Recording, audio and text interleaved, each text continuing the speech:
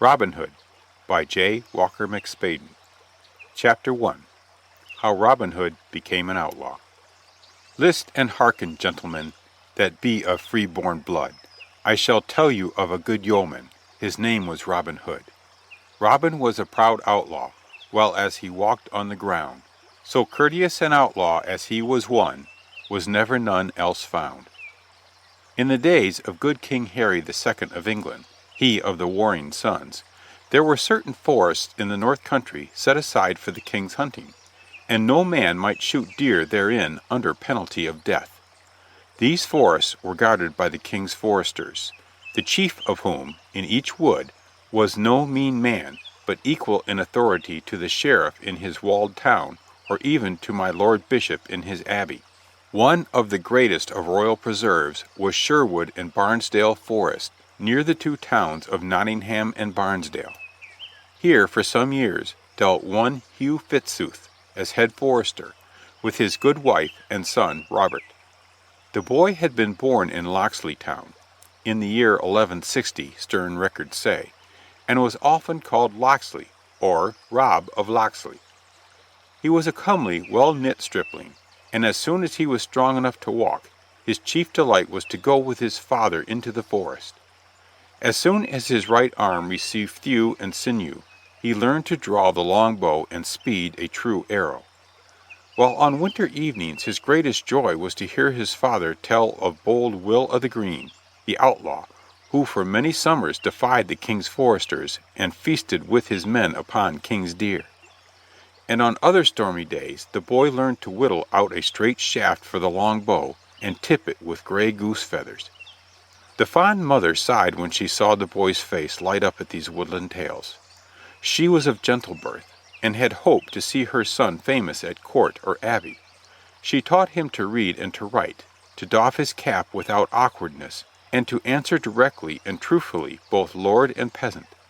But the boy, although he took kindly to these lessons of breeding, was yet happiest when he had his beloved bow in hand and strolled at will, listening to the murmur of the trees. Two playmates had Rob in these gladsome early days. One was Will Gamewell, his father's brother's son, who lived at Gamewell Lodge, hard by Nottingham town. The other was Marion Fitzwalter, the only child of the Earl of Huntingdon. The castle of Huntingdon could be seen from the top of one of the tall trees in Sherwood, and on more than one bright day Rob's white signal from this tree told Marion that he awaited her there. For you must know that Rob did not visit her at the castle. His father and her father were enemies. Some people whispered that Hugh Fitzooth was the rightful Earl of Huntingdon, but that he had been defrauded out of his lands by Fitzwalter, who had won the king's favor by a crusade to the Holy Land. But little cared Rob or Marion for this enmity, however it had arisen. They knew that the great green wood was open to them, and that the wide, wide world was full of the scent of flowers and the song of birds. Days of youth speed all too swiftly, and troubled skies come all too soon. Rob's father had two other enemies besides Fitzwalter, in the persons of the lean sheriff of Nottingham and the fat bishop of Hereford. These three enemies one day got possession of the king's ear, and whispered therein to such good, or evil, purpose that Hugh Fitzooth was removed from his post of king's forester. He and his wife and Rob, then a youth of 19, were descended upon during a cold winter's evening, and dispossessed without warning. The sheriff arrested the forester for treason, of which, poor man, he was as guiltless as you or I, and carried him to Nottingham jail. Rob and his mother were sheltered overnight in the jail also, but next morning were roughly bade to go about their business.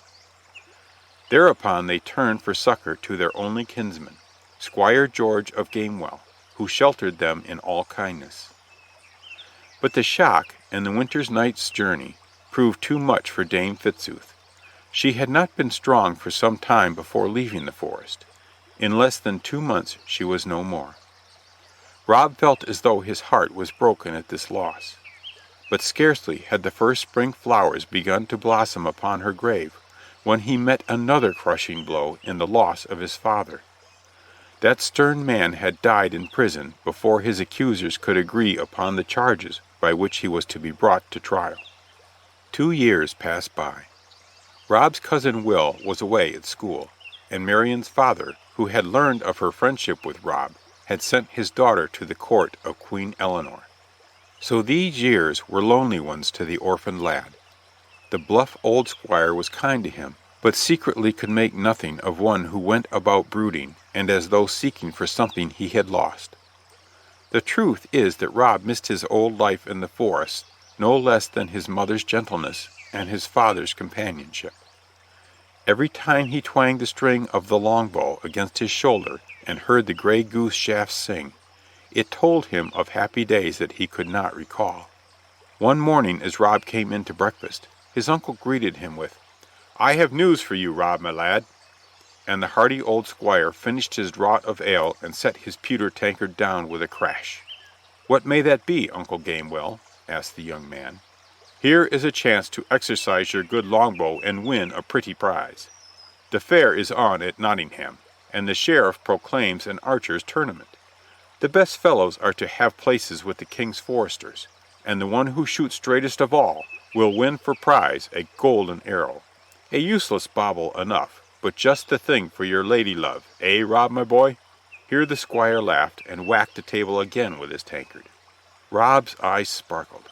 "'Twere indeed worth shooting for, uncle mine," he said.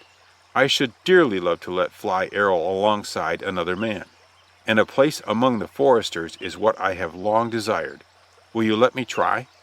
"To be sure," rejoined his uncle. "Well I know that your good mother would have had me make a clerk of you, but well I see that the greenwood is where you will pass your days. So here's luck to you in the bout," and the huge tankard came a third time into play. The young man thanked his uncle for his good wishes, and set about making preparations for the journey. He traveled lightly, but his yew bow must needs have a new string, and his cloth-yard arrows must be of the straightest and soundest. One fine morning, a few days after, Rob might have been seen passing by way of Locksley, through Sherwood Forest to Nottingham town. Briskly walked he, and gaily, for his hopes were high, and never an enemy had he in the wide world. But 'twas the very last morning in his life when he was to lack an enemy. For as he went his way through Sherwood, whistling a blithe tune, he came suddenly upon a group of foresters, making merry beneath the spreading branches of an oak tree. They had a huge meat pie before them, and were washing down prodigious slices of it with nut-brown ale. One glance at the leader, and Rob knew at once that he had found an enemy. 'Twas the man who had usurped his father's place as head forester, and who had roughly turned his mother out in the snow. But never a word said he for good or bad, and would have passed on his way, had not this man, clearing his throat with a huge gulp, bellowed out, "By my troth, here is a pretty little archer. Where go you, my lad, with that 2-penny bow and toy arrows? Belike he would shoot at Nottingham fair. Ho, ho!" A roar of laughter greeted this sally. Rob flushed, for he was mightily proud of his shooting. "My bow is as good as yours," he retorted, "and my shafts will carry as straight and as far, so I'll not take lessons of any of ye." They laughed again loudly at this, and the leader said with frown, "Show us some of your skill, and if you can hit the mark here's 20 silver pennies for you. But if you hit it not, you are in for a sound drubbing for your pertness." "Pick your own target," quoth Rob in a fine rage. "I'll lay my head against that purse that I can hit it." "It shall be as you say," retorted the forester angrily. "Your head for your sauciness that you hit not my target." Now, at a little rise in the wood, a herd of deer came grazing by, distance full 50 yards. They were king's deer, but at that distance seemed safe from any harm. The head forester pointed to them. "If your young arm could speed a shaft for half that distance, I'd shoot with you." "Done!" cried Rob. "My head against 20 pennies, I'll cause yon fine fellow in the lead of them to breathe his last." And without more ado he tried the string of his longbow, placed a shaft thereon, and drew it to his ear. A moment, and the quivering string sang death as the shaft whistled across the glade. Another moment, and the leader of the herd leaped high in his tracks and fell prone, dyeing the sward with his heart's blood. A murmur of amazement swept through the foresters, and then a growl of rage. He that had wagered was angriest of all. "Know what you have done, rash youth?" he said. "You have killed a king's deer, and by the laws of King Harry your head remains forfeit. Talk not to me of pennies, but get ye gone straight, and let me not look upon your face again." Rob's blood boiled within him, and he uttered a rash speech. "I have looked upon your face once too often already, my fine forester. 'Tis you who wear my father's shoes." And with this he turned upon his heel and strode away. The forester heard his parting thrust with an oath. Red with rage he seized his bow, strung an arrow, and without warning launched it full aft Rob. Well was it for the latter that the forester's foot turned on a twig at the critical instant, for as it was the arrow whizzed by his ear so close as to take a stray strand of his hair with it. Rob turned upon his assailant, now 20 yards away. "Ha!" said he, "you shoot not so straight as I, for all your bravado. Take this from the twopenny bow." Straight flew his answering shaft. The head forester gave one cry, then fell face downward and lay still. His life had avenged Rob's father, but the son was outlawed. Forward he ran through the forest, before the band could gather their scattered wits. Still forward into the great greenwood. The swaying trees seemed to open their arms to the wanderer and to welcome him home. Toward the close of the same day, Rob paused hungry and weary at the cottage of a poor widow who dwelt upon the outskirts of the forest. Now this widow had often greeted him kindly in his boyhood days, giving him to eat and drink. So he boldly entered her door. The old dame was right glad to see him, and baked him cakes in the ashes, and had him rest and tell her his story. Then she shook her head. "'Tis an evil wind that blows through Sherwood," she said. "The poor are despoiled and the rich ride over their bodies. My 3 sons have been outlawed for shooting king's deer to keep us from starving, and now hide in the wood. And they tell me that 20 of as good men as ever drew bow are in hiding with them." "Where are they, good mother?" cried Rob. "By my faith, I will join them." "Nay, nay," replied the old woman at first, but when she saw that there was no other way, she said, "My sons will visit me tonight. Stay you here and see them if you must." So Rob stayed willingly to see the widow's sons that night, for they were men after his own heart, and when they found that his mood was with them, they made him swear an oath of fealty, and told him the haunt of the band, a place he knew right well. Finally, one of them said, "But the band lacks a leader, one who can use his head as well as his hand. So we have agreed that he who has skill enough to go to Nottingham, an outlaw, and win the prize at archery, shall be our chief." Rob sprang to his feet. "Said in good time," cried he, "for I had started to that self-same fair, and all the foresters and all the sheriff's men in Christendom shall not stand between me and the centre of their target." And though he was but barely grown, he stood so straight and his eye flashed with such fire that the 3 brothers seized his hand and shouted, "A Locksley! A Locksley! If you win the golden arrow, you shall be chief of outlaws in Sherwood Forest."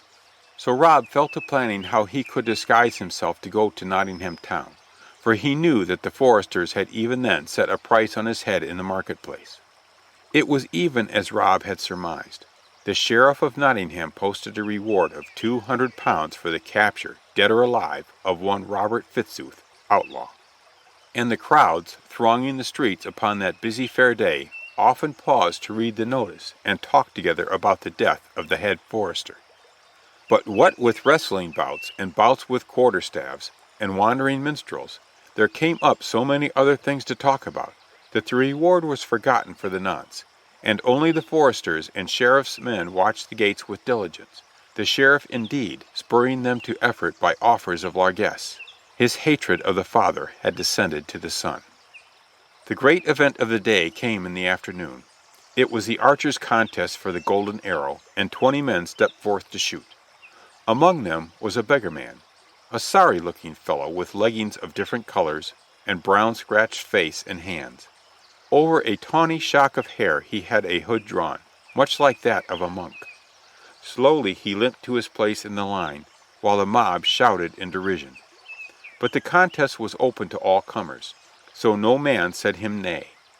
Side by side with Rob, for it was he, stood a muscular fellow of swarthy visage and with one eye hid by a green bandage.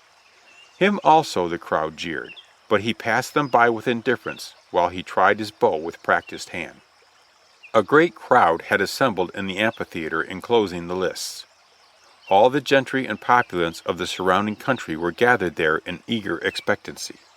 The central box contained the lean but pompous sheriff, his bejewelled wife, and their daughter, a supercilious young woman enough, who, it was openly hinted, was hoping to receive the golden arrow from the victor, and thus be crowned queen of the day. Next to the sheriff's box was one occupied by the fat Bishop of Hereford, while in the other side was a box wherein sat a girl whose dark hair, dark eyes, and fair features caused Rob's heart to leap. 'Twas Maid Marian. She had come up for a visit from the Queen's Court at London town, and now sat demurely by her father, the Earl of Huntingdon. If Rob had been grimly resolved to win the arrow before, the sight of her sweet face multiplied his determination an hundredfold. He felt his muscles tightening into bands of steel, tense and true. Yet withal his heart would throb, making him quake in a most unaccountable way. Then the trumpet sounded, and the crowd became silent, while the herald announced the terms of the contest. The lists were open to all comers. The first target was to be placed at 30 ells distance, and all those who hit its center were allowed to shoot at the second target, placed 10 ells farther off. The third target was to be removed yet farther, until the winner was proved. The winner was to receive the golden arrow and a place with the king's foresters. He it was also who crowned the queen of the day.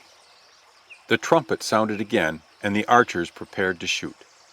Rob looked to his string, while the crowd smiled and whispered at the odd figure he cut, with his vari-colored legs and little cape, but as the first man shot, they grew silent. The target was not so far but that 12 out of the 20 contestants reached its inner circle. Rob shot sixth in the line and landed fairly, being rewarded by an approving grunt from the man with the green blinder, who shot seventh, and with apparent carelessness, yet true to the bull's-eye. The mob cheered and yelled themselves hoarse at even this marksmanship. The trumpet sounded again, and a new target was set up at 40 ells. The first 3 archers again struck true, amid the loud applause of the onlookers, for they were general favorites and expected to win. Indeed, 'twas whispered that each was backed by one of the 3 dignitaries of the day. The 4th and 5th archers barely grazed the center. Rob fitted his arrow quietly, and with some confidence sped it unerringly toward the shining circle. "The beggar! The beggar!" yelled the crowd. "Another bull for the beggar!" In truth, his shaft was nearer the center than any of the others. But it was not so near that Blinder, as the mob had promptly christened his neighbor, did not place his shaft just within the mark. Again the crowd cheered wildly. Such shooting as this was not seen every day in Nottingham town. The other archers in this round were disconcerted by their preceding shots, or unable to keep the pace. They missed one after another and dropped moodily back, while the trumpet sounded for the third round, and the target was set up 50 ells distant. "By my halidom, you draw a good bow, young mister," said Rob's queer comrade to him in the interval allowed for rest. "Do you wish me to shoot first on this trial?" "Nay," said Rob, "but you are a good fellow by this token, and if I win not, I hope you may keep the prize from yon strutters." And he nodded scornfully to the 3 other archers who were surrounded by their admirers, and were being made much of by retainers of the sheriff, the bishop, and the earl. From them his eye wandered toward Maid Marian's booth. She had been watching him, it seemed, for their eyes met. Then hers were hastily averted. Blinder's quick eye followed those of Rob. "A fair maid, that," he said smilingly, "and one more worthy the golden arrow than the sheriff's haughtiness." Rob looked at him swiftly and saw naught but kindliness in his glance. "You are a shrewd fellow, and I like you well," was his only comment. Now the archers prepared to shoot again, each with some little care. The target seemed hardly larger than the inner ring had looked at the first trial. The first 3 sped their shafts, and while they were fair shots, they did not more than graze the inner circle. Rob took his stand with some misgiving. Some flecking clouds overhead made the light uncertain, and a handful of wind frolicked across the range in a way quite disturbing to a bowman's nerves. His eyes wandered for a brief moment to the box wherein sat the dark-eyed girl. His heart leaped. She met his glance and smiled at him reassuringly, and in that moment he felt that she knew him despite his disguise and looked to him to keep the honor of old Sherwood. He drew his bow firmly, and taking advantage of a momentary lull in the breeze, launched the arrow straight and true, singing across the range to the center of the target. "The beggar! The beggar! A bull! A bull!" yelled the fickle mob, who, from jeering him, were now his warm friends. "Can you beat that, blinder?"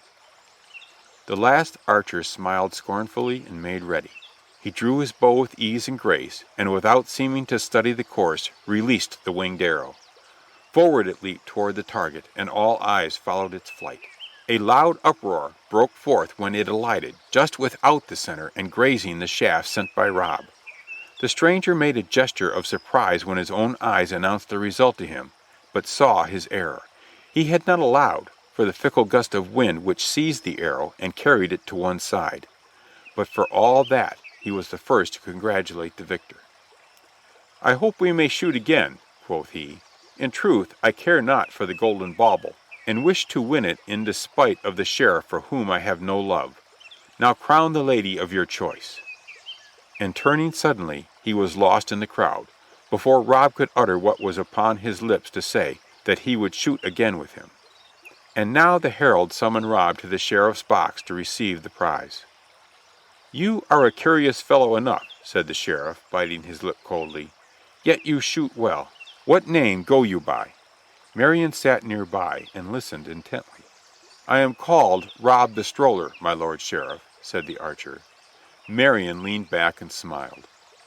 "Well, Rob the Stroller, with a little attention to your skin and clothes, you would not be so bad a man," said the sheriff. "How like you the idea of entering my service?" "Rob the Stroller has ever been a free man, my lord, and desires no service." The sheriff's brow darkened, yet for the sake of his daughter and the golden arrow, he dissembled. "Rob the Stroller," said he, "here is the golden arrow which has been offered to the best of archers this day. You are awarded the prize. See that you bestow it worthily." At this point the herald nudged Rob, and half inclined his head toward the sheriff's daughter, who sat with a thin smile upon her lips. But Rob heeded him not. He took the arrow and strode to the next box where sat Maid Marian. "Lady," he said, "pray accept this little pledge from a poor stroller who would devote the best shafts in his quiver to serve you." "My thanks to you, Rob in the Hood," replied she with a roguish twinkle in her eye, and she placed the gleaming arrow in her hair, while the people shouted, "The Queen! The Queen!" The sheriff glowered furiously upon this ragged archer who had refused his service, taken his prize without a word of thanks, and snubbed his daughter.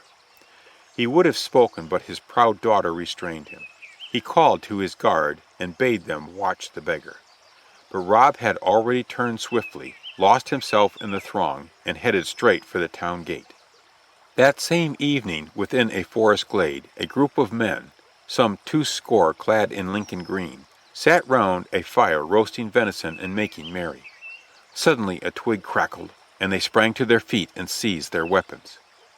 "I look for the widow's sons," a clear voice said, "and I come alone." Instantly the 3 men stepped forward. "'Tis Rob!" they cried. "Welcome to Sherwood Forest, Rob." And all the men came and greeted him, for they had heard his story. Then one of the widow's sons, stout Will, stepped forth and said, "Comrades all, ye know that our band has sadly lacked a leader, one of birth, breeding, and skill. Belike we have found that leader in this young man, and I and my brothers have told him that the band would choose that one who should bring the sheriff to shame this day and capture his golden arrow. Is it not so?" The band gave assent. Will turned to Rob. "What news bring you from Nottingham town?" asked he. Rob laughed. "In truth, I brought the sheriff to shame for my own pleasure, and won his golden arrow to boot. But as to the prize, ye must e'en take my word, for I bestowed it upon a maid." And seeing the men stood in doubt at this, he continued, But I'll gladly join your band, and you take me as a common archer, for there are others older and mayhap more skilled than I."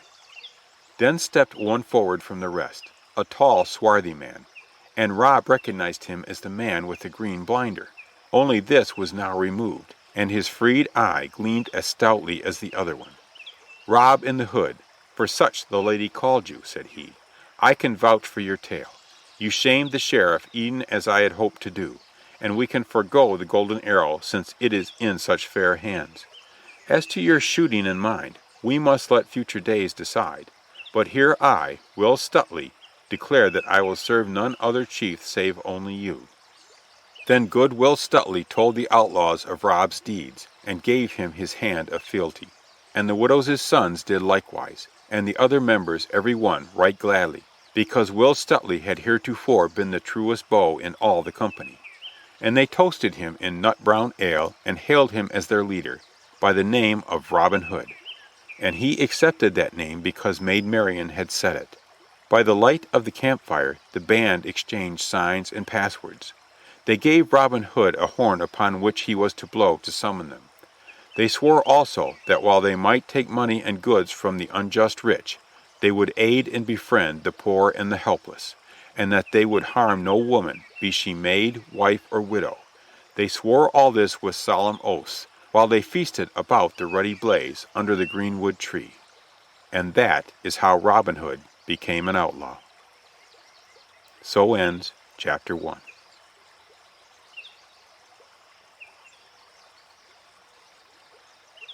Chapter 2.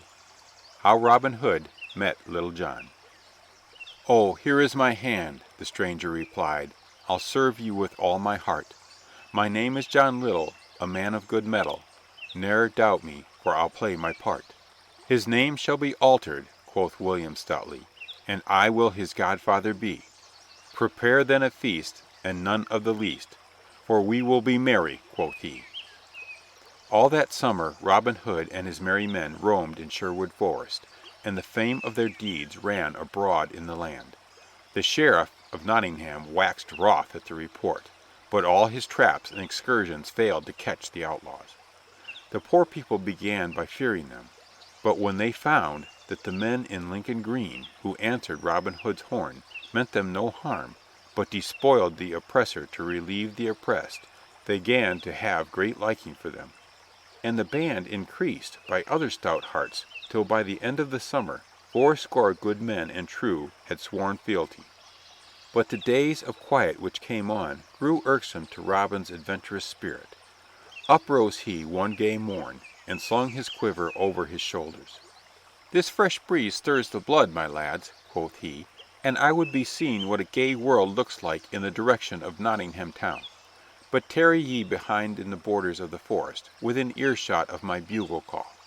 Thus saying, he strode merrily forward to the edge of the wood, and paused there a moment, his agile form erect, his brown locks flowing, and his brown eyes watching the road, and a goodly sight he made, as the wind blew the ruddy color into his cheeks. The highway led clear in the direction of the town, and thither he boldly directed his steps. But at a bend in the road he knew of a bypath leading across a brook which made the way nearer and less open, into which he turned. As he approached the stream, he saw that it had become swollen by recent rains into quite a pretty torrent. The log footbridge was still there, but at this end of it a puddle intervened which could be crossed only with a leap, if you would not get your feet wet. But Robin cared little for such a handicap. Taking a running start, his nimble legs carried him easily over and balanced neatly upon the end of the broad log. But he was no sooner started across than he saw a tall stranger coming from the other side. Thereupon Robin quickened his pace, and the stranger did likewise, each thinking to cross first. Midway they met, and neither would yield an inch. "Give way, fellow," roared Robin, whose leadership of a band, I am afraid, had not tended to mend his manners. The stranger smiled. He was almost a head taller than the other. "Nay," he retorted, "fair and softly. I give way only to a better man than myself." "Give way, I say," repeated Robin, "or I shall have to show you a better man." His opponent budged not an inch, but laughed loudly. "Now, by my halidom," he said good-naturedly, "I would not move after hearing that speech, even if minded to it before, for this better man I have sought my life long. Therefore show him to me, an it please you." "That will I right soon," quoth Robin. "Stay you here a little while, till I cut me a cudgel like unto that you have been twiddling in your fingers." So saying, he sought his own bank again with a leap, laid aside his long bow and arrows, and cut him a stout staff of oak, straight, knotless, and a good 6 feet in length. But still it was a full foot shorter than his opponent's. Then back came he boldly. "I mind not telling you, fellow," said he, "that a bout with archery would have been an easier way with me. But there are other tunes in England besides that the arrow sings." Here he whirled the staff about his head by way of practice. "So make you ready for the tune I am about to play upon your ribs. Have at you! 1, 2, 3!" roared the giant, smiting at him instantly. Well was it for Robin that he was quick and nimble of foot, for the blow that grazed a hair's breadth from his shoulder would have felled an ox. Nevertheless, while swerving to avoid this stroke, Robin was poising for his own, and back came he forthwith. Whack! Whack! Parried the other. Whack! Whack! Whack! Whack! The fight waxed fast and furious. It was strength pitted against subtlety, and the match was a merry one.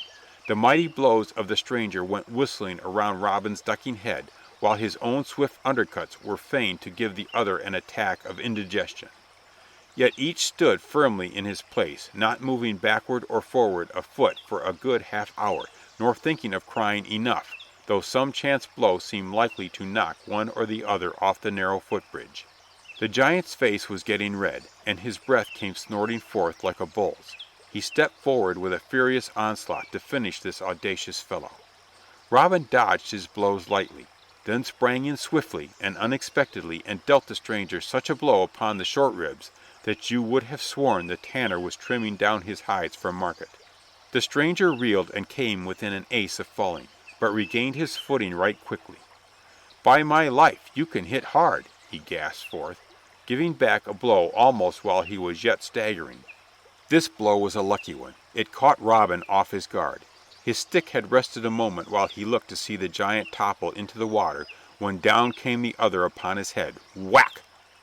Robin saw more stars in that one moment than all the astronomers have since discovered, and forthwith he dropped neatly into the stream. The cool rushing current quickly brought him to his senses. Howbeit he was still so dazed that he groped blindly for the swaying reeds to pull himself up on the bank. His assailant could not forbear laughing heartily at his plight, but was also quick to lend his aid. He thrust down his long staff to Robin, crying, "Lay hold of that, and your fists whirl not so much as your head." Robin laid hold and was hauled to dry land for all the world like a fish, except that the fish would never have come forth so wet and dripping. He lay upon the warm bank for a space to regain his senses. Then he sat up and gravely rubbed his pate.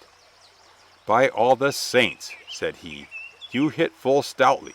My head hums like a hive of bees on a summer morning."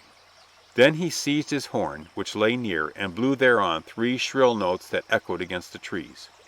A moment of silence ensued, and then was heard the rustling of leaves and crackling of twigs like the coming of many men, and forth from the glade burst a score or two of stalwart yeomen, all clad in Lincoln green like Robin, with good Will Stuteley and the widow's 3 sons at their head. "Good master," cried Will Stuteley, "how is this? In sooth there is not a dry thread on your body." "Why, marry," replied Robin, "this fellow would not let me pass the footbridge, and when I tickled him in the ribs, he must needs answer by a pat on the head which landed me overboard." "Then shall he taste some of his own porridge," quoth Will. "Seize him, lads." "Nay, let him go free," said Robin. "The fight was a fair one, and I abide by it.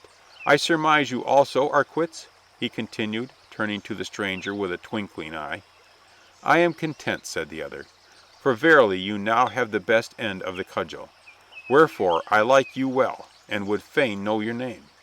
"Why," said Robin, "my men and even the Sheriff of Nottingham know me as Robin Hood, the outlaw." "Then I am right sorry that I beat you," exclaimed the man, for I was on my way to seek you, and to try to join your merry company. But after my unmanly use of the cudgel, I fear we are still strangers." "Nay, never say it," cried Robin. "I am glad I fell in with you, though sooth to say I did all the falling." And amid a general laugh the two men clasped hands, and in that clasp the strong friendship of a lifetime was begun. "But you have not yet told us your name," said Robin, bethinking himself. "Whence I came, men call me John Little." "Enter our company, then, John Little, enter and welcome. The rites are few, the fee is large. We ask your whole mind and body and heart, even unto death." "I give you the bond, upon my life," said the tall man. Thereupon Will Stuteley, who loved a good jest, spoke up and said, "The infant in our household must be christened, and I'll stand godfather.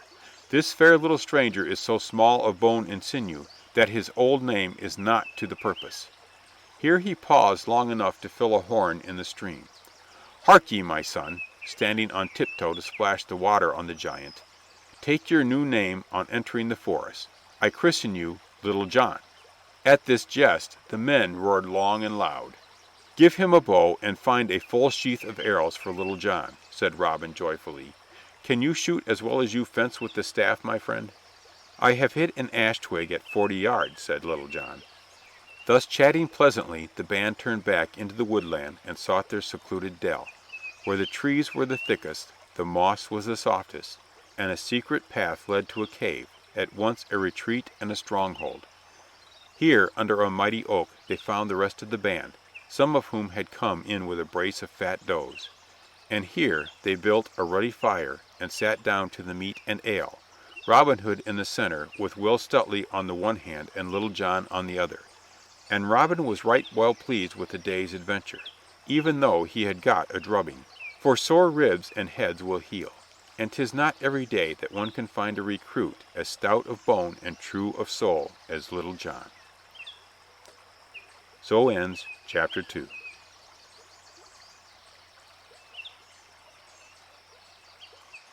Chapter 3.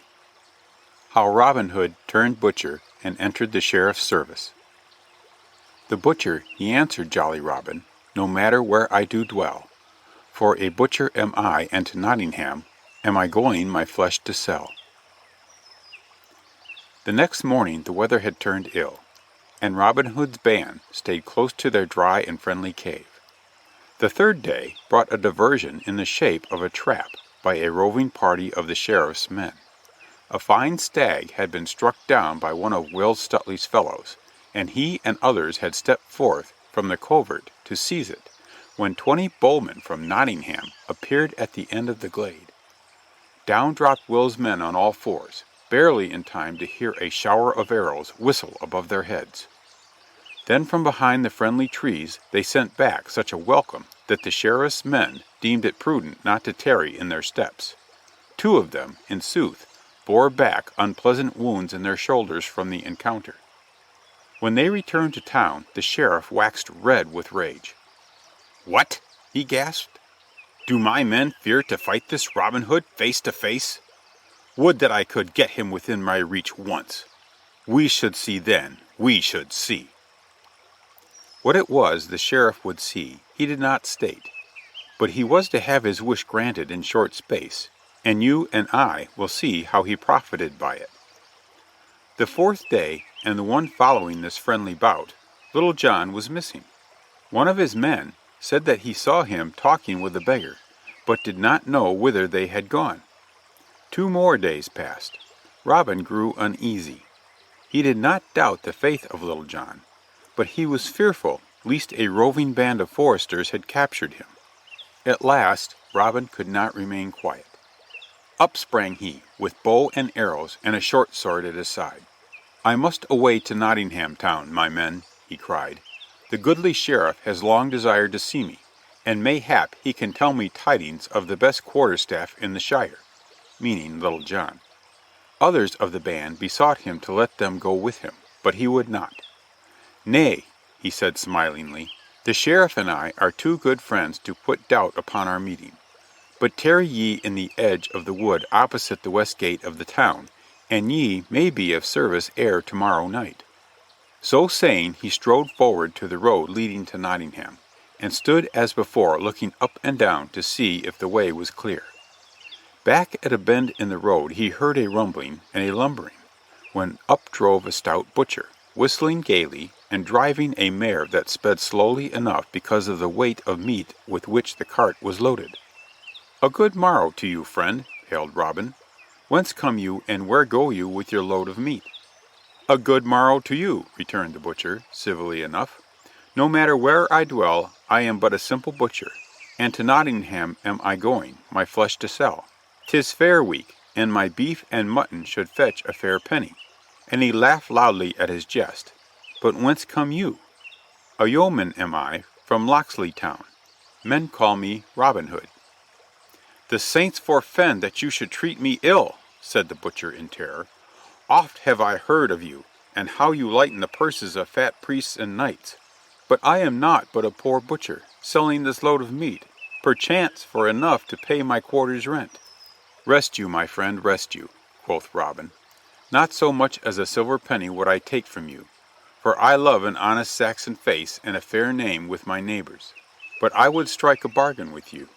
Here he took from his girdle a well-filled purse, and continued, "I would fain be a butcher this day and sell meat at Nottingham town. Could you sell me your meat, your cart, your mare, and your good will, without loss, for 5 marks?" "Heaven bless ye, good Robin," cried the butcher right joyfully. "That can I." And he leaped down forthwith from the cart, and handed Robin the reins in exchange for the purse. "One moment more," laughed Robin. "We must e'en change garments for the nonce. Take mine and scurry home quickly, lest the king's foresters try to put a hole through this Lincoln green." So saying, he donned the butcher's blouse and apron, and climbing into the cart drove merrily down the road to the town. When he came to Nottingham, he greeted the scowling gatekeeper blithely and proceeded to the marketplace. Boldly he led his shuffling horse to the place where the butchers had their stalls. He had no notion for the price to ask for his meat, but put on a foolish and simple air as he called aloud his wares. "Hark ye, lasses and dames, hark ye! Good meat, come buy, come buy. 3 pen'orths go for 1 penny, and a kiss is good, say I." Now when the folk found what a simple butcher he was, they crowded around his cart, for he really did sell 3 times as much for 1 penny as was sold by the other butchers.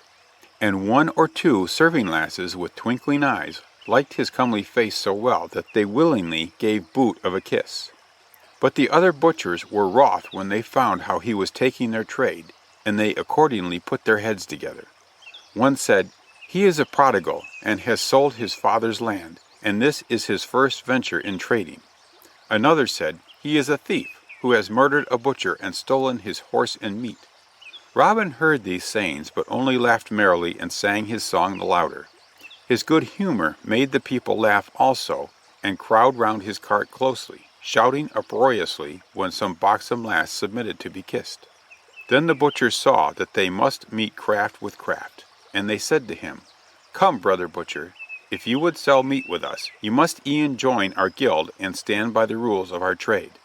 "We dine at the sheriff's mansion today," said another, "and you must take one of our party." "Accurst of his heart," said jolly Robin, "that a butcher will deny. I'll go with you, my brethren true, and as fast as I can hie." Whereupon, having sold all his meat, he left his horse and cart in charge of a friendly hostler, and prepared to follow his mates to the mansion house. It was the sheriff's custom to dine various guilds of the trade from time to time, on fair days, for he got a pretty profit out of the fees they paid him for the right to trade in the marketplace. The sheriff was already come with great pomp into the banqueting room, when Robin and 3 or 4 butchers entered, and he greeted them all with great condescension. And presently the whole of a large company was seated at a table, groaning beneath the good cheer of the feast. Now the sheriff bade Robin sit by his right hand, at the head of the board, for 1 or 2 butchers had whispered to the official, "That fellow is a right mad blade, who yet made us much sport today. He sold more meat for 1 penny than we could sell for 3, and he gave extra weight to whatsoever lass would buss him." And others said, "He is some prodigal who knows not the value of goods, and may be plucked by a shrewd man right closely." The sheriff was will to pluck a prodigal with the next man, and he was moreover glad to have a guest who promised to enliven the feast. So, as I have told you, he placed Robin by his side, and he made much of him and laughed boisterously at his jests. Though, sooth to say, the laugh were come by easily, for Robin had never been in merrier mood, and his quips and jests soon put the whole table at a roar. Then my Lord Bishop of Hereford came in, last of all, to say a ponderous grace and take his seat on the other side of the sheriff, the prelate's fat body showing up in goodly contrast to the other's lean bones.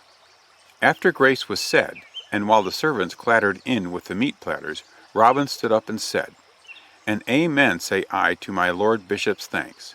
How now, my fine fellows, be merry and drink deep. For the shot I'll pay ere I go my way, though it cost me £5 and more. So, my lords and gentlemen all, spare not the wine, but fall to lustily." "Hear, hear!" shouted the butchers. "Now are you a right jolly soul," quoth the sheriff, "but this feast is mine own. Howbeit you must have many a head of horned beasts, and many an acre of broad land, to spend from your purse so freely." "Aye, that have I," returned Robin, his eyes all a twinkle. 500 horned beasts have I and my brothers, and none of them have we been able to sell. This is why I have turned butcher. But I know not the trade, and would gladly sell the whole herd, an I could find a buyer." At this the sheriff's greed 'gan to rise. Since this fool would be plucked, thought he, why should not he do the plucking? 500 beasts, say you? He queried sharply. 510 fat beasts by actual count, that I would sell for a just figure. Aye, to him who will pay me in right money would I sell them for 20 pieces of gold. Is that too much to ask, lording? Was there ever such an idiot butcher, thought the sheriff, and he so far forgot his dignity as to nudge the bishop in his fat ribs. "Nay, good fellow," quoth he, chuckling, "I am always ready to help any in my shire, and you cannot find a buyer for your herd at this just figure, I will e'en buy them myself." At this generosity Robin was quite overcome, and fell to praising the sheriff to the skies, and telling him that he should not have cause to forget the kindness. "Tut, tut," said the sheriff, "'tis naught but a trade. Drive in your herd tomorrow to the marketplace, and you shall have money down." "Nay, excellence," said Robin, "that can I not easily do, for they are grazing in scattered fashion. But they are over near Gamewell, not more than a mile therefrom at most. Will you not come and choose your own beasts tomorrow?" "Aye, that I will," said the sheriff, his cupidity casting his caution to the winds. "Tarry with me overnight, and I will go with you in the morning." This was a poser for Robin, since he liked not the idea of staying overnight at the sheriff's house. He had hoped to appoint a meeting place for the other, but now saw that this might excite doubt. He looked around at the company. By this time, you must know, the feast had progressed far, and the butchers were deep in their cups. The sheriff and Robin had talked in a low voice, and my Lord Bishop was almost asleep. "Agreed," said Robin presently, and the words were no sooner out of his mouth than the door opened, and a serving man entered bearing tray of mulled wine. At sight of the fellow's face, Robin gave an involuntary start of surprise, which was instantly checked. The other also saw him, stood still a moment, and as if forgetting something, turned about and left the hall. It was Little John. A dozen questions flashed across Robin's mind, and he could find answer for none of them. What was Little John doing in the sheriff's house? Why had he not told the band? Was he true to them? Would he betray them? But these questions of distrust were dismissed from Robin's open mind as soon as they had entered. He knew that Little John was faithful and true. He recovered his spirits and began again upon a vein of foolish banter, for the amusement of the sheriff and his guests, all being now merry with wine. "A song!" one of them shouted, and the cry was taken up round the table. Robin mounted his chair and trolled forth. "A lass and a butcher of Nottingham agreed twixt them for to wed. Says he, I'll give ye the meat, fair dame, and ye will give me the bread." Then they joined in the chorus amid a pounding of cups upon the board. "With a hey and a ho and a hey nonny no, a butcher of Nottingham." While the song was at its height, Little John reappeared with other servants and refilled the cups. He came up to Robin and, as if asking him if he would have more wine, said softly, "Meet me in the pantry tonight." Robin nodded and sang loudly. The day was already far spent, and presently the company broke up with many hiccupy bows to the sheriff and little notice of the drowsy bishop. When the company was dispersed, the sheriff bade a servant show Robin to his room, and promised to see him at breakfast the next day. Robin kept his word and met Little John that night, and the sheriff next day, but Little John has been doing so much in the meantime that he must be allowed a chapter to himself. So let us turn to another story that was sung of in the ballads of olden time and find out how Little John entered the sheriff's service. So ends Chapter 3.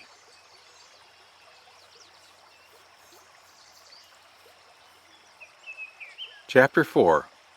How Little John entered the sheriff's service. List and hearken, gentlemen, all ye that now be here. Of Little John, that was knight's man, good mirth ye now shall hear. It had come around another fair day at Nottingham town, and folk crowded there by all the gates. Goods of many kinds were displayed in gaily colored booths, and at every cross street a free show was in progress.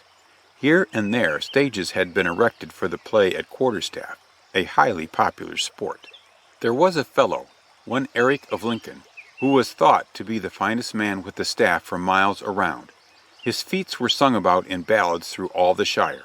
A great boaster was he withal, and today he strutted about on one of these corner stages and vaunted his prowess, and offered to crack any man's crown for a shilling. Several had tried their skill with Eric, but he had soon sent them spinning in no gentle manner, amid the jeers and laughter of the onlookers. A beggar man sat over against Eric's stage and grinned every time a pate was cracked. He was an uncouth fellow, ragged and dirty and unshaven.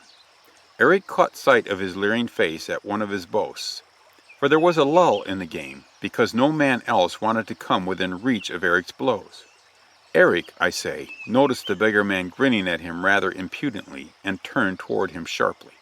"How now, you dirty villain," quoth he, "mend your manners to your betters, or, by Our Lady, I'll dust your rags for you." The beggar man still grinned. "I am always ready to mend my manners to my betters," said he, "but I am afraid you cannot teach me any better than you can dust my jacket." Come up, roared the other, flourishing his staff.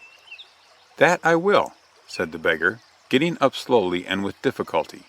"It will pleasure me hugely to take a braggart down a notch, and some good man will lend me a stout quarterstaff." At this a score of idlers reached him their staves, being ready enough to see another man have his head cracked, even if they wished to save their own, and he took the stoutest and heaviest of all. He made a sorry enough figure as he climbed awkwardly upon the stage, but when he had gained it, he towered full half a head above the other, for all his awkwardness. Natheless, he held his stick so clumsily that the crowd laughed in great glee. Now each man took his place and looked the other up and down, watching warily for an opening. Only a moment stood they thus, for Eric, intent on teaching this rash beggar a lesson and sweeping him speedily off the stage, launched forth boldly and gave the other a sounding crack on the shoulder. The beggar danced about and made as though he would drop his staff from very pain, while the crowd roared and Eric raised himself for another crushing blow. But just then the awkward beggar came to life. Straightening himself like a flash, he dealt Eric a backhanded blow, the like of which he had never before seen. Down went the boaster to the floor with a sounding thump, and the fickle people yelled and laughed themselves purple, for it was a new sight to see Eric of Lincoln eating dust. But he was up again almost as soon as he had fallen, and right quickly retreated to his own ringside to gather his wits and watch for an opening. He saw instantly that he had no easy antagonist, and he came in cautiously this time. And now those who stood around saw the merriest game of quarterstaff that was ever played inside the walls of Nottingham town. Both men were on their guard and fenced with fine skill, being well matched in prowess. Again and again did Eric seek to force an opening under the other's guard, and just as often were his blows parried. The beggar stood sturdily in his tracks, contenting himself with beating off the attack. For a long time their blows met like the steady crackling of some huge forest fire, and Eric strove to be wary, for he now knew that the other had no mean wits or mettle. But he grew right mad at last, and began to send down blows so fierce and fast that you would have sworn a great hailstorm was pounding on the shingles over your head. Yet he never so much as entered the tall beggar's guard. Then at last the stranger saw his chance and changed his tune of fighting. With one upward stroke he sent Eric's staff whirling through the air. With another he tapped Eric on the head, and with a third broad swing, ere the other could recover himself, he swept him clear off the stage, much as you would brush a fly off the window pane. Now the people danced and shouted and made so much ado that the shopkeepers left their stalls and others came running from every direction. The victory of the queer beggar made him immensely popular.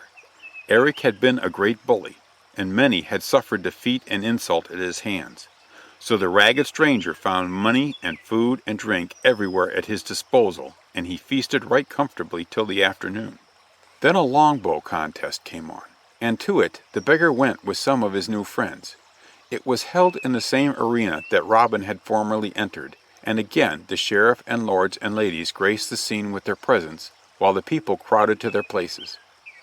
When the archers had stepped forward, the herald rose and proclaimed the rules of the game. How that each man should shoot 3 shots, and to him who shot the best, the prize of a yoke of fat steers should belong. A dozen keen-eyed bowmen were there, and among them some of the best fellows in the foresters' and sheriff's companies. Down at the end of the line towered the tall beggar-man, who must needs twang a bowstring with the best of them. The sheriff noted his queer figure and asked, "Who is that ragged fellow?" "'Tis he that hath now so soundly cracked the crown of Eric of Lincoln," was the reply. The shooting presently began, and the target soon showed a fine reckoning.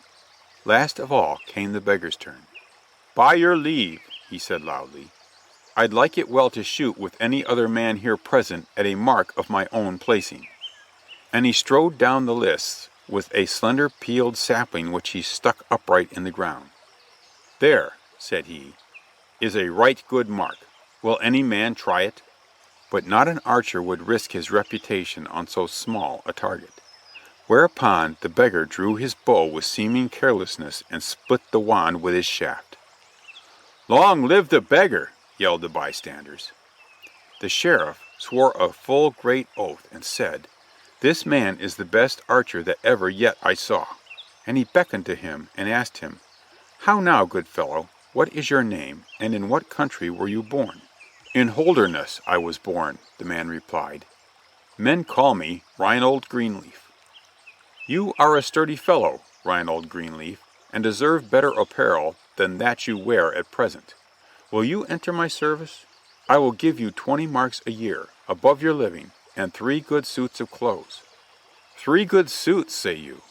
Then right gladly will I enter your service, for my back has been bare this many a long day." Then Reinhold turned him about to the crowd and shouted, "Hark ye, good people, I have entered the sheriff's service, and need not the yoke of steers for prize. So take them for yourselves, to feast withal." At this the crowd shouted more merrily than ever, and threw their caps high into the air. And none so popular a man had come to Nottingham town in many a long day as this same Reinhold Greenleaf. Now you may have guessed by this time who Reinhold Greenleaf really was. So I shall tell you that he was none other than Little John.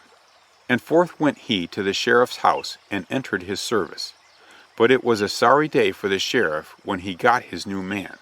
For Little John winked his shrewd eye and said softly to himself, "By my faith, I shall be the worst servant to him that ever yet had he." 2 days passed by. Little John, it must be confessed, did not make a good servant.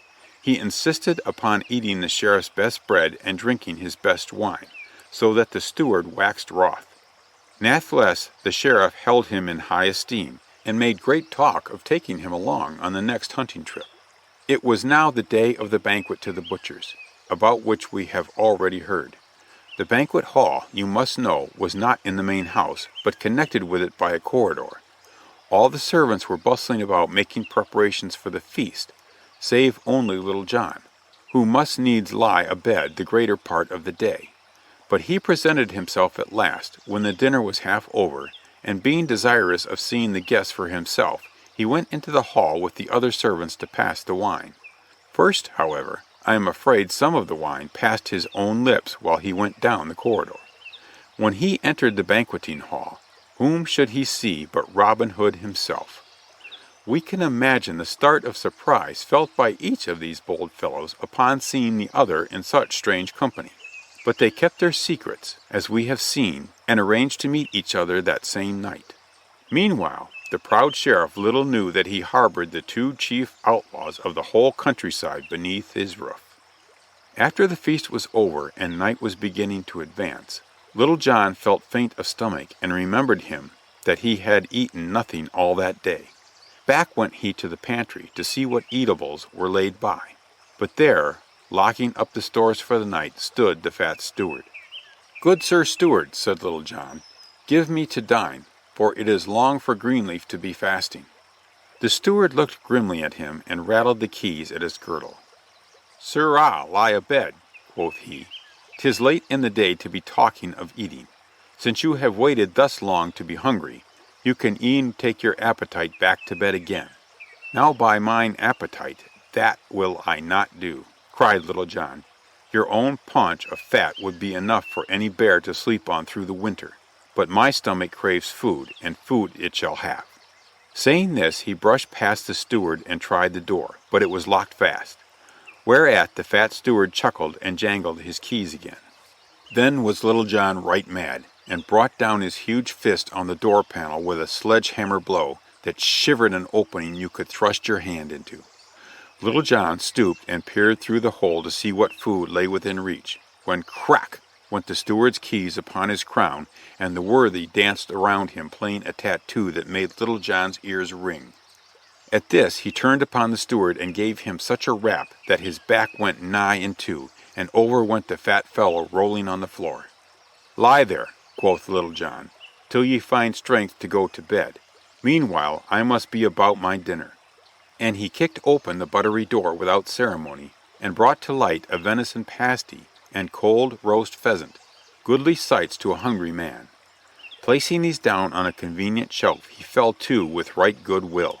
So Little John ate and drank as much as he would. Now the sheriff had in his kitchen a cook, a stout man and bold, who heard the rumpus and came in to see how the land lay. There sat Little John eating away for dear life, while the fat steward was rolled under the table like a bundle of rags. "I make my vow," said the cook, "you are a shrewd hind to dwell thus in a household and ask thus to dine." So saying, he laid aside his spit and drew a good sword that hung at his side. "I make my vow," said Little John, "you are a bold man and hardy to come thus between me and my meat. So defend yourself and see that you prove the better man." And he drew his own sword and crossed weapons with the cook. Then back and forth they clashed with sullen sound. The old ballad, which tells of their fight, says that they thought nothing for to flee, but stiffly for to stand. There they fought sore together, 2 miles away and more, but neither might the other harm, for the space of a full hour. "I make my vow," cried Little John, "you are the best swordsman that ever yet I saw. What say you to resting a space, and eating and drinking good health with me? Then we may fall to again with the swords." "Agreed," said the cook, who loved good fare as well as a good fight, and they both laid by their swords and fell to the food with hearty will. The venison pasty soon disappeared, and the roast pheasant flew at as lively a rate as ever the bird itself had sped. Then the warriors rested a space and patted their stomachs, and smiled across at each other like bosom friends. For a man, when he has dined, looks out pleasantly upon the world. "And now, Reynold Greenleaf," said the cook, "we may as well settle this brave fight we have in hand." "A true saying," rejoined the other. "But first tell me, friend, for I protest you are my friend henceforth, what is the score we have to settle?" "Not save who can handle the sword best," said the cook. "By my troth, I had thought to carve you like a capon ere now." "And I had long since thought to shave your ears," replied Little John. "This bout we can settle in right good time. But just now I and my master have need of you. and you can turn your stout blade to better service than that of the sheriff."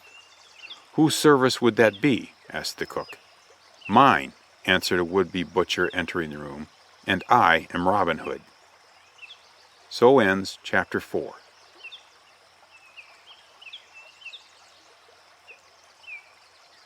Chapter 5. How the Sheriff lost 3 good servants and found them again. "Make good cheer," said Robin Hood, "Sheriff, for charity, and for the love of Little John, thy life is granted thee." The cook gasped in amazement. "This Robin Hood, and under the Sheriff's very roof!" "Now, by my troth, you are a brave fellow," he said. "I have heard great tales of your prowess, and the half has not been told. But who might this tall slasher be?" "Men do call me Little John, good fellow." "Then, Little John, or Reynold Greenleaf, I like you well, on my honor as much the miller's son. And you too, bold Robin Hood, and you take me, I will enter your service right gladly." "Spoken like a stout man," said Robin, seizing him by the hand, "but I must back to my own bed, lest some sleepy warden stumble upon me, and I be forced to run him through. Lucky for you twain that wine flowed so freely in the house today, else the noise of your combat would have brought other onlookers besides Robin Hood. Now, if you would flee the house tonight, I will join you in the good greenwood tomorrow." "But, good master," said the cook, "you would not stay here overnight. Verily, it is running your head into a noose. Come with us. The sheriff has set strict watch on all the gates, since 'tis fair week, but I know the warden at the west gate and could bring us through safely. Tomorrow you will be stayed." "Nay, that I will not," laughed Robin, "for I shall go through with no less escort than the sheriff himself. Now do you, Little John, and do you, Much the miller's son, go right speedily. In the borders of the wood you will find my merry men. Tell them to kill 2 fine harts against tomorrow eve, for we shall have great company and lordly sport." And Robin left them as suddenly as he had come. "Comrade," then said Little John, "we may as well bid the sheriff's roof farewell. But ere we go, it would seem a true pity to fail to take such of the sheriff's silver plate as will cause us to remember him, and also grace our special feasts." "'Tis well said indeed," quoth the cook. Thereupon they got a great sack and filled it with silver plate from the shelves where it would not at once be missed, and they swung the sack between them, and away they went, out of the house, out of the town, and into the friendly shelter of Sherwood Forest. The next morning the servants were late astir in the sheriff's house. The steward awoke from a heavy sleep, but his cracked head was still in such a whirl that he could not have sworn whether the sheriff had ever owned so much as 1 silver dish. So the theft went undiscovered for the nonce. Robin Hood met the sheriff at breakfast, when his host soon spoke of what was uppermost in his heart, the purchase of the fine herd of cattle near Gamewell. 'Twas clear that a vision of them, purchased for 20 paltry gold pieces, had been with him all through the night in his dreams, and Robin again appeared such a silly fellow that the sheriff saw no need of dissembling, but said that he was ready to start at once to look at the herd. Accordingly they set forth, Robin in his little butcher's cart behind the lean mare, and the sheriff mounted on a horse. Out of Nottingham town, through gates open wide, they proceeded and took the hill road leading through Sherwood Forest. And as they went on and plunged deeper among the trees, Robin whistled blithely and sang snatches of tunes.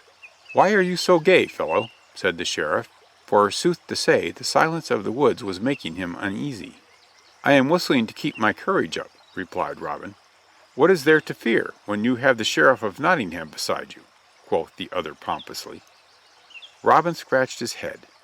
"They do say that Robin Hood and his men care little for the sheriff," he said. "Pooh!" said the sheriff. "I would not give that for their lives, if I could once lay hands upon them." And he snapped his fingers angrily. "But Robin Hood himself was on this very road the last time I came to town," said the other. The sheriff started at the crackling of a twig under his horse's foot and looked around. "Did you see him?" he asked. "Aye, that did I. He wanted the use of this mare and cart to drive to Nottingham. He said he would fain turn butcher. But see!" As he spoke he came to a turn in the road, and there before them stood a herd of the king's deer, feeding. Robin pointed to them and continued, "There is my herd of cattle, good Master Sheriff. How do you like them? Are they not fat and fair to see?" The sheriff drew rein quickly. "Now, fellow," quoth he, "I would I were well out of this forest, for I care not to see such herds as these, or such faces as yours. Choose your own way, therefore, whoever you be, and let me go mine." "Nay," laughed Robin, seizing the sheriff's bridle, "I have been at too much pains to cultivate your company to forego it now so easily. Besides, I wish you to meet some of my friends and dine with me, since you have so lately entertained me at your board." So saying, he clapped a horn on his lips and winded 3 merry notes. The deer bounded away, and before the last of them was seen, there came a running and a rustling, and out from behind covert and tree came full 20 of men, clad in Lincoln green, and bearing gold yew bows in their hands and short swords at their sides. Up they ran to Robin and doffed their caps to him respectfully, while the sheriff sat still from very amazement. "Welcome to the greenwood," said one of the leaders, bending the knee with mock reverence before the sheriff.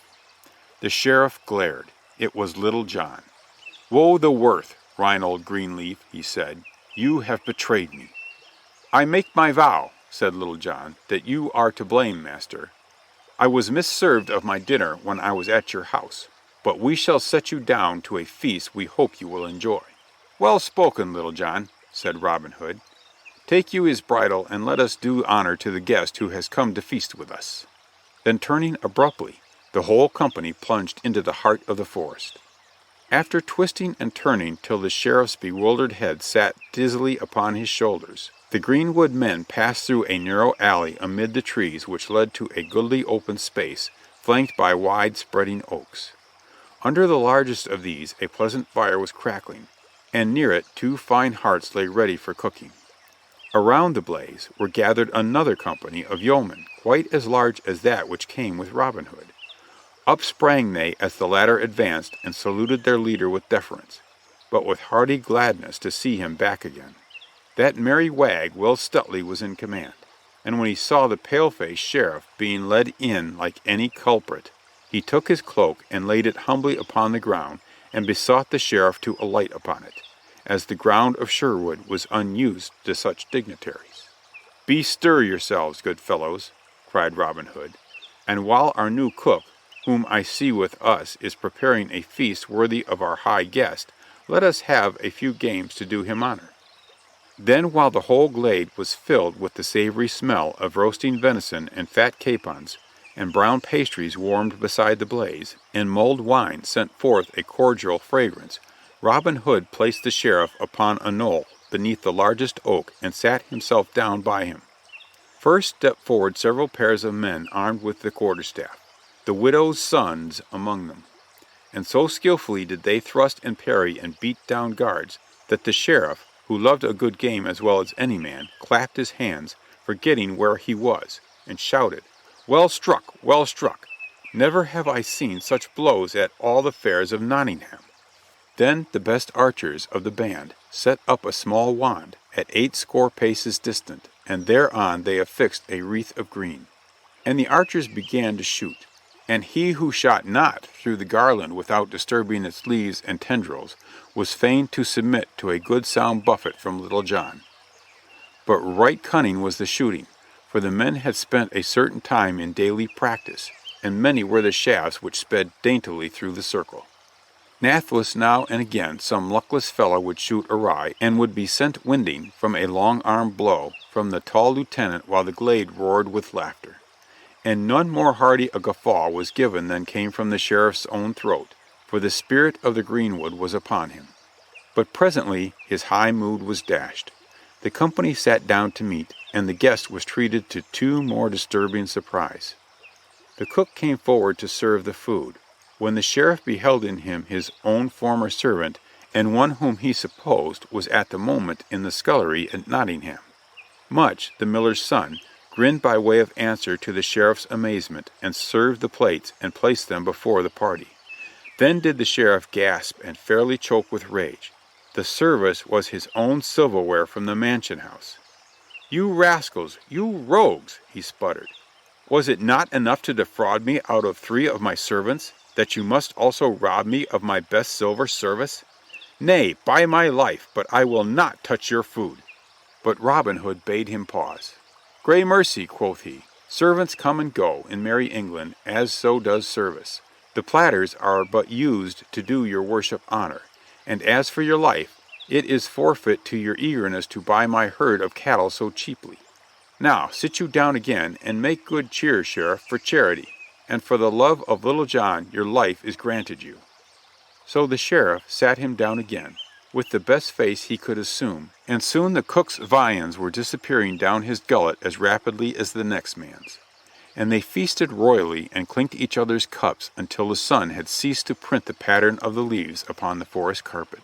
Then the Sheriff arose and said, "I thank you, Robin Hood, one-time butcher, and you, Little John, one-time beggar, and you, Much, one-time cook, and all you good men who have entertained me in Sherwood so well.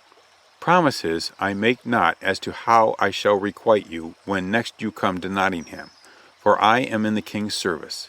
So for the present the score rests with you. But the shadows grow long, and I must away, if you will be pleased to pilot me to the road." Then Robin Hood and all his men arose and drank the Sheriff's health, and Robin said, "If you must needs go at once, we will not detain you, except that you have forgotten 2 things." "What may they be?" asked the Sheriff, while his heart sank within him. "You forgot that you came with me today to buy a herd of horned beasts. Likewise, that he who dines at the Greenwood Inn must pay the landlord." The Sheriff fidgeted like a small boy who has forgotten his lesson. "Nay, I have but a small sum with me," he began apologetically. "What is that sum, gossip?" questioned Little John, "for my own wage should also come out of it." "And mine," said Much. "And mine," smiled Robin. The Sheriff caught his breath. "By my troth, are all these silver dishes worth anything?" The outlaws roared heartily at this. "I'll tell you what it is, worship," said Robin.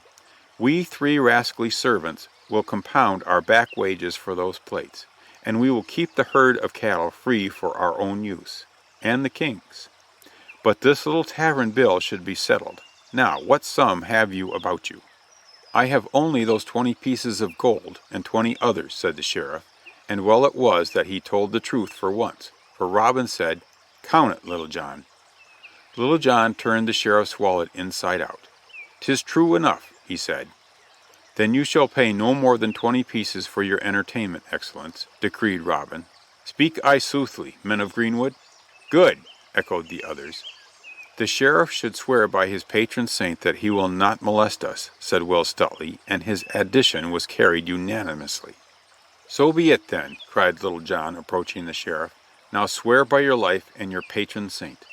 "I will swear it by St. George, who is patron of us all," said the Sheriff vigorously, "that I will never disturb or distress the outlaws in Sherwood. But let me catch any of you out of Sherwood," thought he to himself. Then the 20 pieces of gold were paid over, and the Sheriff once more prepared to depart. "Never had we so worshipful a guest before," said Robin, "and as the new moon is beginning to silver the leaves, I shall bear you company myself for part of the way. 'Twas I who brought you into the wood."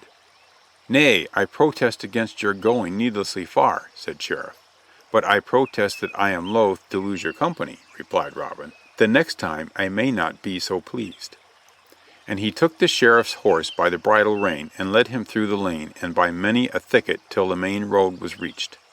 "Now fare you well, good Sheriff," he said, "and when next you think to despoil a poor prodigal, remember the herd you would have bought over against Gamewell, and when next you employ a servant, make certain that he is not employing you." So saying, he smote the nag's haunch, and off went the Sheriff upon the road to Nottingham. And that is how, you will find from many ballads that came to be sung at the Sheriff's expense, and which are known even to the present day, that, I say, is how the Sheriff lost 3 good servants and found them again. So ends Chapter 5.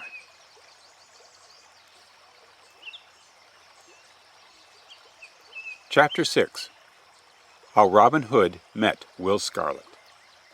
The youngster was clothed in scarlet red, in scarlet fine and gay, and he did frisk it o'er the plain, and chanted a roundelay.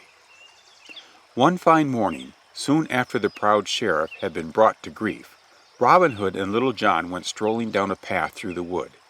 It was not far from the footbridge where they had fought their memorable battle, and by common impulse they directed their steps to the brook to quench their thirst and rest them in the cool bushes. The morning gave promise of a hot day. The road even by the brook was dusty, so the cooling stream was very pleasing and grateful to their senses. On each side of them, beyond the dusty highway, stretched out broad fields of tender young corn, and on yon side of the fields uprose the sturdy oaks and beeches and ashes of the forest, while at their feet modest violets peeped out shyly and greeted the loiterers with an odor which made the heart glad.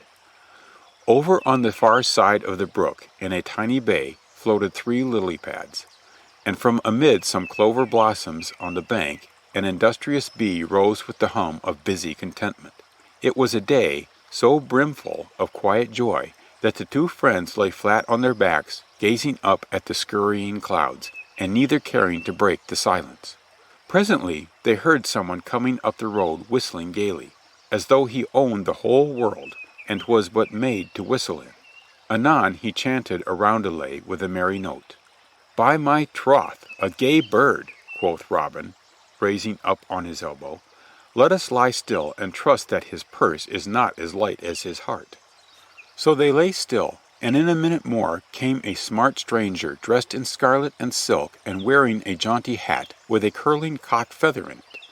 His whole costume was of scarlet, from the feather to the silk hosen on his legs. A goodly sword hung at his side, its scabbard all embossed with tilting knights and weeping ladies. His hair was long and yellow, and hung clustering about his shoulders, for all the world like a schoolgirl's, and he bore himself with as mincing a gait as the pertest of them. Little John clucked his teeth drolly at this sight. "By my troth, a gay bird," he said, echoing the other's words, then added, "but not so bad a build for all his prettiness. Look you, those calves and thighs are well rounded and straight. The arms, for all that gold-wrought cloak, hang stoutly from full shoulders. I warrant you the fop can use his dainty sword right well on occasion." "Nay," retorted Robin, "he is naught but a lady's man from court. My longbow 'gainst a plugged shilling, that he would run and bellow lustily at sight of a quarterstaff. Stay you behind this bush, and I will soon get some rare sport out of him. Belike his silk purse may contain more pennies than the law allows to one man in Sherwood or Barnesdale." So saying, Robin Hood stepped forth briskly from the covert, and planted himself in the way of the scarlet stranger.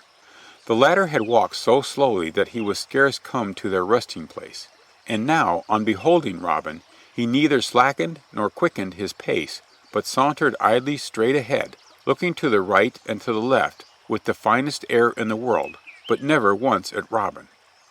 "Hold," quoth the outlaw, "what mean ye by running thus over a wayfarer, roughshod?" "Wherefore should I hold, good fellow?" said the stranger in a smooth voice, and looking at Robin for the first time. "Because I bid you to," replied Robin. "And who may you be?" asked the other as coolly as you please. "What my name is matters not," said Robin, "but know that I am a public tax-gatherer and equalizer of shillings. If your purse have more than a just number of shillings or pence, I must e'en lighten it somewhat, for there are many worthy people round about these borders who have less than the just amount. Wherefore, sweet gentlemen, I pray you hand over your purse without more ado, that I may judge of its weight in proper fashion." The other smiled as sweetly as though a lady were paying him a compliment. "You are a droll fellow," he said calmly. "Your speech amuses me mightily. Pray continue, if you have not done, for I am in no hurry this morning." "I have said all with my tongue that is needful," retorted Robin, beginning to grow red under the collar. "Nathless, I have other arguments which may not be so pleasing to your dainty skin. Prithee, stand and deliver. I promise to deal fairly with the purse." "Alack a day," said the stranger with a shrug of his shoulders. "I am deeply sorrowful that I cannot show my purse to every rough lout that asks to see it. But I really could not, as I have further need of it myself and every farthing it contains. Wherefore, pray stand aside." "Nay, that I will not, and 'twill go the harder with you if you do not yield at once." "Good fellow," said the other gently, "have I not heard all your speech with patience? Now that is all I promised to do. My conscience is salved, and I must go on my way." "To roll-a-roly-loo," he caroled, making as though to depart. "Hold, I say," quoth Robin hotly, for he knew how Little John must be chuckling at this from behind the bushes. "Hold, I say, else I shall have to bloody those fair locks of yours." And he swung his quarterstaff threateningly. "Alas!" moaned the stranger, shaking his head, "the pity of it all. Now I shall have to run this fellow through with my sword, and I hope to be a peaceable man henceforth." And sighing deeply he drew his shining blade and stood on guard. "Put by your weapon," said Robin. "It is too pretty a piece of steel to get cracked with common oak cudgel, and that is what would happen on the first pass I made at you. Get you a stick like mine out of yon undergrowth, and we will fight fairly, man to man." The stranger thought a moment with his usual slowness, and eyed Robin from head to foot. Then he unbuckled his scabbard, laid it and the sword aside, and walked deliberately over to the oak thicket. Choosing from among the shoots and saplings, he found a stout little tree to his liking, when he laid hold of it, without stopping to cut it, and gave a tug. Up it came, root and all, as though it were a stalk of corn, and the stranger walked back trimming it as quietly as though pulling up trees were the easiest thing in the world.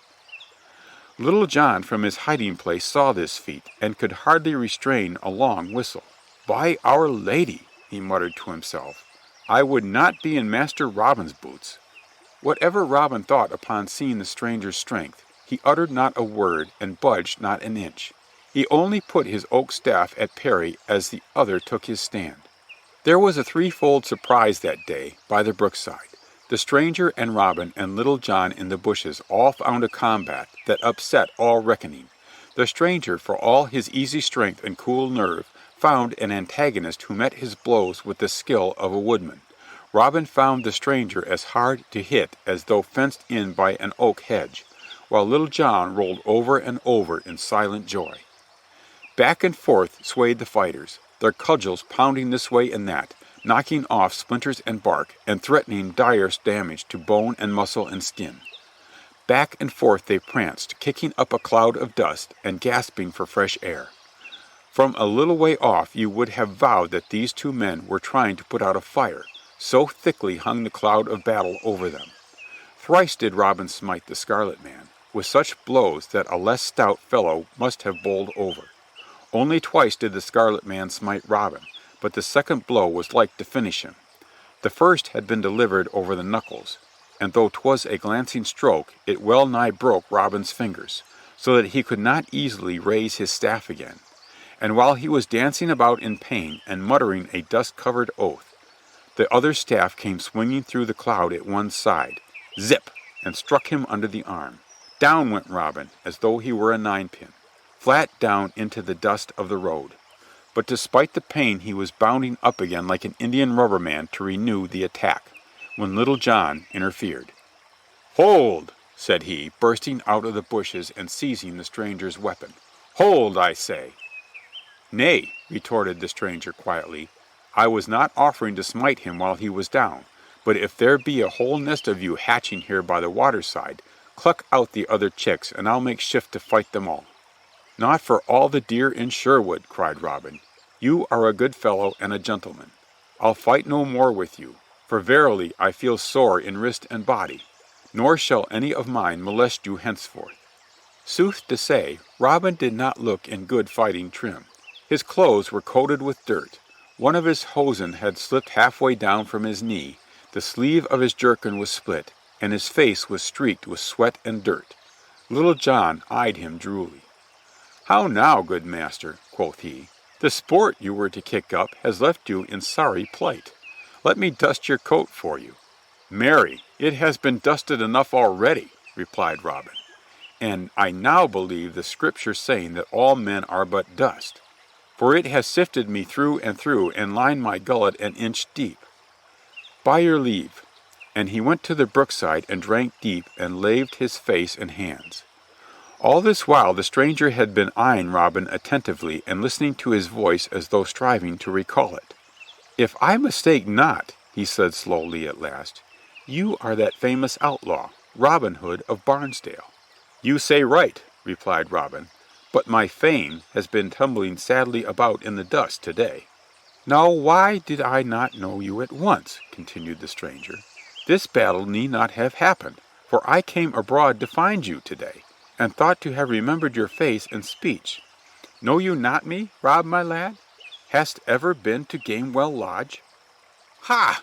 Will Gamewell, my dear old chum, Will Gamewell!" shouted Robin, throwing his arms about the other in sheer affection. "What an ass I was not to recognize you! But it has been years since we parted, and your gentle schooling has polished you off mightily." Will embraced his cousin no less heartily. "We are quits on not knowing kinsmen," he said, "for you have changed and strengthened much from the stripling with whom I used to run foot races in old Sherwood." "But why seek you me?" asked Robin. "You know I am an outlaw and dangerous company. And how left you mine uncle? And have you heard aught of late of Maid Marian?" "Your last question first," answered Will, laughing, "for I perceive that it lies nearest your heart. I saw Maid Marian not many weeks after the great shooting at Nottingham, when you won her the golden arrow. She prizes the bauble among her dearest possessions, though it has made her an enemy in the sheriff's proud daughter. Maid Marian bade me tell you, if I ever saw you, that she must return to Queen Eleanor's court, but she could never forget the happy days in the greenwood. As for the old squire, he is still hale and hearty, though rheumatic withal. He speaks of you as a sad young dog, but for all that is secretly proud of your skill at the bow and of the way you are pestering the sheriff, whom he likes not.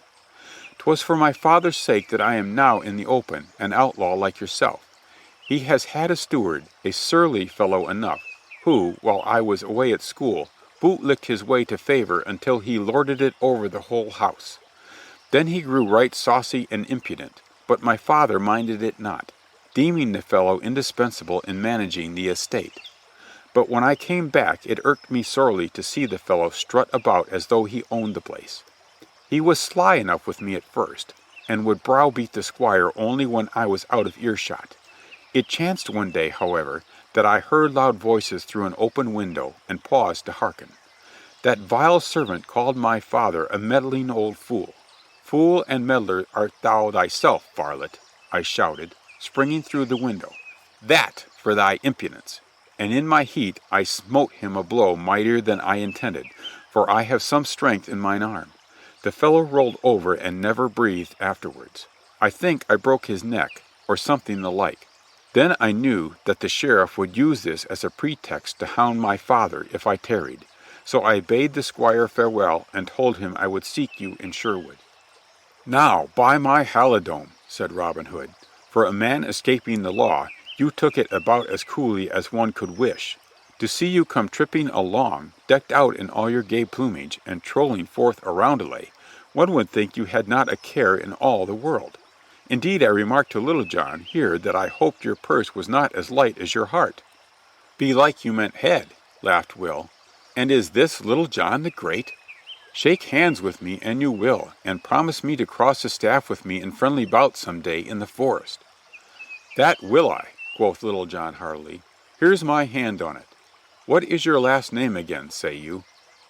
"'Tis to be changed," interposed Robin. "Then shall the men armed with warrants go hang for all of us. Let me bethink myself. Ah, I have it. In scarlet he came to us, and that shall be his name henceforth. Welcome to the greenwood, Will Scarlet." "Aye, welcome, Will Scarlet," said Little John, and they all clasped hands again, and swore to be true each to the other, and to Robin Hood's men in Sherwood Forest. So ends chapter 6.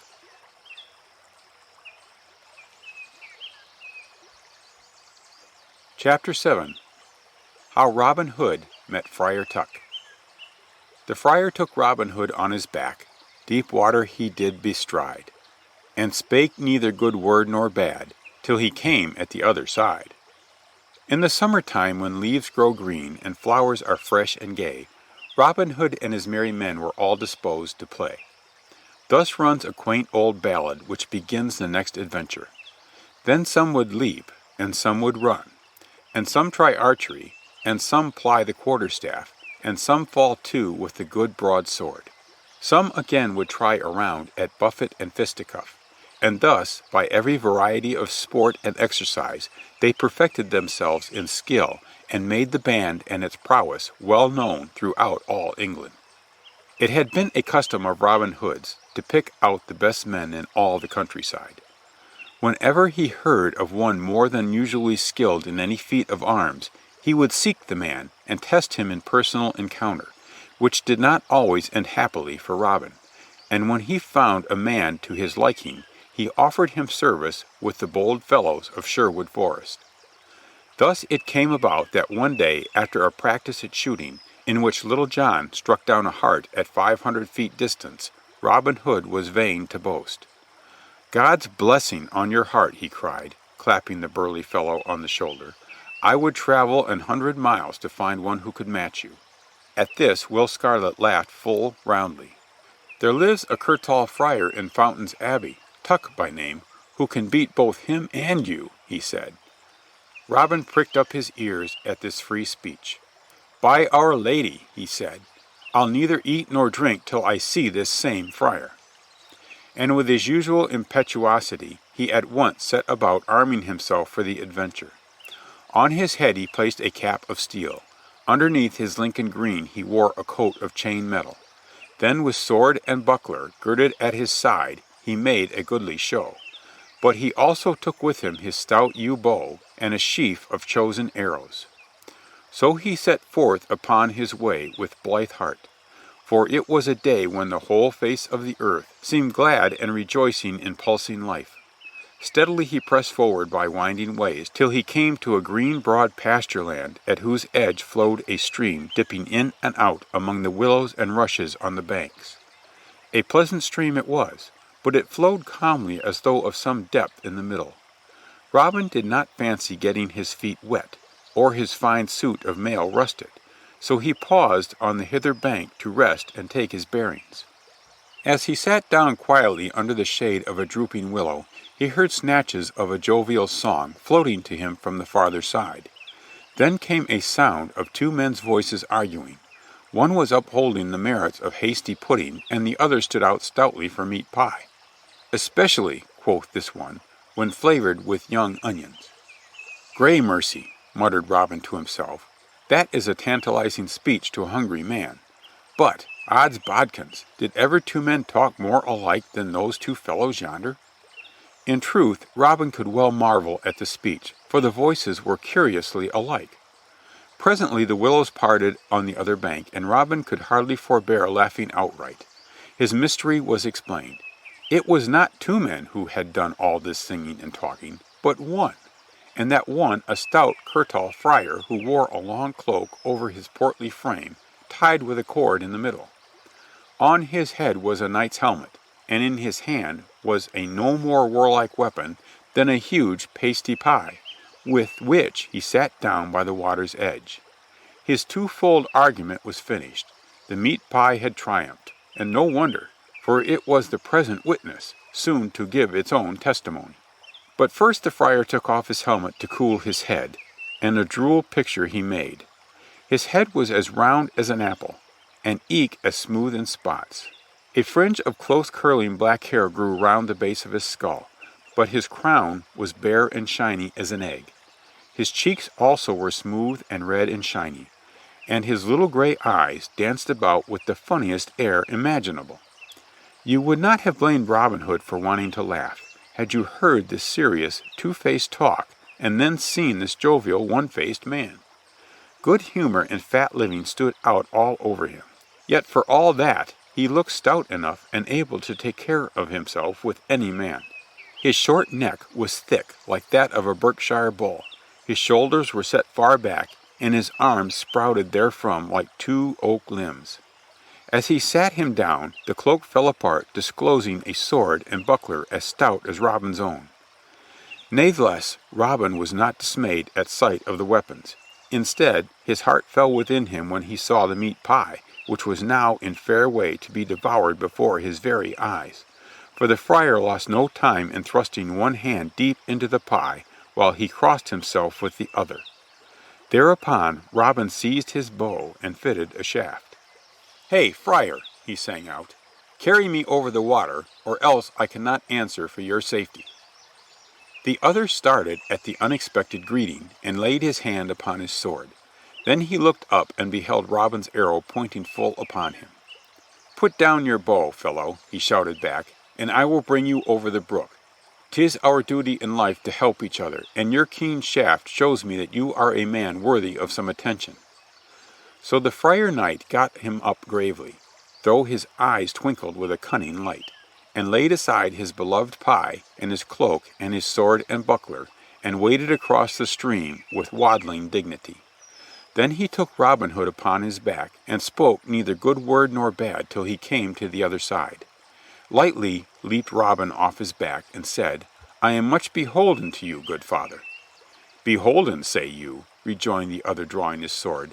"Then by my faith you shall even repay your score. Now mine own affairs, which are of a spiritual kind and much more important than yours, which are carnal, lie on the other side of this stream. I see that you are a likely man, and one, moreover, who would not refuse to serve the church. I must therefore pray of you that whatsoever I have done unto you, you will also do unto me. In short, my son, you must e'en carry me back again." Courteously enough was this said, but so suddenly had the friar drawn his sword that Robin had no time to unsling his bow from his back, whither he had placed it to avoid getting it wet, or to unfasten his scabbard, so he was fain to temporize. "Nay, good father, but I shall get my feet wet," he commenced. "Are your feet any better than mine?" retorted the other. "I fear now that I have already wetted myself so sadly as to lay in a store of rheumatic pains by way of penance." "I am not so strong as you," continued Robin, "that helmet and sword and buckler would be my undoing on an uncertain footing amidstream, to say nothing of your holy flesh and bones."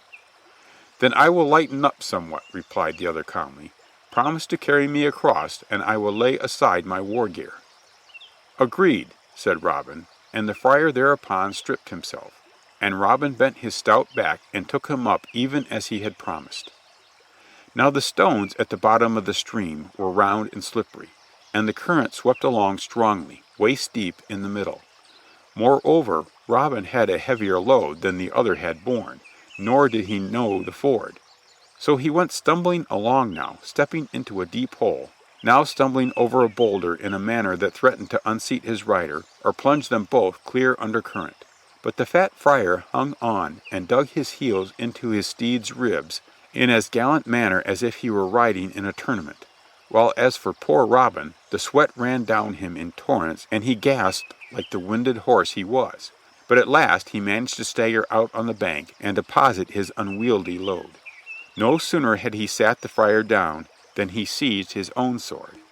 "Now, holy friar," quoth he, panting and wiping the sweat from his brow, "what say the scriptures that you quote so glibly? Be not weary of well-doing. You must carry me back again, or I swear that I will make a cheesecloth out of your jacket." The friar's gray eyes once more twinkled with a cunning gleam that boded no good to Robin, but his voice was as calm and courteous as ever. "Your wits are keen, my son," he said, "and I see that the waters of the stream have not quenched your spirit. Once more will I bend my back to the oppressor and carry the weight of the haughty." So Robin mounted again in high glee, and carried his sword in his hand and went prepared to tarry upon the other side. But while he was bethinking himself what great words to use when he should arrive thither, he felt himself slipping from the friar's broad back. He clutched frantically to save himself, but had too round a surface to grasp, besides being hampered by his weapon. So down went he with a loud splash into the middle of the stream, where the crafty friar had conveyed him. "There," quoth the holy man, choose you, my fine fellow, whether you will sink or swim." And he gained his own bank without more ado, while Robin thrashed and spluttered about until he made shift to grasp a willow wand and thus haul himself ashore on the other side. Then Robin's rage waxed furious, despite his wetting, and he took his bow and arrows and let fly one shaft after another at the worthy friar, but they rattled harmlessly off his steel buckler, while he laughed and minded them no more than if they had been hailstones. Shoot on, good fellow," he sang out. "Shoot as you have begun. If you shoot here a summer's day, your mark I will not shun." So Robin shot, and passing well, till all his arrows were gone, when from very rage he began to revile him. "You bloody villain," shouted he, "you psalm-singing hypocrite, you reviler of good hasty pudding, come but within reach of my sword-arm, and, friar or no friar, I'll shave your tonsure closer than ever bald-pated monk was shaven before." "Soft you and fair," said the friar unconcernedly. "Hard words are cheap, and you may need your wind presently. And you would like a bout with swords, meet me halfway in the stream."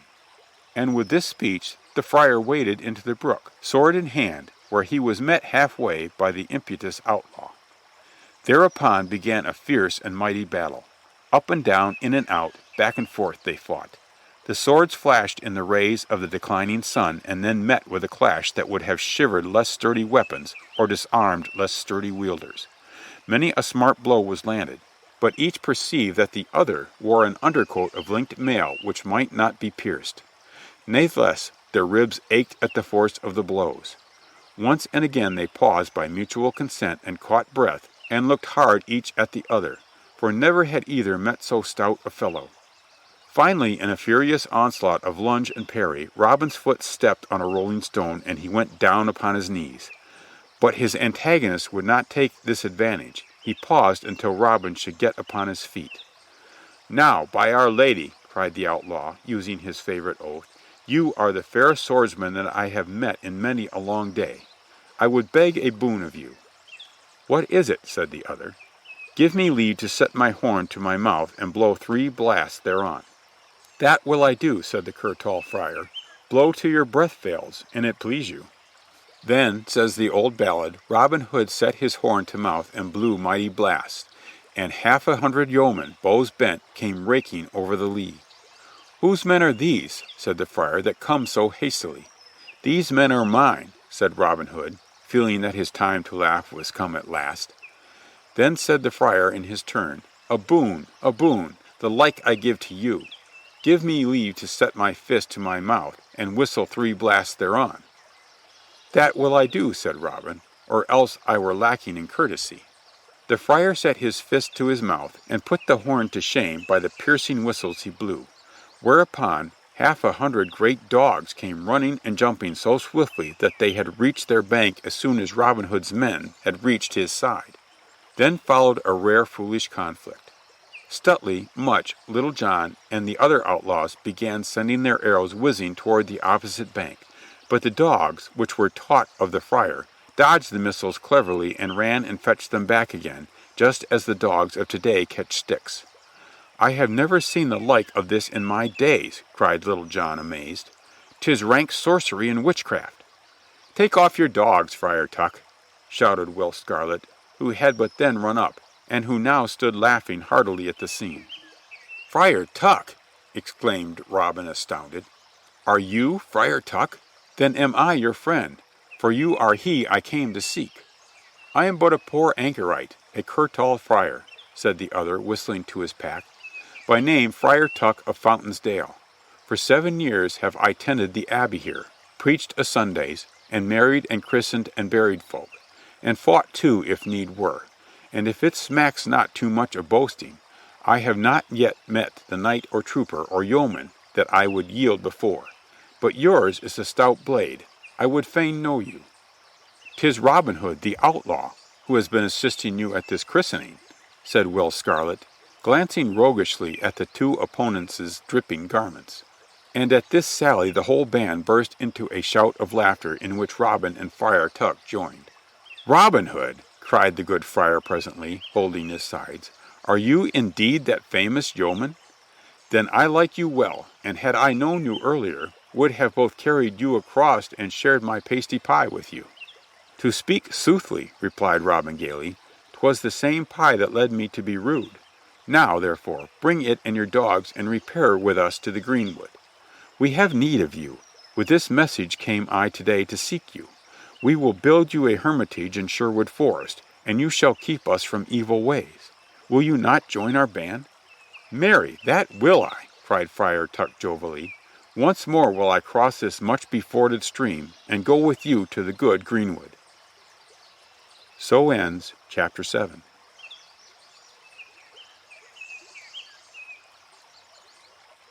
Chapter 8. How Allan a Dale's wooing was prospered. "What is thy name?" then said Robin Hood. "Come tell me without any fail." "By the faith of my body," then said the young man, "my name it is Allan a Dale." Friar Tuck and Much, the miller's son, soon became right good friends over the steaming stew they jointly prepared for the merry men that evening. Tuck was mightily pleased when he found a man in the forest who could make pasties, and who had cooked for no less person than the High Sheriff himself, while Much marveled at the friar's knowledge of herbs and simples, and woodland things which savored a stew greatly. So they gabbled together like two old gossips, and between them made such a tasty mess that Robin Hood and his stout followers were like never to leave off eating. And the friar said grace, too, with great unction, over the food, and Robin said amen, and that henceforth they were always to have mass of Sundays. So Robin walked forth into the wood that evening with his stomach full and his heart, therefore, in great contentment and love for other men. He did not stop the first passer-by, as his manner often was, and desire a fight. Instead, he stepped behind a tree when he heard a man's voice in song, and waited to behold the singer. Perhaps he remembered also the merry chanting of Will Scarlet, and how he had tried to give it pause a few days before. Like Will, this fellow was clad in scarlet, though he did not look quite as fine a gentleman. Natheless, he was a sturdy yeoman of honest face and a voice far sweeter than Will's. He seemed to be a strolling minstrel, for he bore a harp in his hand, which he thrummed, while his lusty tenor voice rang out with, "Hey down and a down and a down, I've a lassie back in the town. Come day, come night, come dark or light, she will wed me back in the town." Robin let the singer pass, caroling on his way. "'Tis not in me to disturb a light-hearted lover this night," he muttered, a memory of Marian coming back to him. "Pray heaven she may be true to him, and the wedding a gay one, back in the town."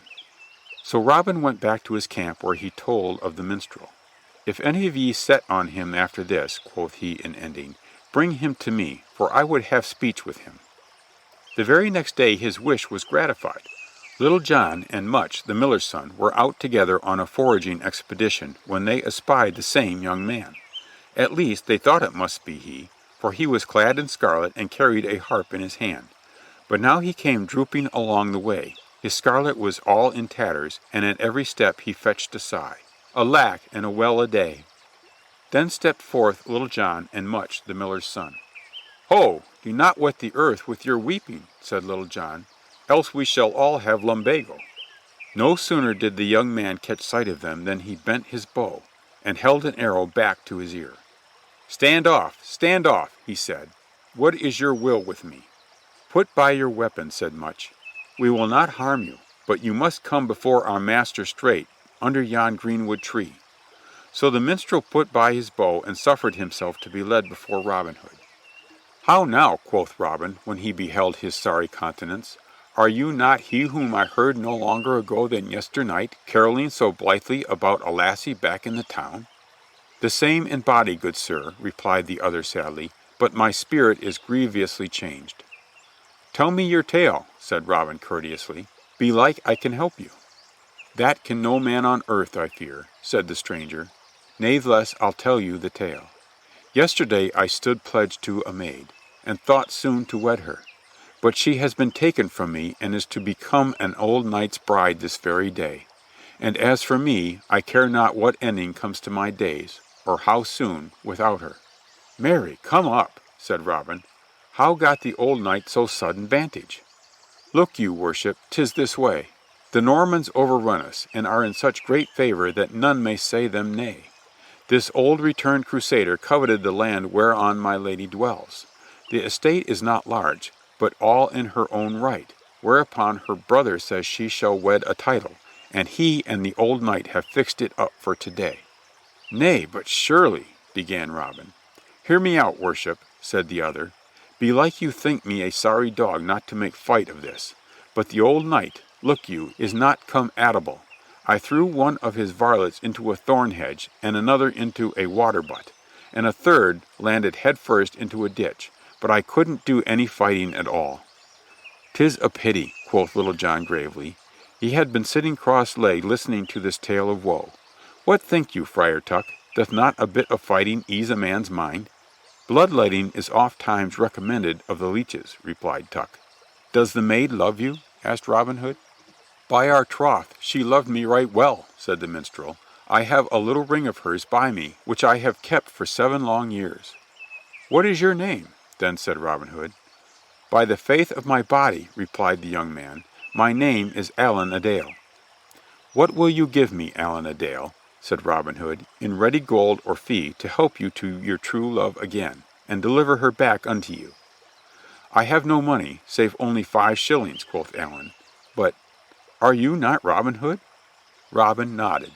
"Then you, if anyone, can aid me," said Allan a Dale eagerly, "and if you give me back my love, I swear upon the book that I will be your true servant for ever after."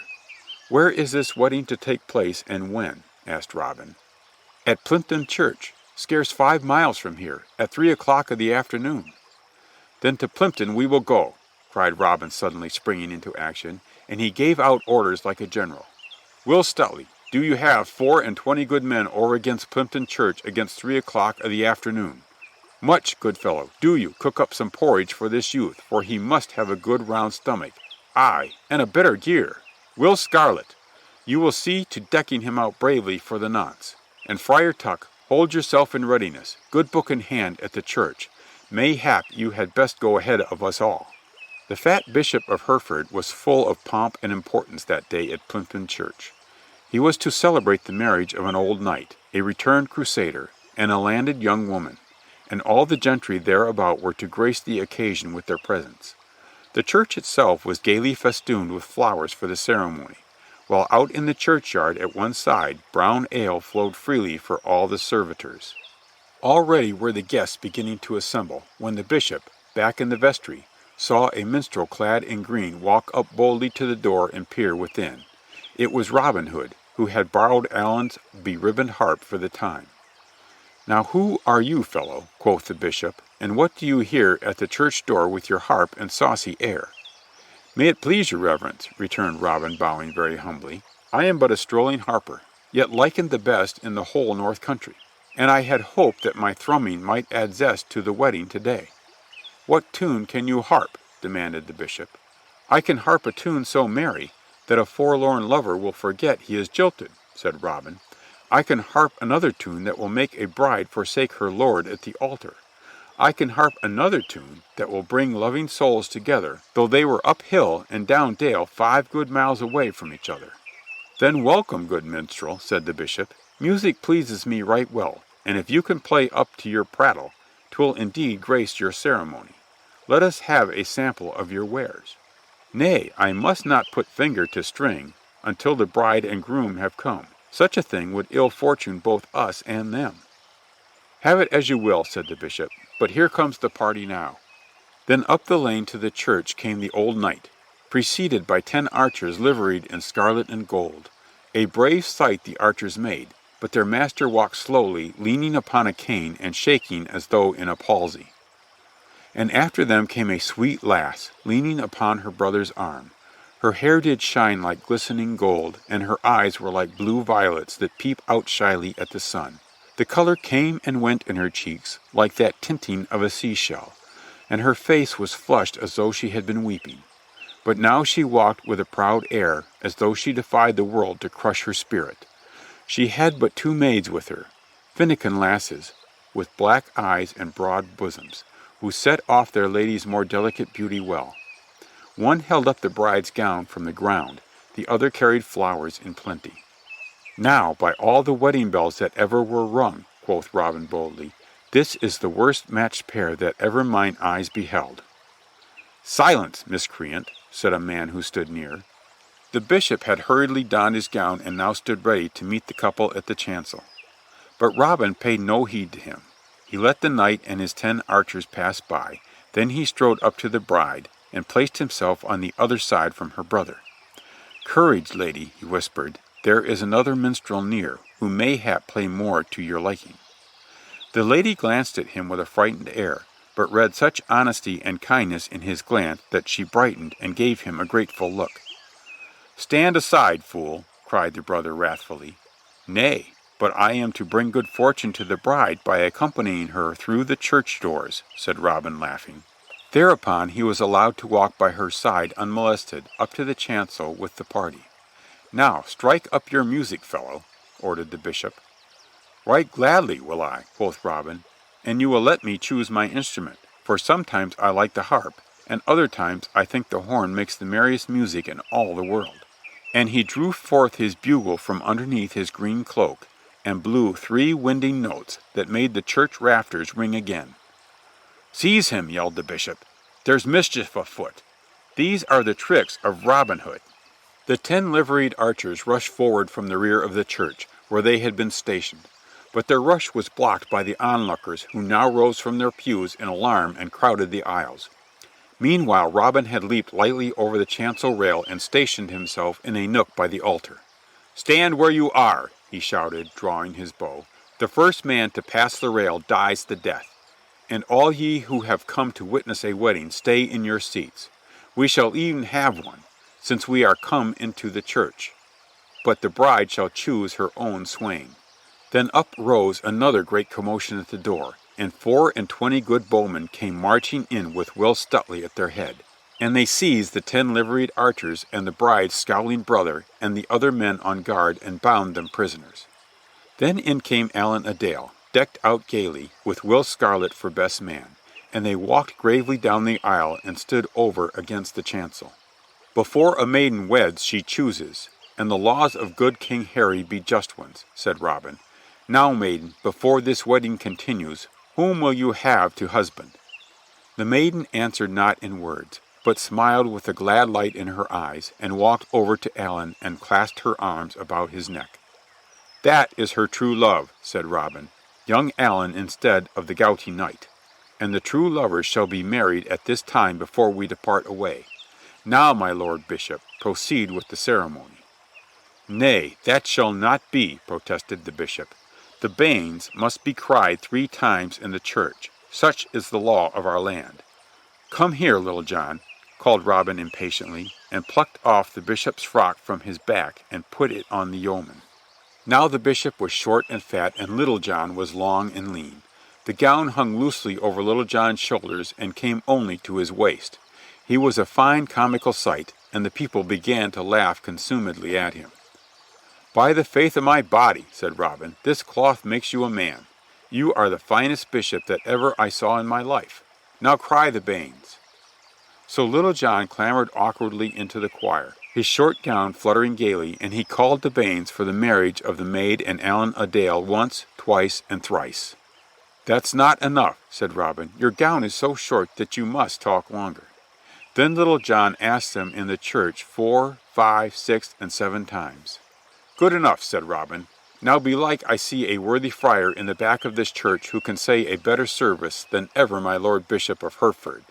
My Lord Bishop shall be witness and seal the papers, but do you, good friar, bless this pair with book and candle." So Friar Tuck, who all along had been back in one corner of the church, came forward, and Allan and his maid kneeled before him, while the old knight, held an unwilling witness, gnashed his teeth in impotent rage, and the friar began with the ceremony. When he asked, "Who giveth this woman?" Robin stepped up and answered in a clear voice, "I do, I, Robin Hood of Barnesdale and Sherwood, and he who takes her from Allan a Dale shall buy her full dearly." So the twain were declared man and wife and duly blessed, and the bride was kissed by each sturdy yeoman, beginning with Robin Hood. Now I cannot end this jolly tale better than in the words of the ballad which came out of the happening, and which has been sung in the villages and countryside ever since. And thus having end of this merry wedding, the bride looked like a queen, and so they returned to the merry greenwood, amongst the leaves so green.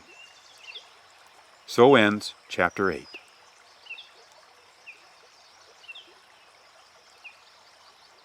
Chapter 9. How the Widow's 3 Sons were Rescued. Now Robin Hood is to Nottingham gone, with a link, a down, and a down, and there he met with the proud sheriff, was walking along the town. The wedding party was a merry one that left Plympton Church, I ween, but not so merry were the ones left behind. My Lord Bishop of Hereford was stuck up in the organ loft and left, gownless and fuming. The 10 liveried archers were variously disposed about the church to keep him company, 2 of them being locked in a tiny crypt, 3 in the belfry, to ring us a wedding peal, as Robin said, and the others under choir seats or in the vestry. The bride's brother at her entreaty was released, but bidden not to return to the church that day or interfere with his sister again on pain of death, while the rusty old knight was forced to climb a high tree, where he sat insecurely perched among the branches, feebly cursing the party as it departed. It was then approaching sundown, but none of the retainers or villagers dared rescue the imprisoned ones that night, for fear of Robin Hood's men. So it was not until sunup the next day that they were released. The bishop and the old knight, stiff as they were, did not delay longer than for breakfast, but so great was their rage and shame, made straight to Nottingham and levied the sheriff's forces. The sheriff himself was not anxious to try conclusions again with Robin in the open. Perhaps he had some slight scruples regarding his oath, but the others swore that they would go straight to the king if he did not help them, so he was fain to consent. A force of 100 picked men from the royal foresters and swordsmen of the shire was gathered together and marched straightway into the greenwood. There, as fortune would have it, they surprised some score of outlaws hunting, and instantly gave chase. But they could not surround the outlaws, who kept well in the lead, ever and anon dropping behind a log or boulder to speed back a shaft which meant mischief to the pursuers. One shaft indeed carried off the sheriff's hat and caused that worthy man to fall forward upon his horse's neck from sheer terror, while 5 other arrows landed in the fleshy parts of Forrester's arms. But the attacking party was not wholly unsuccessful. One outlaw in his flight stumbled and fell, when 2 others instantly stopped and helped to put him on his feet again. They were the widow's 3 sons, Stout Will and Lester and John. The pause was an unlucky one for them, as a party of sheriff's men got above them and cut them off from their fellows. Swordsmen came up in the rear, and they were soon hemmed in on every side. But they gave good account of themselves, and before they had been overborne by force of numbers, they had killed 2 and disabled 3 more. The infuriated attackers were almost on the point of hewing the stout outlaws to pieces, when the sheriff cried, "Hold! Bind the villains! We will follow the law in this and take them to the town jail. But I promise ye, the biggest public hanging that has been seen in this shire for many changes of the moon." So they bound the widow's 3 sons and carried them back speedily to Nottingham. Now Robin had not chanced to be near the scene of the fight, or with his men, so for a time he heard nothing of the happening. But that evening, while returning to the camp, he was met by the widow herself, who came weeping along the way. What news, good woman?" said Robin hastily but courteously, for he liked her well. "God save ye, Master Robin," said the dame wildly. "God keep ye from the fate that has met my 3 sons. The sheriff has laid hands on them, and they are condemned to die." "Now, by Our Lady, that cuts me to the heart. Stout Will and Lester and Merry John, the earliest friends I had in the band and still among the bravest. It must not be. When is this hanging set?" "Middle the tinker tells me that it is for tomorrow noon," replied the dame. "By the truth o' my body," quoth Robin, "you could not tell me in better time. The memory of the old days when you freely bade me sup and dine would spur me on, even if 3 of the bravest lads in all the shire were not imperiled. Trust to me, good woman." The old widow threw herself on the ground and embraced his knees. "The dire danger I am asking ye to face," she said, weeping, "and yet I knew your brave true heart would answer me. Heaven help ye, good Master Robin, to answer a poor widow's prayers." Then Robin Hood sped straightway to the forest camp, where he heard the details of the skirmish. how that his men had been outnumbered 5-1, but got off safely, as they thought, until a count of their members had shown the loss of the widow's 3 sons. "We must rescue them, my men," quoth Robin, "even from out the shadow of the rope itself."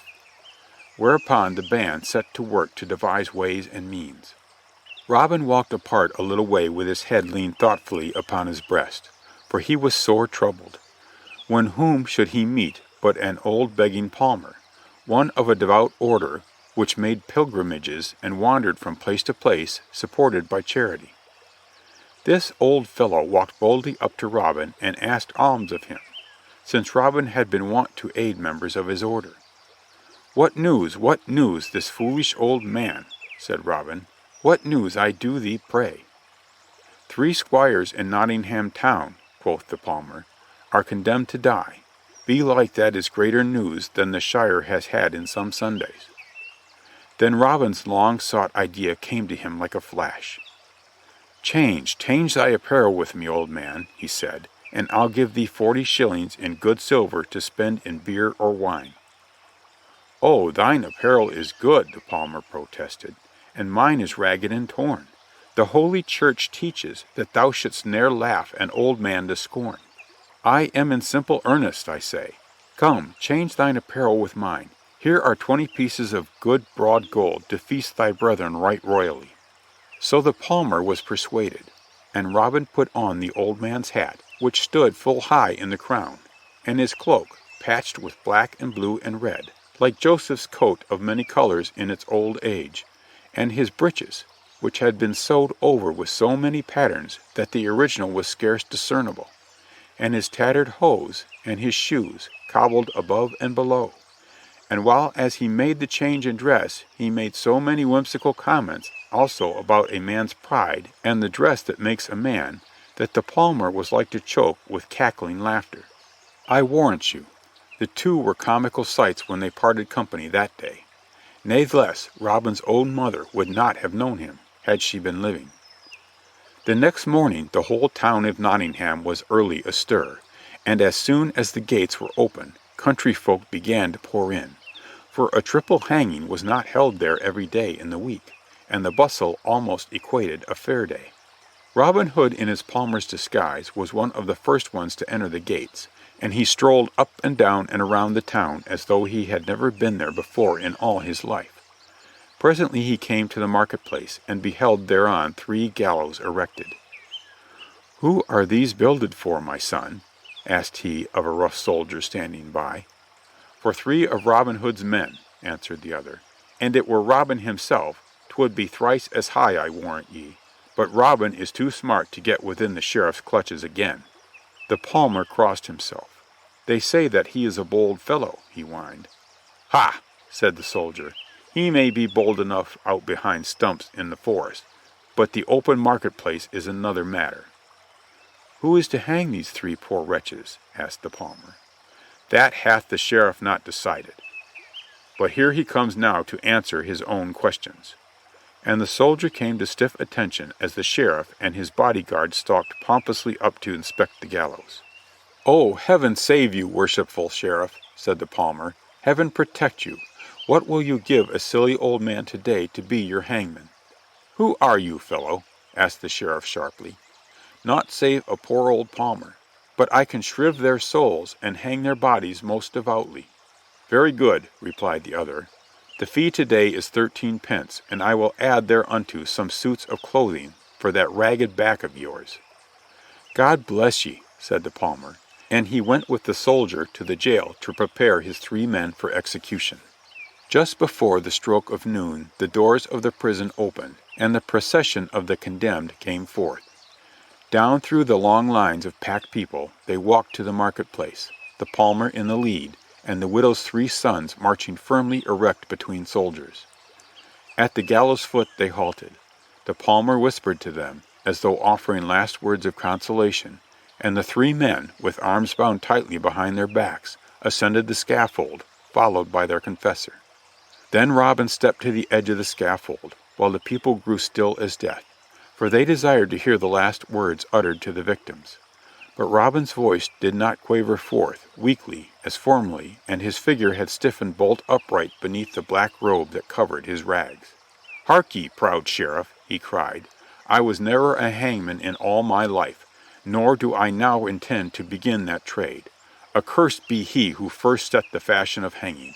I have but 3 more words to say. Listen to them." And forth from the robe he drew his horn and blew 3 loud blasts thereon. Then his keen hunting knife flew forth, and in a trice stout Will, Lester, and Merry John were free men, and had sprung forward and seized the halberds from the nearest soldiers guarding the gallows. "Seize them! 'Tis Robin Hood!" screamed the sheriff. "An 100 pounds if ye hold them, dead or alive." "I make it 200," roared the fat bishop.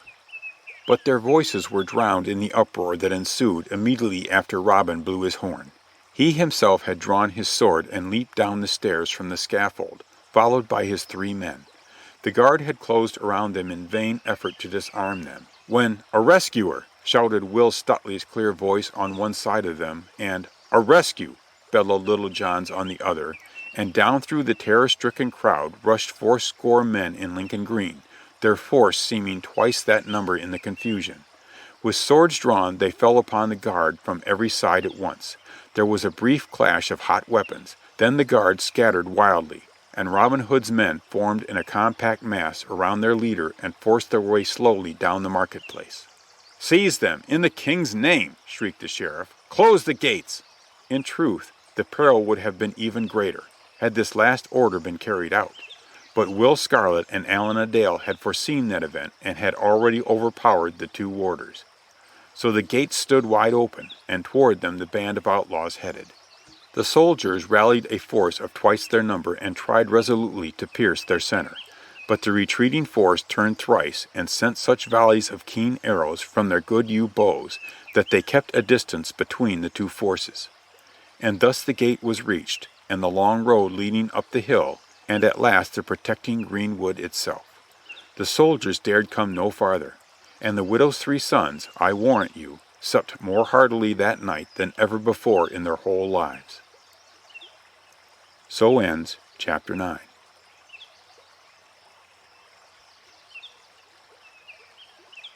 Chapter 10. How a Beggar Filled the Public Eye. Good Robin accosted him in his way, to see what he might be. If any beggar had money, he thought some part had he. One bright morning, soon after the stirring events told in the last chapter, Robin wandered forth alone down the road to Barnesdale, to see if aught had come of the sheriff's pursuit.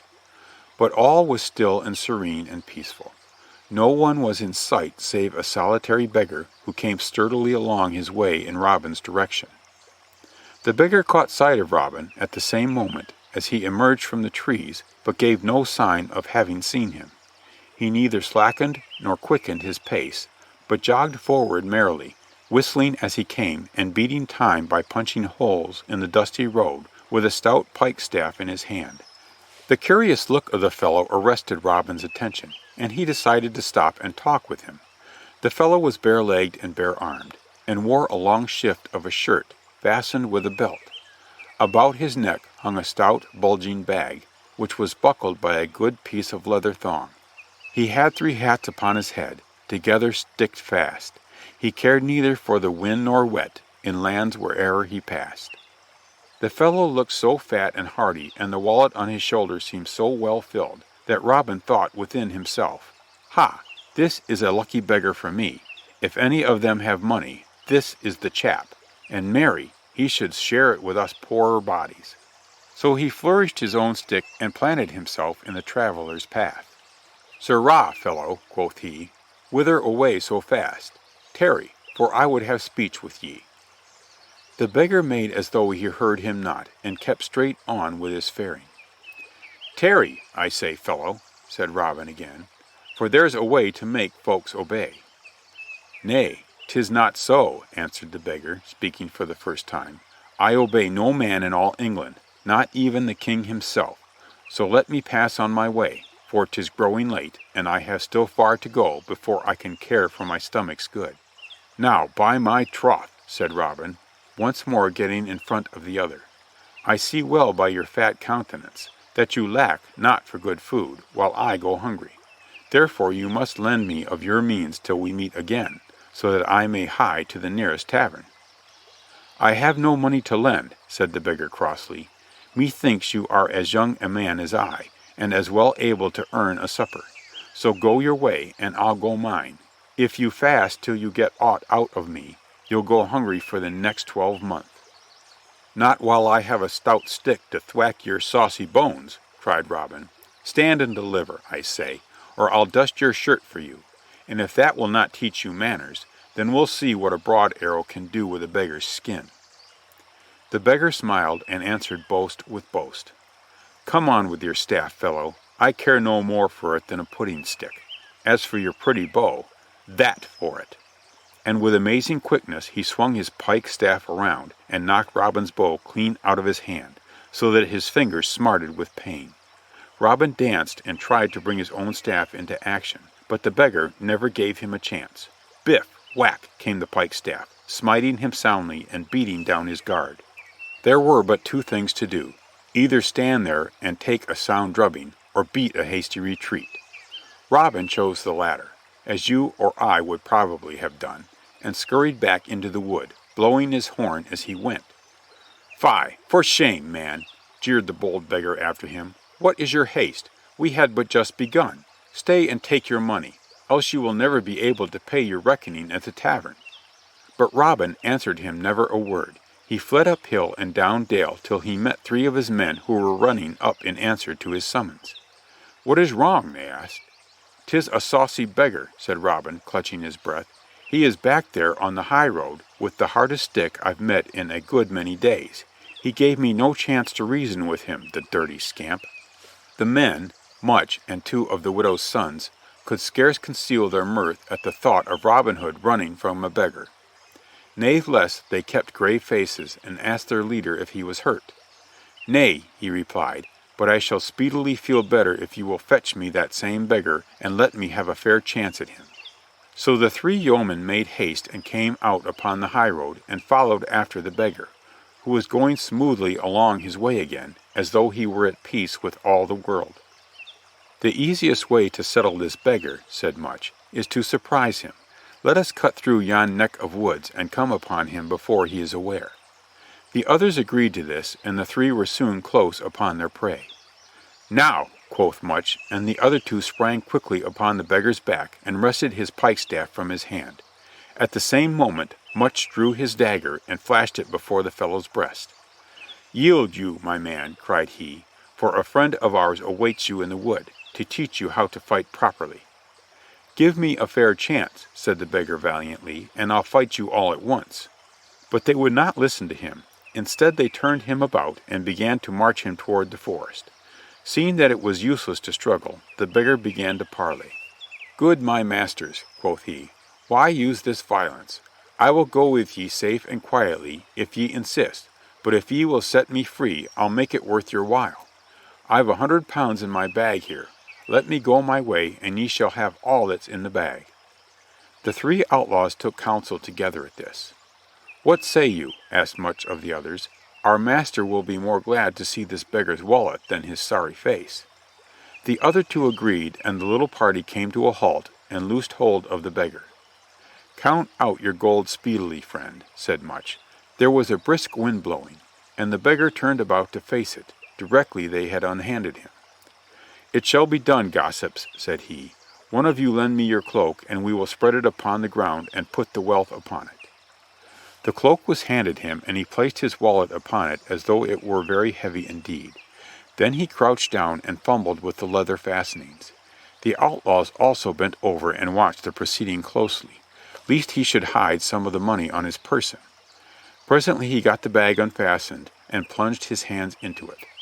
Forth from it he drew, not shilling gold, but handfuls of fine meal which he dashed into the eager faces of the men around him. The wind aided him in this, and soon there arose a blinding cloud which filled the eyes, noses, and mouths of the 3 outlaws till they could scarcely see or breathe. While they gasped and choked and sputtered and felt around wildly for that rogue of a beggar, He finished the job by picking up the cloak by its corners and shaking it vigorously in the faces of his suffering victims. Then he seized a stick which lay conveniently near, and began to rain blows down upon their heads, shoulders, and sides, all the time dancing first on one leg, then on the other, and crying, "Villains! Rascals! Here are the £100 I promised. How do you like them? Aye, faith, you'll get all that's in the bag." Whack, whack, whack, whack went the stick, emphasizing each word. Howls of pain might have gone up from the sufferers, but they had too much meal in their throats for that. Their one thought was to flee, and they stumbled off blindly down the road, the beggar following them a little way to give them a few parting love taps. "Fare ye well, my masters," he said finally, turning the other way, "and when next I come along the Barnesdale road, I hope you will be able to tell gold from meal dust." With this he departed, an easy victor, and again went whistling on his way, while the three outlaws rubbed the meal out of their eyes and began to catch their breath again. As soon as they could look around them clearly, they beheld Robin Hood leaning against a tree trunk and surveying them smilingly. He had recovered his own spirits in full measure on seeing their plight. "God save ye, gossips," he said. "Ye must, in sooth, have gone the wrong way and been to the mill, from the looks of your clothes." Then when they looked shamefaced and answered never a word, he went on in a soft voice, "Did ye see aught of that bold beggar I sent you for, lately?" "In sooth, master," responded Much, the miller's son, "we heard more of him than we saw him. He filled us so full of meal that I shall sweat meal for a week. I was born in a mill, and had the smell of meal in my nostrils from my very birth, you might say, and yet never before did I see such a quantity of the stuff in so small space." And he sneezed violently. "How was that?" asked Robin demurely. "Why, we laid hold of the beggar as you did order, when he offered to pay for his release out of the bag he carried upon his back." "The same I coveted," quoth Robin, as if to himself. "So we agreed to this," went on Much, and spread a cloak down, and he opened his bag and shook it thereon. Instantly a great cloud of meal filled the air, whereby we could neither see nor breathe, and in the midst of this cloud he vanished like a wizard. "But not before he left certain black and blue spots to be remembered by, I see," commented Robin. "He was in league with the evil one," said one of the widow's sons, rubbing himself ruefully. Then Robin laughed outright, and sat him down upon the gnarled root of a tree to finish his merriment. "Four bold outlaws put to rout by a sorry beggar," cried he. "I can laugh at ye, my men, for I am in the same boat with ye. But 'twould never do to have this tale get abroad, even in the greenwood, how that we could not hold our own with the odds in our favor. So let us have this little laugh all to ourselves, and no one else need be the wiser." The others saw the point of this, and felt better directly, despite their itching desire to get hold of the beggar again, and none of the four ever told of the adventure. But the beggar must have boasted of it at the next tavern, or a little bird, perched among the branches of a neighboring oak, must have sung of it, for it got abroad, as such tales will, and was put into a right droll ballad, which, I warrant you, the four outlaws did not like to hear. So ends Chapter 10.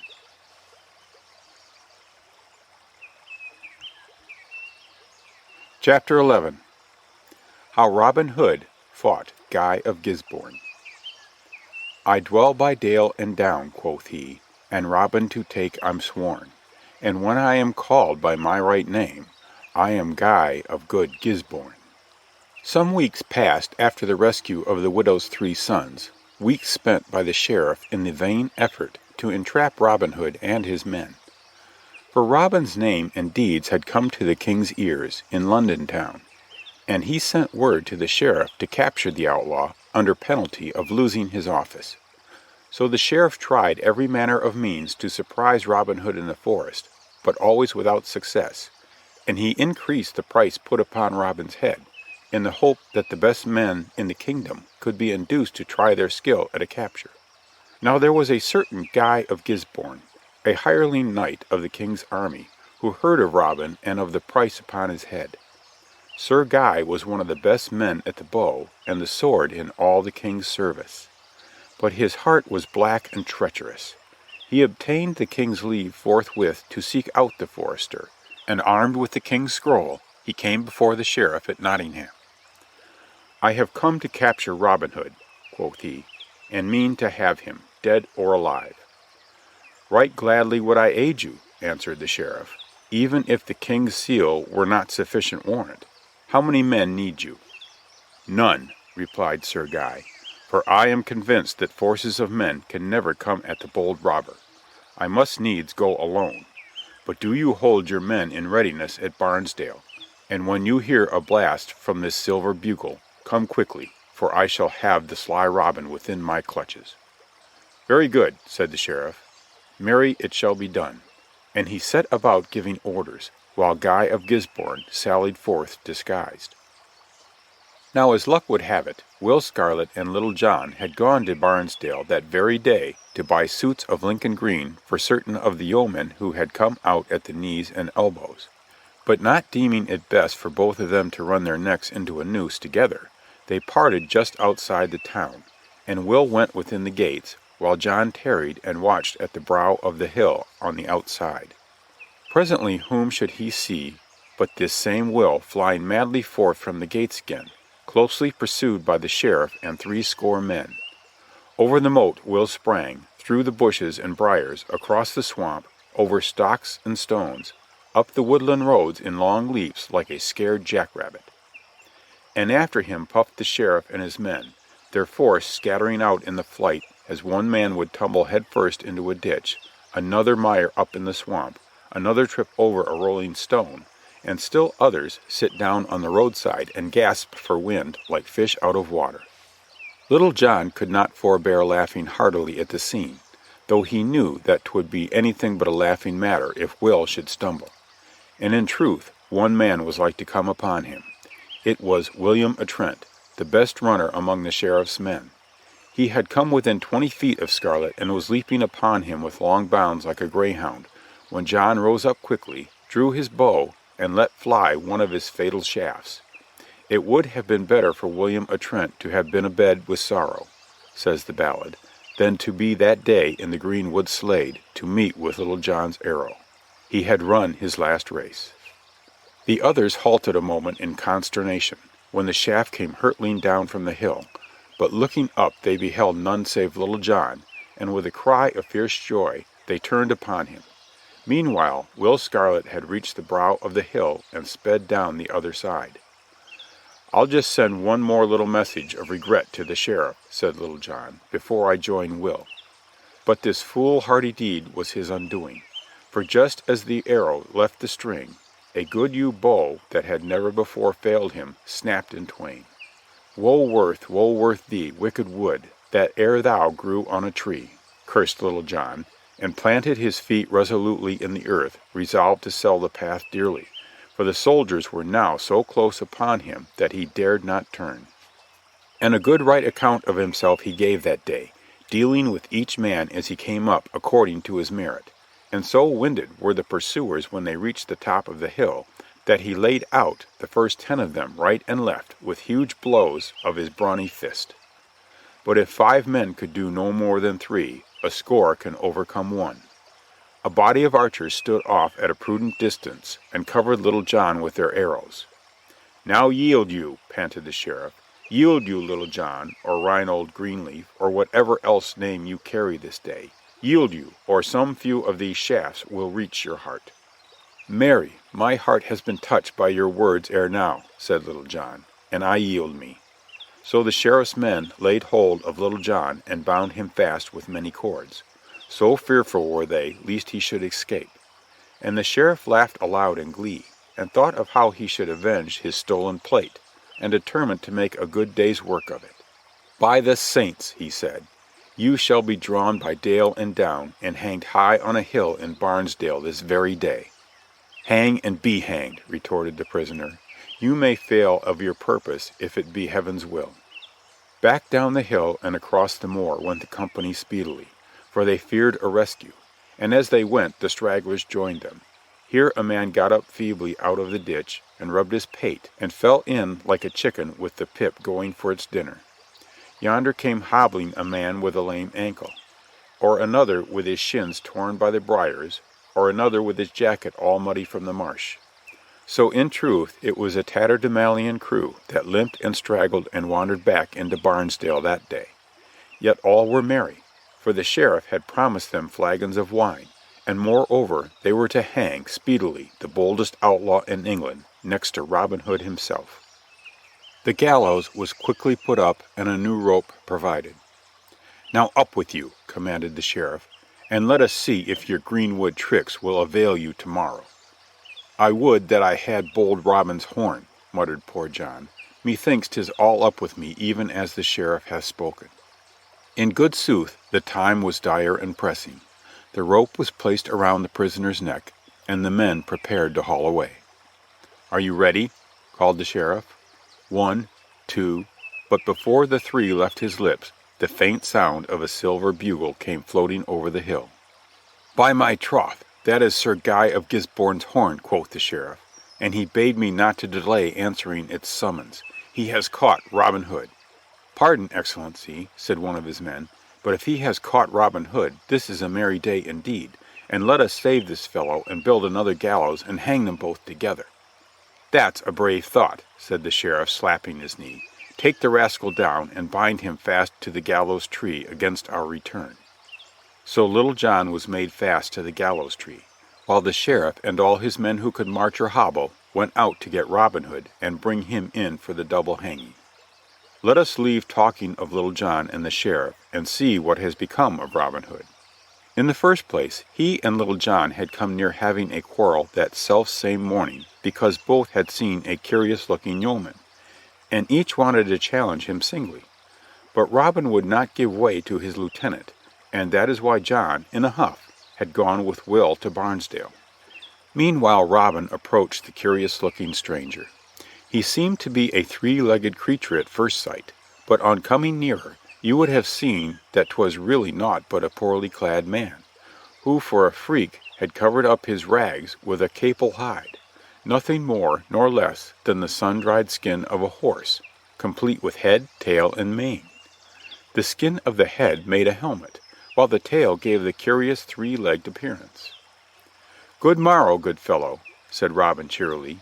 "Methinks by the bow you bear in your hand that you should be a good archer."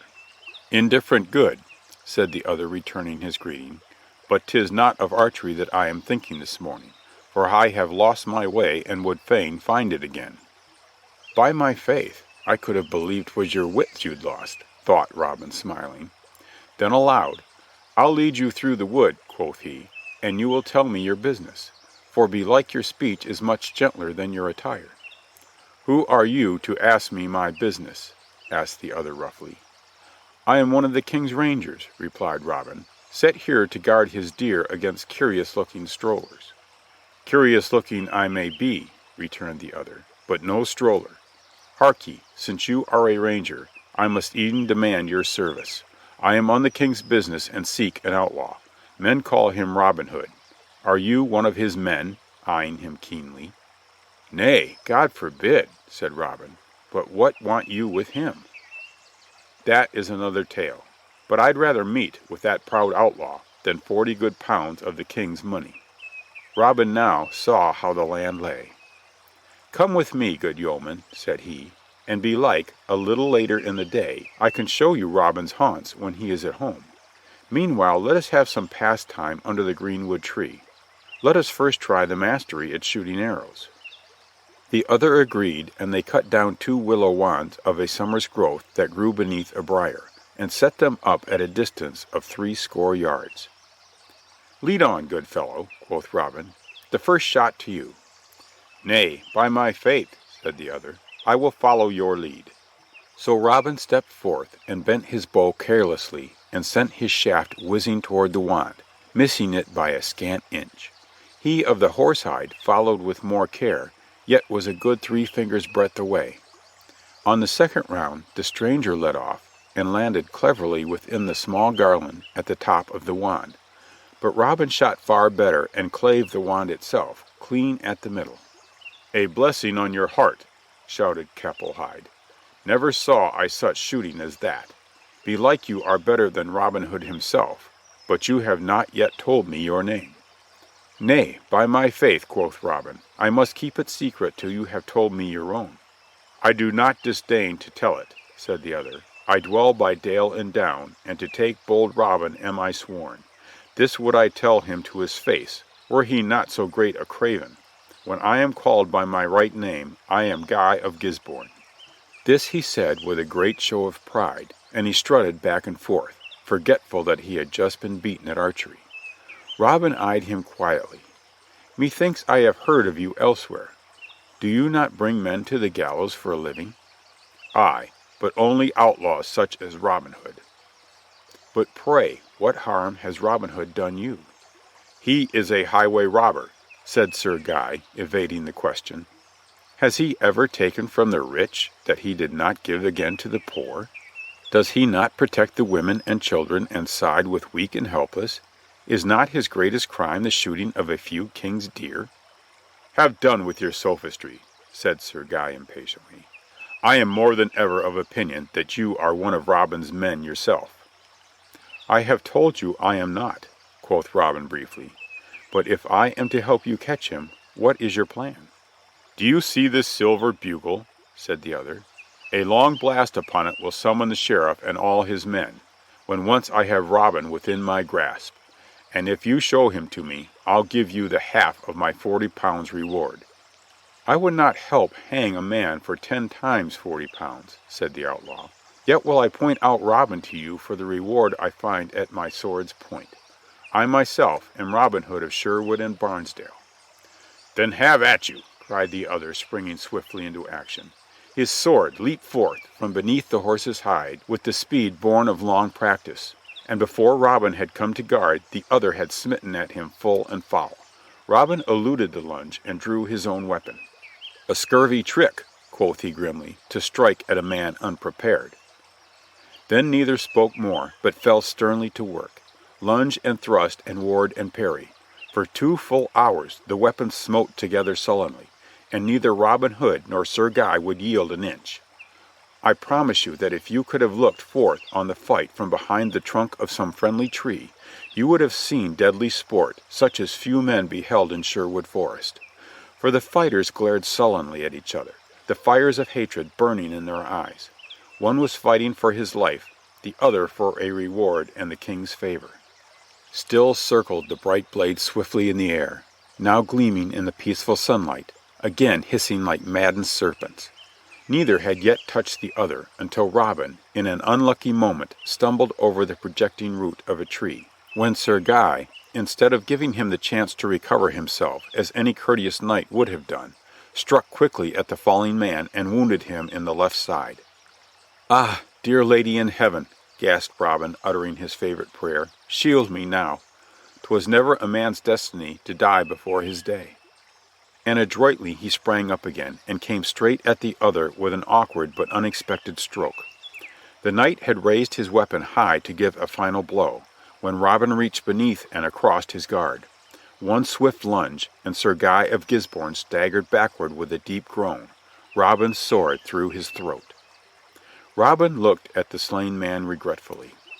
You did bring it upon yourself, said he, and traitor and hireling though you were, I would not willingly have killed you. He looked to his own wound. It was not serious, and he soon staunched the blood and bound up the cut. Then he dragged the dead body into the bushes and took off the horse's hide and put it upon himself.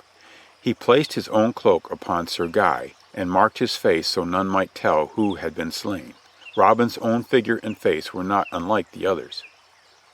Pulling the capul hide well over himself so that the helmet hid most of his face, Robin seized the silver bugle and blew a long blast. It was the blast that saved the life of little John over in Barnesdale, for you and I have already seen how it caused the fond sheriff to prick up his ears and stay the hanging, and go scurrying up over the hill and into the wood with his men in search of another victim. In 25 minutes up came running a score of the sheriff's best archers.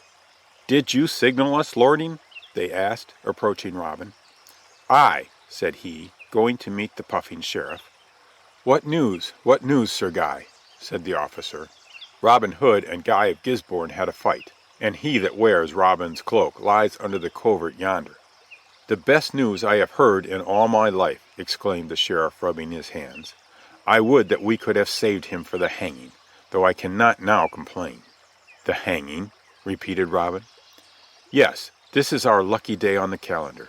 After you left me, we narrowly missed running one of the fellows, I believe 'twas Will Scarlet, to earth, and another who came to his relief we were just about to hang, when your horn blew." "Who was the other?" asked the disguised outlaw. "Whom do you suppose?" laughed the sheriff. "The best man in the greenwood, next to Robin Hood himself, Little John, Reinhold Greenleaf." For the sheriff could not forget the name Little John had borne under his roof at Nottingham. "Little John!" thought Robin with a start. "Verily, that was a lucky blast of the bugle." "But I see you have not escaped without a scratch," continued the sheriff, becoming talkative through pure glee. "Here, one of you men, give Sir Guy of Gisborne your horse, while others of you bury that dog of an outlaw where he lies. And let us hasten back to Barnesdale and finish hanging the other." So they put spurs to their horses, and as they rode, Robin forced himself to talk merrily, while all the time he was planning the best way to succor Little John. "A boon, Sheriff," he said as they reached the gates of the town. "What is it, worthy sir? You have but to speak." "I do not want any of your gold, for I have had a brave fight. But now that I have slain the master, let me put an end to the man. So it shall be said that Guy of Gisborne dispatched the two greatest outlaws of England in one day." "Have it as you will," said the sheriff. "But you should have asked a knight's fee and double your reward, and it would have been yours. It isn't every man that can take Robin Hood." "No, Excellency," answered Robin. "I say it without boasting, that no man took Robin Hood yesterday, and none shall take him tomorrow."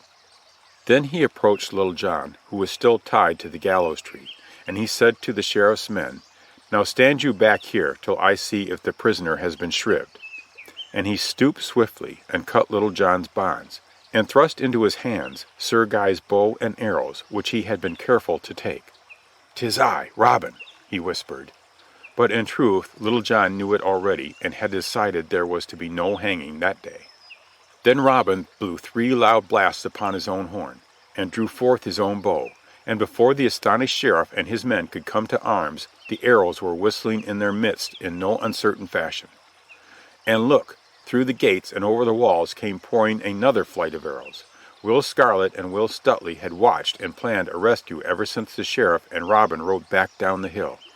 Now in good time they came, and the sheriff's demoralized force turned tail and ran, while Robin and Little John stood under the harmless gallows and sped swift arrows after them and laughed to see them go. Then they joined their comrades and hasted back to the good greenwood, and there rested. They had got enough sport for one day. So ends Chapter 11.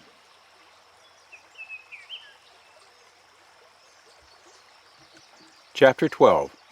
How Maid Marian came back to Sherwood Forest. Also, how Robin Hood came before Queen Eleanor. But Robin Hood he himself had disguised, and Marian was strangely attired, that they proved foes, and so fell to blows, whose valor bold Robin admired. And when he came at London's court, he fell down on his knee. "Thou art welcome, Locksley," said the Queen, "and all thy good yeomanry." Now it fell out that one day not long thereafter, Robin was minded to try his skill at hunting, and not knowing whom he might meet in his rambles, he stained his face and put on a sorry-looking jacket and a long cloak before he sallied forth. As he walked, the peacefulness of the morning came upon him, and brought back to his memory the early days so long ago, when he had roamed these same glades with Marian. How sweet they seemed to him now, and how far away. Marian, too, the dainty friend of his youth, would he ever see her again? He had thought of her very often of late, and each time with increasing desire to hear her clear voice and musical laugh, and see her eyes light up at his coming. Perhaps the happiness of Allan a Dale and his lady had caused Robin's heartstrings to vibrate more strongly.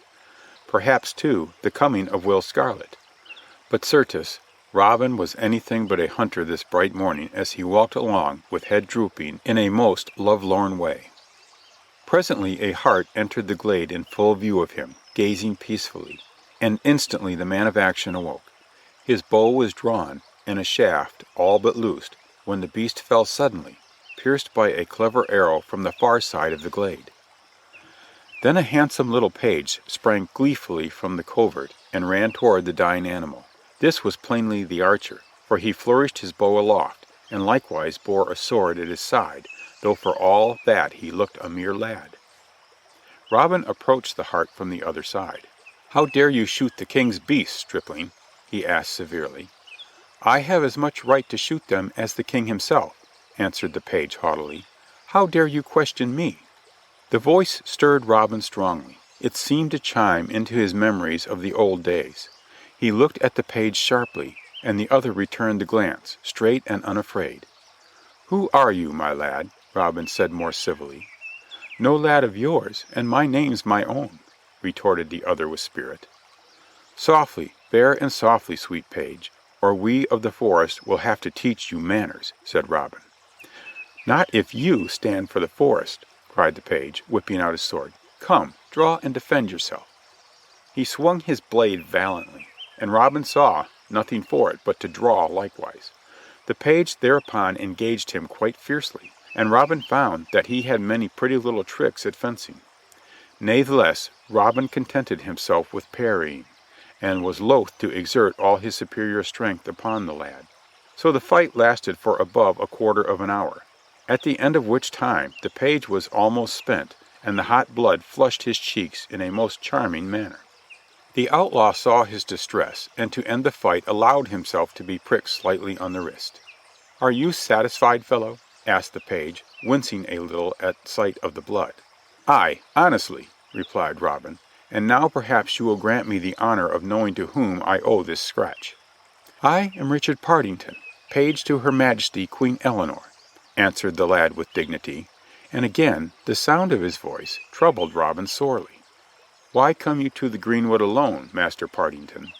The lad considered his answer while wiping his sword with a small lace kerchief. The action brought a dim, confused memory to Robin. The lad finally looked him again in the eye. "Forester, whether or no you be a king's man, know that I seek one Robin Hood, an outlaw, to whom I bring amnesty from the queen. Can you tell me aught of him?" And while awaiting his answer, he replaced the kerchief in his shirt. As he did so, the gleam of a golden trophy caught the outlaw's eye. Robin started forward with a joyful cry. "Aye, I know you now, by the sight of yon golden arrow won at the sheriff's tourney. You are she on whom I bestowed it, and none other than Maid Marian." "You are—" gasped Marian, for it was she. "Not Robin?" "Robin's self," said he gaily, and forthwith, clad as he was in rags and stained of face, he clasped the dainty page close to his breast. And she forsooth yielded right willingly. "But Robin," she exclaimed presently, "I knew you not, and was rude, and wounded you." "'Twas nothing," he replied laughingly, "so long as it brought me you." But she made more ado over the sore wrist than Robin had received for all his former hurts put together. And she bound it with the little kerchief, and said, "Now 'twill get well."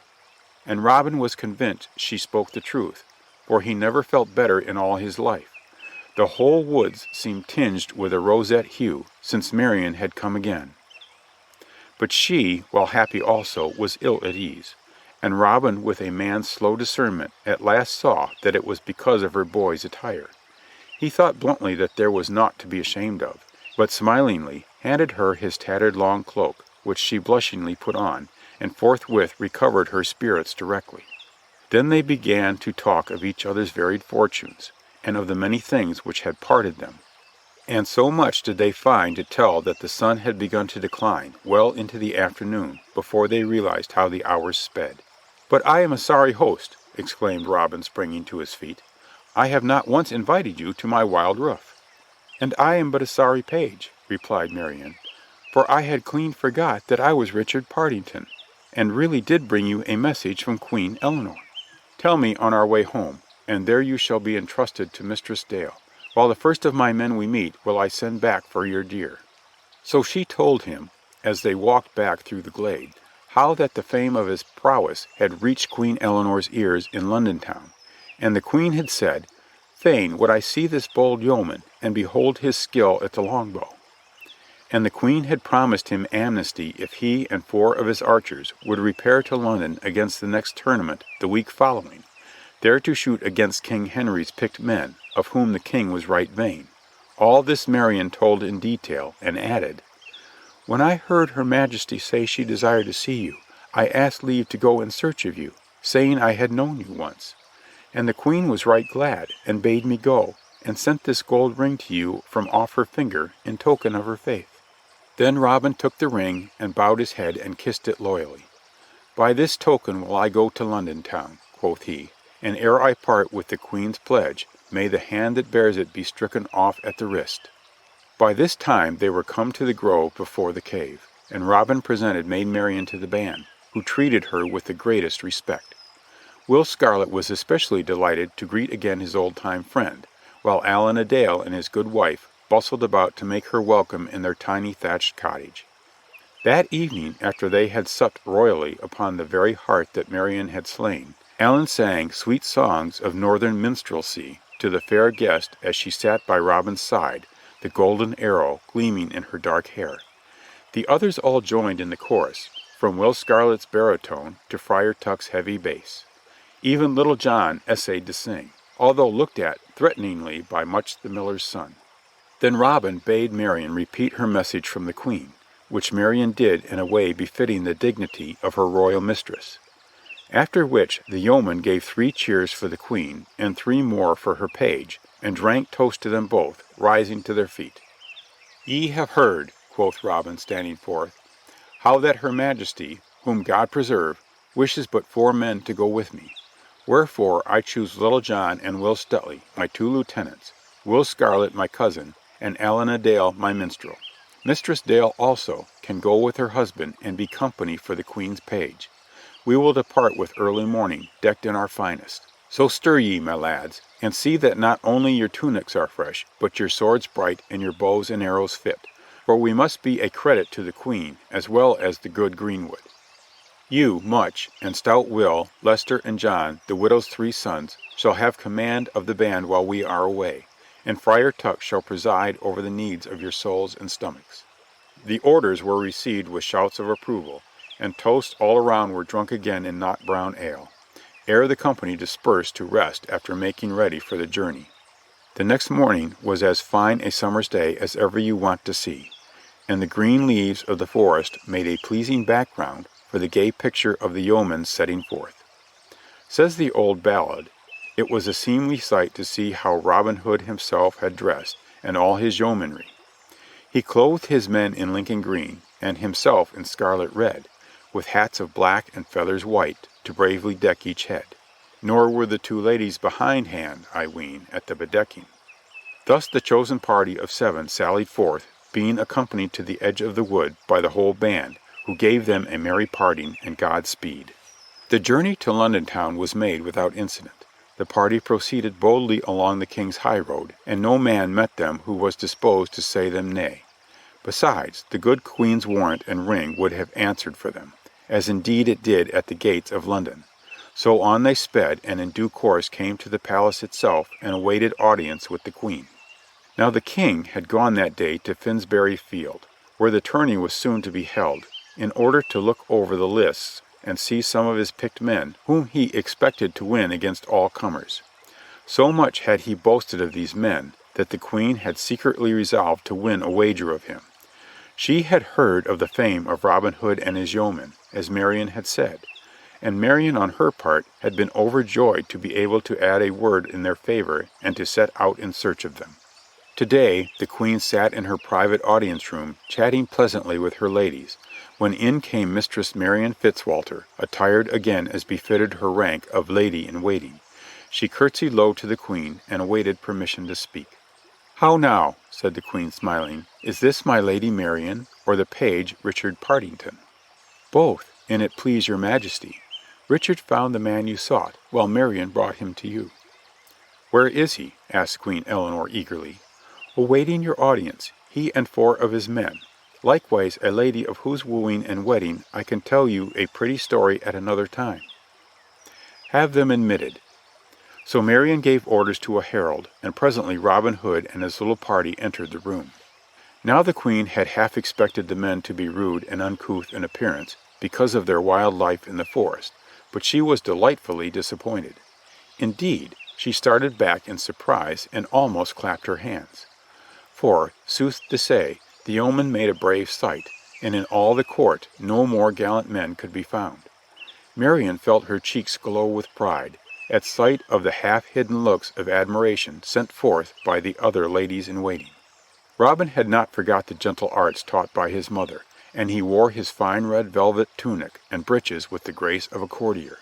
We have seen before what a dandified gentleman Will Scarlet was, and Allan a Dale, the minstrel, was scarcely less goodly to look upon, while the giant Little John and broad-shouldered Will Stuteley made up in stature what little they lacked in outward polish. Mistress Dale, on her part, looked even more charming, if possible, than on the momentous day when she went to Plympton Church to marry one man and found another. Thus came the people of the greenwood before Queen Eleanor in her own private audience-room, and Robin advanced and knelt down before her and said, "Here I am, Robin Hood, I and my chosen men. At your Majesty's bidding am I come, bearing the ring of amnesty which I will protect, as I would protect your Majesty's honor, with my life." "Thou art welcome, Locksley," said the Queen, smiling graciously. "Thou art come in good time, thou and all thy brave yeomanry." Then Robin presented each of his men in turn, and each fell on his knee and was greeted with most kindly words. And the Queen kissed fair Mistress Dale upon the cheek, and bade her remain in the palace with her ladies while she was in the city. And she made all the party be seated to rest themselves after their long journey. Fine wines were brought, and cake, and rich food, for their refreshment. And as they ate and drank, the Queen told them further of the tourney to be held at Finsbury Field, and of how she desired them to wear her colors and shoot for her. Meantime, she concluded, they were to lie by quietly and be known of no man. To do all this, Robin and his men pledged themselves full heartily. Then, at the Queen's request, they related to her and her ladies some of their merry adventures, whereat the listeners were vastly entertained and laughed heartily. Then Marian, who had heard of the wedding at Plympton Church, told it so drolly that tears stood in the Queen's eyes from merriment. "My Lord Bishop of Hereford," she said, "'twas indeed a comical business for him. I shall keep that to twit his bones, I promise you. So this is our minstrel?" she added presently, turning to Allan a Dale. "Methinks I have already heard of him. Will he not harp awhile for us today?" Allan bowed low, and took a harp which was brought to him, and he thrummed the strings and sang full sweetly the border songs of the north country, and the Queen and all her ladies listened in rapt silence till all the songs were ended. So ends chapter 12.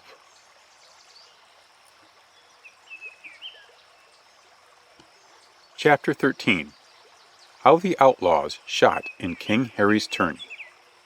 The King is into Finsbury Field, marching in battle ray, and after follows bold Robin Hood, and all his yeomen gay. The morning of the great archery contest dawned fair and bright, bringing with it a fever of impatience to every citizen of London town, from the proudest courtier to the lowest kitchen wench. Aye, and all the surrounding country was early awake too, and began to wend their way to Finsbury Field, a fine broad stretch of practice ground near Moorfields. Around three sides of the field were erected tier upon tier of seats for the spectators, with the royal boxes and booths for the nobility and gentry in the center. Down along one end were pitched gaily colored tents for the different bands of King's archers. There were 10 of these bands, each containing a score of men headed by a captain of great renown. So today there were 10 of the pavilions, each bearing aloft the royal arms and vari-colored pennants which fluttered lightly in the fresh morning breeze. Each captain's flag was of peculiar color and device. First came the royal purple streamer of Tepus, own bow-bearer to the king, and esteemed the finest archer in all the land. Then came the yellow of Clifton of Buckinghamshire, and the blue of Gilbert of the White Hand, he who was renowned in Nottinghamshire, and the green of Elwin the Welshman, and the white of Robert of Cloudsdale, and after them 5 other captains of bands, each a man of proved prowess. As the Queen had said aforetime, The king was mightily proud of his archers, and now held this tourney to show their skill, and mayhap to recruit their forces. The uprising tiers of seats filled early, upon this summer morning, and the merry chatter of the people went abroad like the hum of bees in a hive. The royal party had not yet put in an appearance, nor were any of the king's archers visible.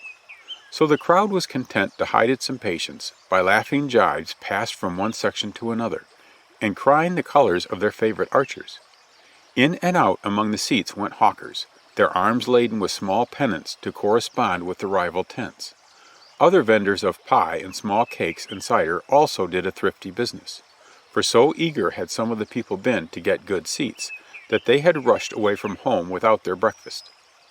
Suddenly the gates at the far end, next to the tents, opened wide, and a courier in scarlet and gold, mounted upon a white horse, rode in blowing lustily upon the trumpet at his lips, and behind him came 6 standard-bearers riding abreast. The populace arose with a mighty cheer. King Harry had entered the arena. He bestrode a fine white charger and was clad in a rich dark suit of slashed velvet with satin and gold facings. His hat bore a long curling ostrich plume of pure white, and he doffed it graciously in answer to the shouts of the people. By his side rode Queen Eleanor, looking regal and charming in her long brocade riding habit, while immediately behind them came Prince Richard and Prince John, each attired in knightly coats of mail and helmets. Lords and ladies of the realm followed, and finally the 10 companies of archers, whose progress round the field was greeted with hardly less applause than that given the king himself. The king and queen dismounted from their steeds, ascended the steps of the royal box, and seated themselves upon 2 thrones, decked with purple and gold trapping, upon a dais sheltered by striped canvas. In the booths at each end the members of the court took their places, while comely pages ran hither and thither bearing the royal commands. 'Twas a lordly sight, I ween, these shifting of proud courtiers, flashing of jeweled fans, and commingling of bright colors with costly gems. Now the herald arose to command peace, and soon the clear note of his bugle rose above the roar of the crowd and hushed it to silence. The 10 archers ranged themselves in 2 long rows on each side of the lists, a gallant array, while their captains, as a special mark of favor, stood near the royal box. "Come hither, Tepus," said the king to his bow-bearer. "Come, measure me out this line, how long our mark must be." "What is the reward?" then asked the queen. "That will the herald presently proclaim," answered the king.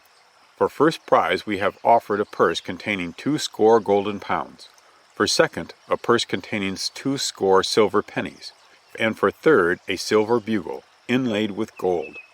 Moreover, if the king's companies keep these prizes, the winning companies shall have first 2 tons of Rhenish wine, second 2 tons of English beer, and third 5 of the fattest harts that run on Dalham Lee.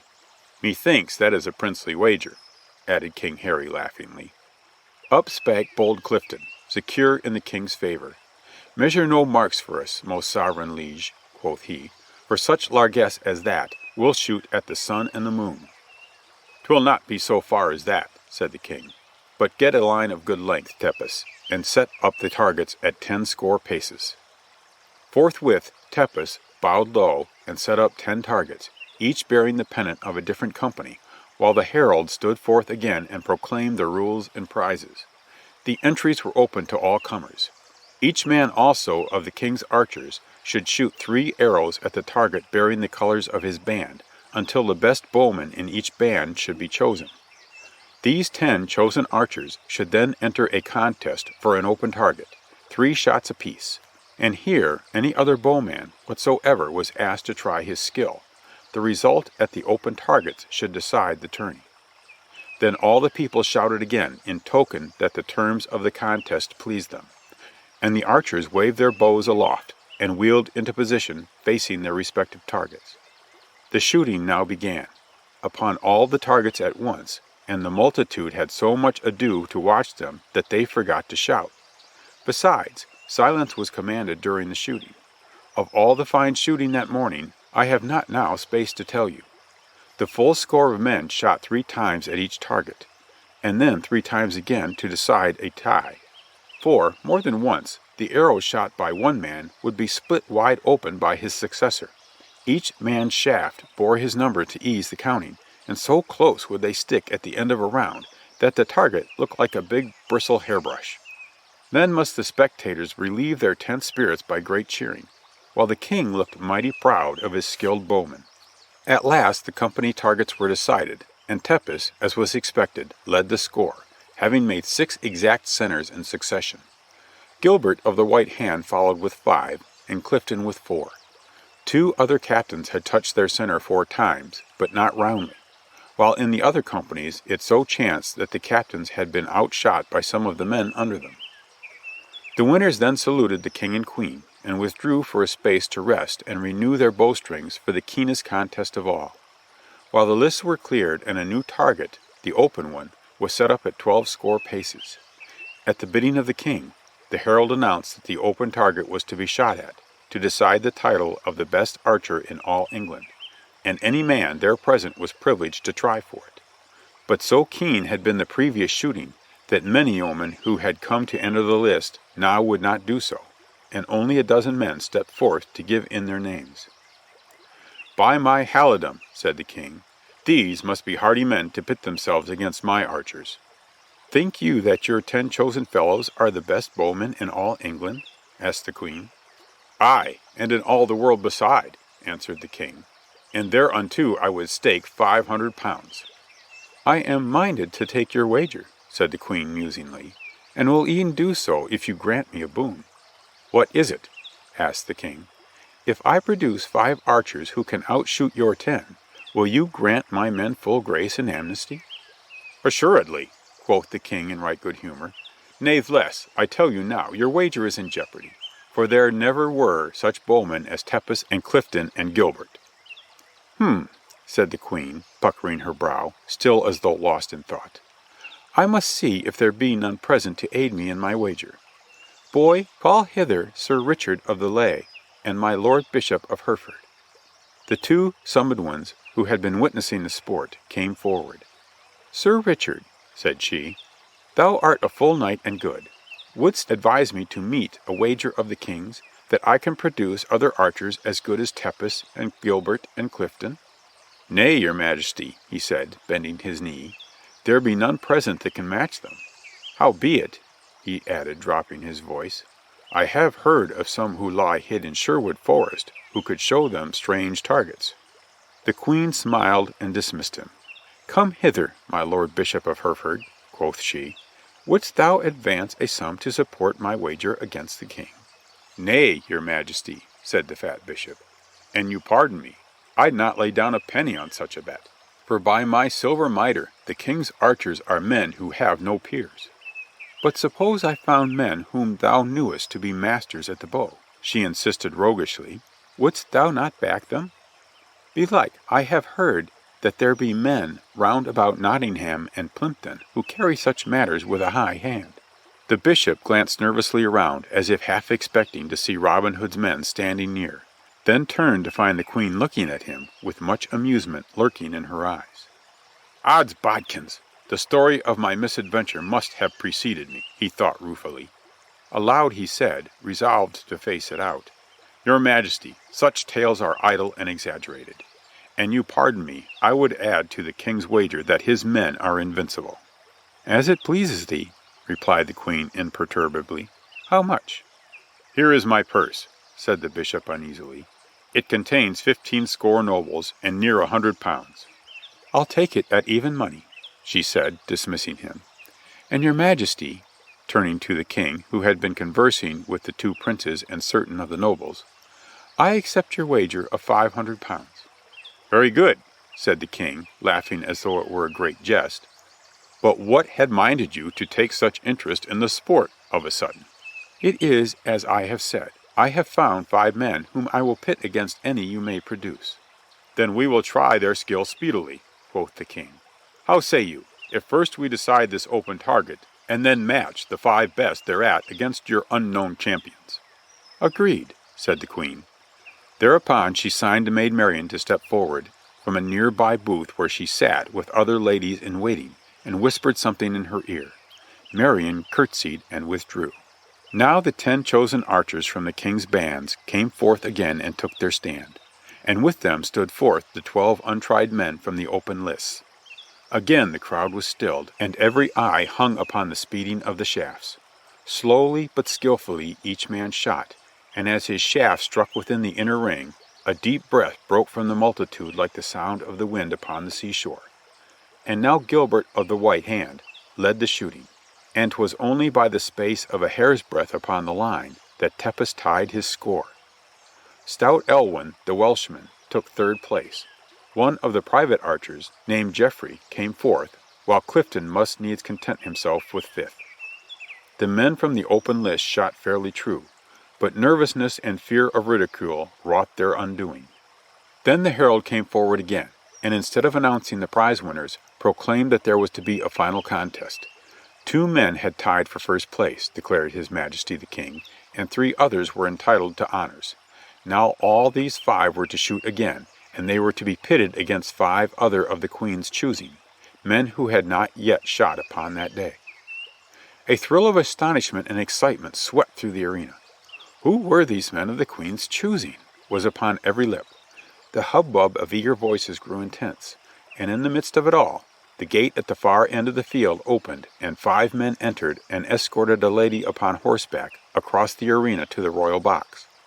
The lady was instantly recognized as Mistress Marian of the Queen's household, but no one seemed to know the faces of her escort. 4 were clad in Lincoln green, while the 5th, who seemed to be the leader, was dressed in a brave suit of scarlet red. Each man wore a close-fitting cap of black, decked with a curling white feather. For arms they carried simply a stout bow, a sheaf of new arrows, and a short hunting knife. When the little party came before the dais upon which the king and queen sat, the yeomen doffed their caps humbly, while Maid Marian was assisted to dismount.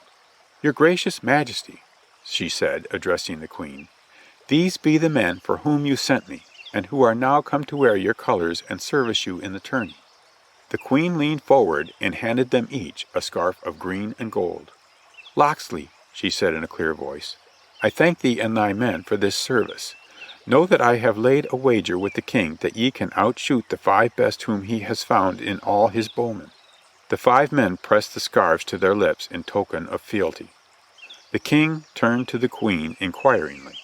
"Who are these men you have brought before us?" asked he. Up came the worthy Bishop of Hertford, growing red and pale by turns. "Your pardon, my liege lord," cried he, "but I must denounce these fellows as outlaws. Yon man in scarlet is none other than Robin Hood himself. The others are Little John and Will Stuteley and Will Scarlet and Allan a Dale, all famous in the north country for their deeds of violence." "As my lord bishop personally knows," added the queen significantly. The king's brows grew dark. The name of Robin Hood was well known to him, as to every man there present. "Is this true?" he demanded sternly. "Aye, my lord," responded the queen demurely. "But bethink you, I have your royal promise of grace and amnesty." "That will I keep," said the king, holding in check his ire by a mighty effort.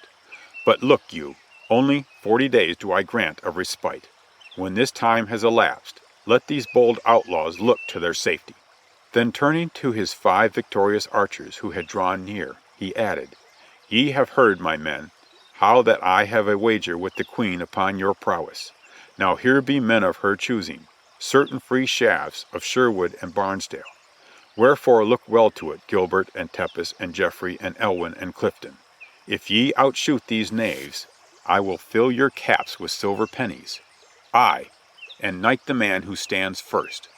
But if ye lose, I give the prizes, for which ye have just striven, to Robin Hood and his men, according to my royal word." Robin Hood and his men! The saying flew around the arena with the speed of wildfire, and every neck craned forward to see the famous fellows who had dared to brave the king's anger because of the queen. Another target was now set up, at the same distance as the last, and it was decided that the 10 archers should shoot 3 arrows in turn. Gilbert and Robin tossed up a penny for the lead, and it fell to the king's men. So Clifton was bidden to shoot first. Forth he stood, planting his feet firmly and wetting his fingers before plucking the string, for he was resolved to better his losing score of that day. And in truth he did so, for the shaft he loosed sped true, and landed on the black bull's-eye, though not in the exact center. Again he shot, and again he hit the black, on the opposite rim. The third shaft swerved downward and came within the second ring, some 2 fingers' breadths away. Natheless, a general cry went up, as this was the best shooting Clifton had done that day. Will Scarlet was chosen to follow him, and now took his place and carefully chose 3 round and full feathered arrows. "Careful, my sweet coz," quoth Robin in a low tone. "The knave has left wide space at the center for all of your darts." But Robin gave Will the wrong caution, for overmuch care spoiled his aim. His first shaft flew wide and lodged in the second ring, even farther away than the worst shot of Clifton. "Your pardon, coz," quoth Robin hastily. "Bid care go to the bottom of the sea, and do you loose your string before it sticks to your fingers." And Will profited by this hint, and loosed his next 2 shafts as freely as though they flew along a Sherwood glade. Each struck upon the bull's-eye, and one even nearer the center than his rival's mark. Yet the total score was adjudged in favor of Clifton. At this Will Scarlet bit his lip, but said no word, while the crowd shouted and waved yellow flags for very joy that the King's man had overcome the outlaw. They knew also that this demonstration would please the King. The target was now cleared for the next 2 contestants, Geoffrey and Allan a Dale, whereat it was noticed that many ladies in the Queen's booths boldly flaunted Allan's colors, much to the honest pride which glowed in the cheeks of one who sat in their midst. "In good truth," said more than one lady to Mistress Dale, "if thy husband can handle the longbow as skillfully as the harp, his rival has little show of winning." The saying augured well. Geoffrey had shot many good shafts that day, and indeed had risen from the ranks by virtue of them. But now each of his 3 shots, though well placed in triangular fashion around the rim of the bull's-eye, yet allowed an easy space for Allan to graze within. His shooting, moreover, was so prettily done that he was right heartily applauded, the ladies and their gallants leading in the hand-clapping. Now you must know that there had long been a friendly rivalry in Robin Hood's band as to who was the best shot, next after Robin himself. He and Will Stuteley had lately decided their marksmanship, and Will had found that Robin's skill was now so great as to place the leader at the head of all good bowmen in the forest. But the second place lay between Little John and Stuteley, and neither wished to yield to the other. So today they looked narrowly at their leader to see who would shoot third. Robin read their faces at a glance, and laughing merrily, broke off 2 straws and held them out. "The long straw goes next," he decided, and it fell to Stuteley. Elwyn the Welshman was to precede him, and his score was no whit better than Geoffrey's. But Stuteley failed to profit by it. His besetting sin in archery had ever been an undue haste and carelessness. Today these were increased by a certain moodiness, that Little John had outranked him. So his first 2 shafts flew swiftly, one after the other, to lodging places outside the Welshman's mark. "Man, man!" cried Robin entreatingly, "you do forget the honor of the Queen, and the credit of Sherwood." "I ask your pardon, master," quoth Will humbly enough, and loosing as he spoke his last shaft, it whistled down the course unerringly and struck in the exact center, the best shot yet made. Now some shouted for Stuteley and some shouted for Elwyn, but Elwyn's total mark was declared the better, whereupon the King turned to the Queen. "What say you now?" quoth he in some triumph. "2 out of the 3 first rounds have gone to my men. Your outlaws will have to shoot better than that in order to save your wager." The Queen smiled gently. "Yea, my lord," she said, "but the 2 who are left are able to do the shooting. You forget that I still have Little John and Robin Hood." "And you forget, my lady, that I still have Tepus and Gilbert." So each turned again to the lists and awaited the next rounds in silent eagerness. I ween that King Harry had never watched the invasion of an enemy with more anxiety than he now felt. Tepus was chosen to go next, and he fell into the same error with Will Scarlet. He held the string a moment too long, and both his first and second arrows came to grief. One of them, however, came within the black rim, and he followed it up by placing his third in the full center, just as Stuteley had done in his last. These 2 centers were the fairest shots that had been made that day, and loud was the applause which greeted this second one. But the shouting was as nothing to the uproar which followed Little John's shooting. That good-natured giant seemed determined to outdo Tepus by a tiny margin in each separate shot. For the first and the second shafts grazed his rivals on the inner side, while the third Little John did the old trick of the forest. He shot his own arrow in a graceful curve which descended from above Tepus's final center shaft with a glancing blow that drove the other out and left the outlaws in its place. The king could scarce believe his eyes. "By my halidome," quoth he, "that fellow deserves either a dukedom or a hanging. He must be in league with Satan himself. Never saw I such shooting." "The score is tied, my lord," said the queen. "We have still to see Gilbert and Robin Hood." Gilbert now took his stand and slowly shot his arrows, one after another, into the bull's-eye. 'Twas the best shooting he had done yet, but there was still the smallest of spaces left, if you looked closely, at the very center. "Well done, Gilbert," spoke up Robin Hood. "You are a foeman worthy of being shot against." He took his own place as he spoke. "Now if you had placed one of your shafts there," loosing one of his own, "and another there," out sped the second, "and another there," the third was launched. Mayhap the king would have declared you the best bowman in all England. But the last part of his merry speech was drowned in the wild tumult of applause which followed his exploit. His first two shafts had packed themselves into the small space left at the bull's-eye, while his third had split down between them, taking half of each and making all three appear from a distance as one immense arrow. Up rose the king in amazement and anger. "Gilbert is not yet beaten," he cried. "Did he not shoot within the mark thrice? And that is allowed a best in all the rules of archery." Robin bowed low. "As it please your majesty," quoth he, "but may I be allowed to place the mark for the second shooting?" The king waved his hand sullenly. Thereupon Robin prepared another old trick of the greenwood, and got him a light peeled willow wand, which he set in the ground in place of the target. "There, friend Gilbert," cried he gaily, "belike you can hit that." "I can scarce see it from here," said Gilbert, "much less hit it." "Natheless, for the king's honor, I will try." But this final shot proved his undoing, and his shaft flew harmlessly by the thin white streak. Then came Robin to his stand again, and picked his arrow with exceeding care, and tried his string.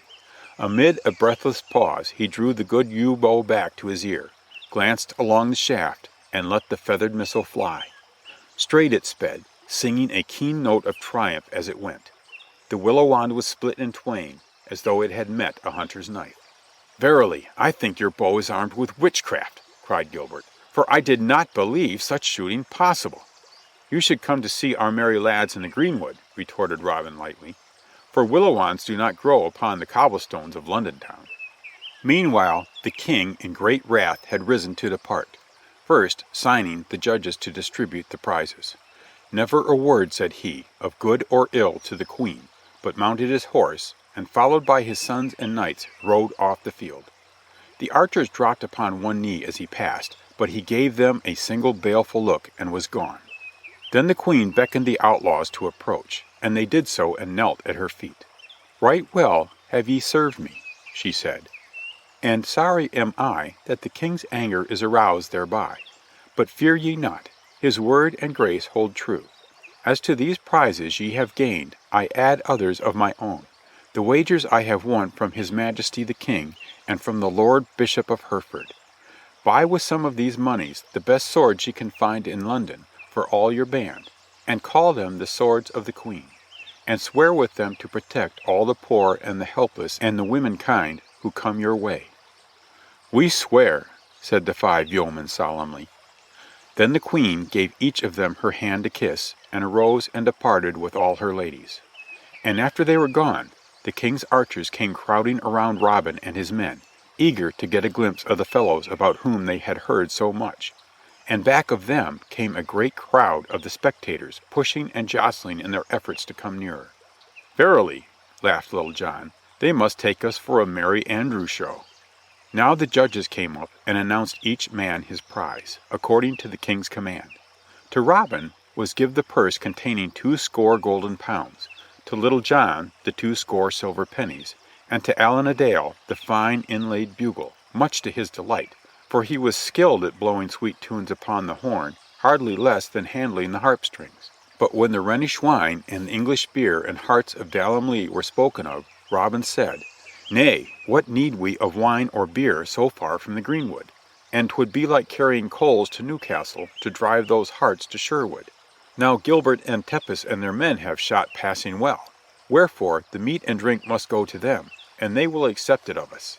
"Right gladly," replied Gilbert, grasping his hand. "Ye are good men all, and we will toast you every one in memory of the greatest day at archery that England has ever seen or ever will see." Thus said all the king's archers, and the hand of good fellowship was given amid much shouting and clapping on the shoulder blades. And so ended King Harry's tourney, whose story has been handed down from sire to son, even unto the present day. So ends Chapter 13.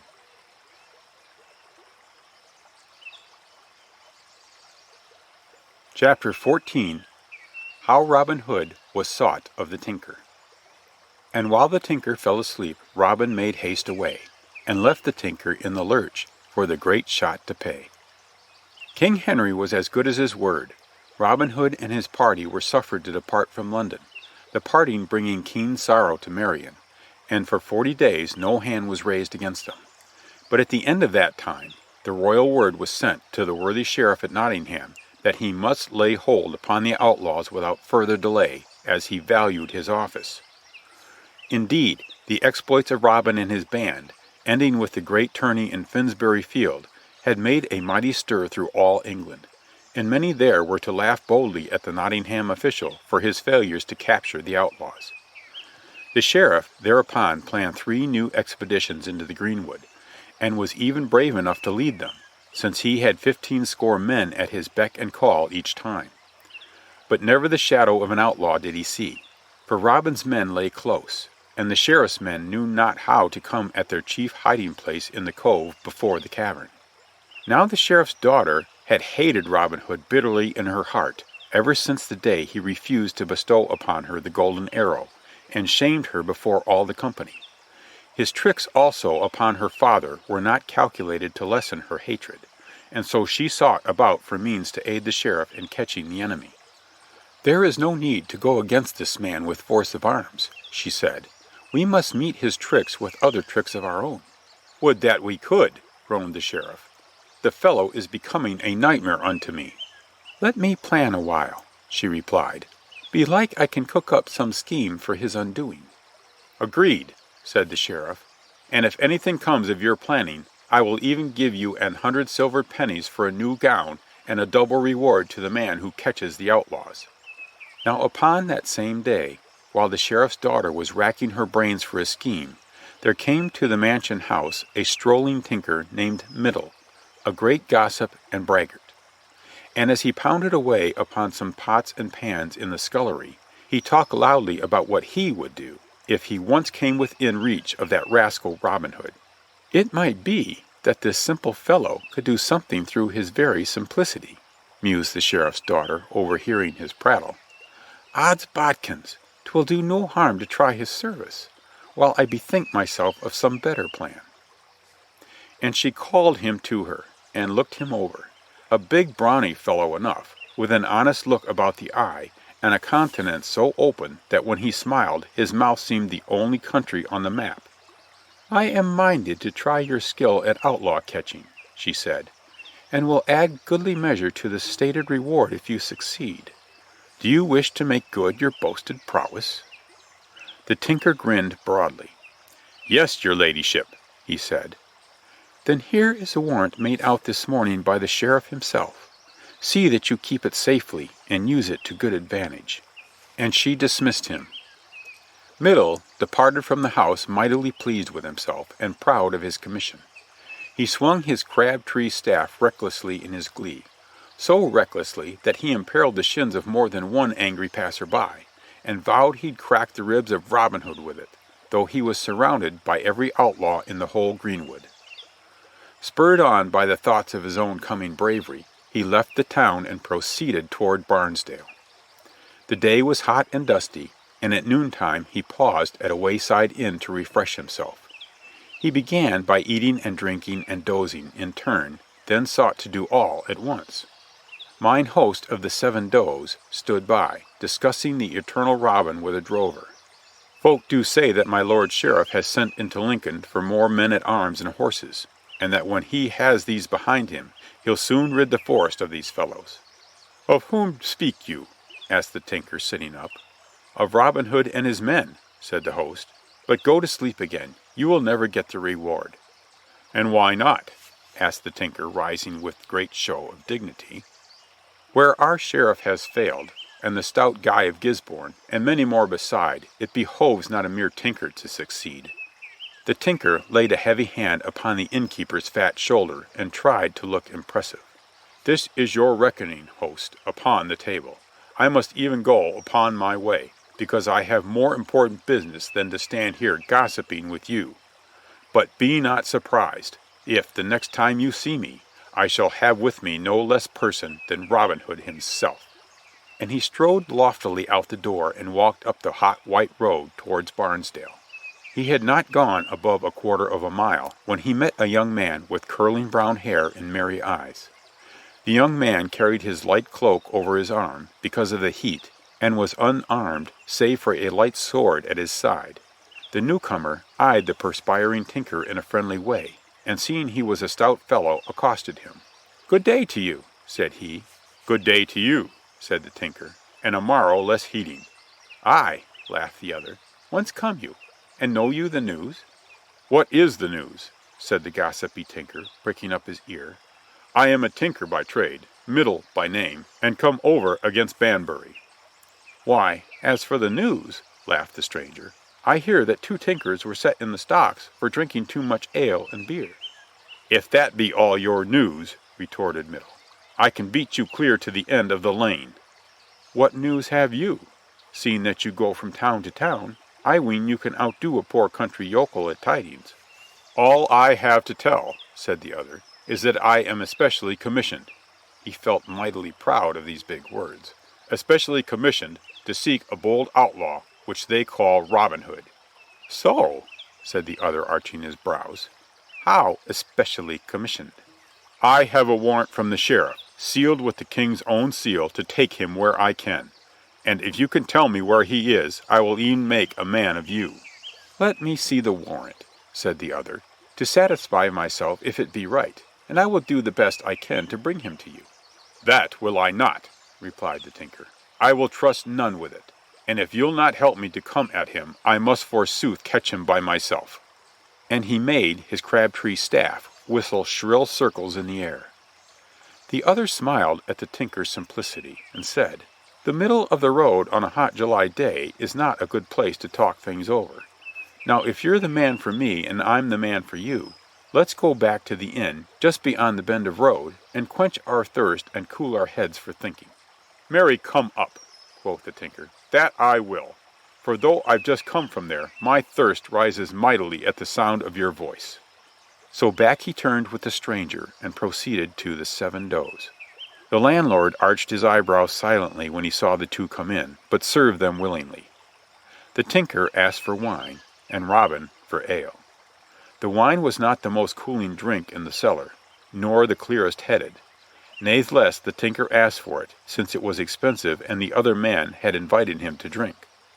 They lingered long over their cups, Master Middle emptying one after another, while the stranger expounded at great length on the best plans for coming at and capturing Robin Hood. In the end the tinker fell sound asleep while in the act of trying to get a tankard to his lips. Then the stranger deftly opened the snoring man's pouch, took out the warrant, read it, and put it in his own wallet. Calling mine host to him, he winked at him with a half-smile, and told him the tinker would pay the whole score when he awoke. Thus was Master Middle left in the lurch, for the great shot to pay. Natheless the stranger seemed in no great hurry. He had the whim to stay a while and see what the droll tinker might do when he awoke. So he hid behind a window shutter on the outside and awaited events. Presently the tinker came to himself with a prodigious yawn, and reached at once for another drink. "What were you saying, friend, about the best plan for catching this fellow? Hello, where's the man gone?" He had looked around and saw no one with him at the table. "Host, host!" he shouted. "Where is that fellow who was to pay my reckoning?" "I know not," answered the landlord sharply. "Mayhap he left the money in your purse." "No, he didn't," roared Middle, looking therein. "Help! Help! I've been robbed! Look, you host, you are liable to arrest for high treason. I am here upon the king's business, as I told you earlier in the day. And yet, while I did rest under your roof, thinking you were an honest man, and one loving of the king, my pouch has been opened, and many matters of state taken from it." "Cease your bellowing," said the landlord. "What did you lose?" "Oh, many weighty matters, I do assure you. I had with me, item, a warrant, granted under the hand of my Lord High Sheriff of Nottingham, and sealed with the king's own seal, for the capture and arrest and overcoming of the notorious rascal one Robin Hood of Barnesdale. Item, 1 crust of bread. Item, 1 lump of solder. Item, 3 pieces of twine. Item, 6 single keys, useful withal. Item, 12 silver pennies, the which I earned this week in fair labor. Item—" "Have done with your items," said the host, "and I marvel greatly to hear you speak in such fashion of your friend Robin Hood of Barnesdale, for was he not with you in all good fellowship?" "What? That Robin Hood?" gasped Middle with staring eyes. "Why did you not tell me?" "Faith, I saw no need of telling you. Did you not tell me the first time you were here today that I need not be surprised if you came back with no less person than Robin Hood himself?" "Jesu, give me pardon," moaned the tinker. "I see it all now. He got me to drinking, and then took my warrant, and my pennies, and my crust." "Yes, yes," interrupted the host. "I know all about that. But pay me the score for both of you." "But I have no money, gossip. Let me go after that vile bag of bones, and I'll soon get it out of him." "Not so," replied the other. "If I waited for you to collect from Robin Hood, I would soon close up shop." "What is the account?" asked Middle. 10 shillings, just." "Then take here my working bag and my good hammer too, and if I light upon that knave, I will soon come back after them. Give me your leathern coat as well," said mine host. "The hammer and bag of tools are as naught to me." "Gray mercy!" cried Master Middle, losing what was left of his temper. "It seems that I have escaped one thief only to fall into the hands of another. If you will but walk with me out into the middle of the road, I will give you such a crack as shall drive some honesty into your thick skull." "You are wasting your breath and my time," retorted the landlord. "Give me your things and get you gone after your man, speedily." Middle thought this to be good advice, so he strode forth from the Seven Does in a black mood. Ere he had gone half a mile, he saw Robin Hood walking demurely among the trees a little in front of him. "Ho there, you villain!" roared the tinker. "Stay your steps. I am desperately in need of you this day." Robin turned about with a surprised face. "What knave is this," he asked gently, "who comes shouting after me?" No knave at all," panted the other, rushing up, "but an honest man who would have that warrant and the money for drink." "Why, as I live, it is our honest tinker who was seeking Robin Hood. Did you find him, gossip?" "Marry, that did I, and I'm now going to pay him my respects." And he plunged at him, making a sweeping stroke with his crab-tree cudgel. Robin tried to draw his sword, but could not do it for a moment through dodging the other's furious blows. When he did get it in hand, the tinker had reached him thrice with resounding thwacks. Then the tables were turned, for he dashed in right manfully with his shining blade and made the tinker give back again. The greenwood rang with the noise of the fray. 'Twas steel against wood, and they made a terrible clattering when they came together. Robin thought at first that he could hack the cudgel to pieces, for his blade was one of Toledo finely tempered steel which the Queen had given him. But the crab-tree staff had been fired and hardened and seasoned by the tinker's arts until it was like a bar of iron, no pleasant neighbor for one's ribs. Robin presently found this out to his sorrow. The long reach and long stick got to him when 'twas impossible for him to touch his antagonist, so his sides began to ache sorely. "Hold your hand, tinker," he said at length. "I cry a boon of you." "Before I do it," said the tinker, "I'd hang you on this tree." But even as he spoke, Robin found the moment's grace for which he longed. and immediately grasped his horn and blew the 3 well-known blasts of the greenwood. "A murrain seize you!" roared the tinker, commencing afresh. "Up to your old tricks again, are you? Well, I'll have time to finish my job if I hurry." But Robin was quite able to hold his own at a pinch, and they had not exchanged many lunges and passes when up came Little John and Will Scarlet and a score of yeomen at their heels. Middle was seized without ceremony, while Robin sat himself down to breathe. "What is the matter," quoth Little John, "that you should sit so weariedly upon the highway side?" "Faith, that rascally tinker yonder has paid his score well upon my hide," answered Robin ruefully. "That tinker, then," said Little John, "must be itching for more work. Fain would I try if he can do as much for me." "Or me," said Will Scarlet, who, like Little John, was always willing to swing a cudgel. "Nay," laughed Robin, "belike I could have done better an he had given me time to pull a young tree up by the roots. But I hated to spoil the Queen's blade upon his tough stick, or no less tough hide. He had a warrant for my arrest which I stole from him." "Also, item, 12 silver pennies," interposed the tinker, unsubdued. "Item, 1 crust of bread, against my supper. Item, 1 lump of solder.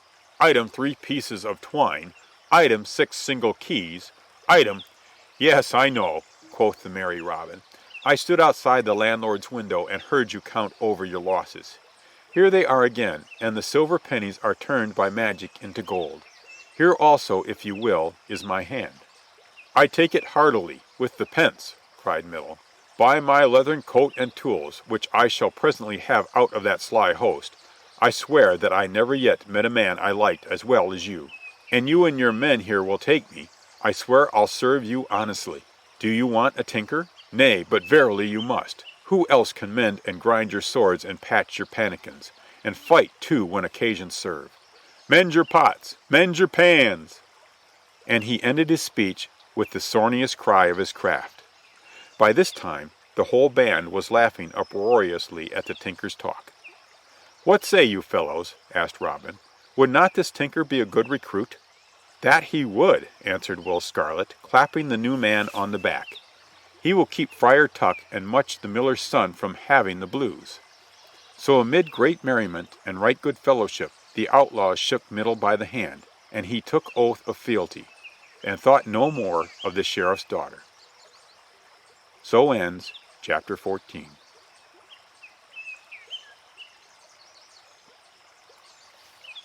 Chapter 15. How Robin Hood was tanned of the tanner. In Nottingham there lived a jolly tanner, with a hey down down a down down. His name was Arthur a Bland. There never was a squire in Nottinghamshire dare bid bold Arthur stand. And as he went forth in a summer's morning, with a hey down down a down down, to the forest of merry Sherwood, to view the red deer that range here and there he met with bold Robin Hood. The sheriff's daughter bided for several days in the faint hope that she might hear tidings of the prattling tinker. But never a word heard she, and she was forced to the conclusion that her messenger had not so much as laid eyes upon the outlaw. Little recked she that he was, even then, grinding sword points and sharpening arrows out in the good greenwood, while whistling blithely or chatting merrily with the good Friar Tuck.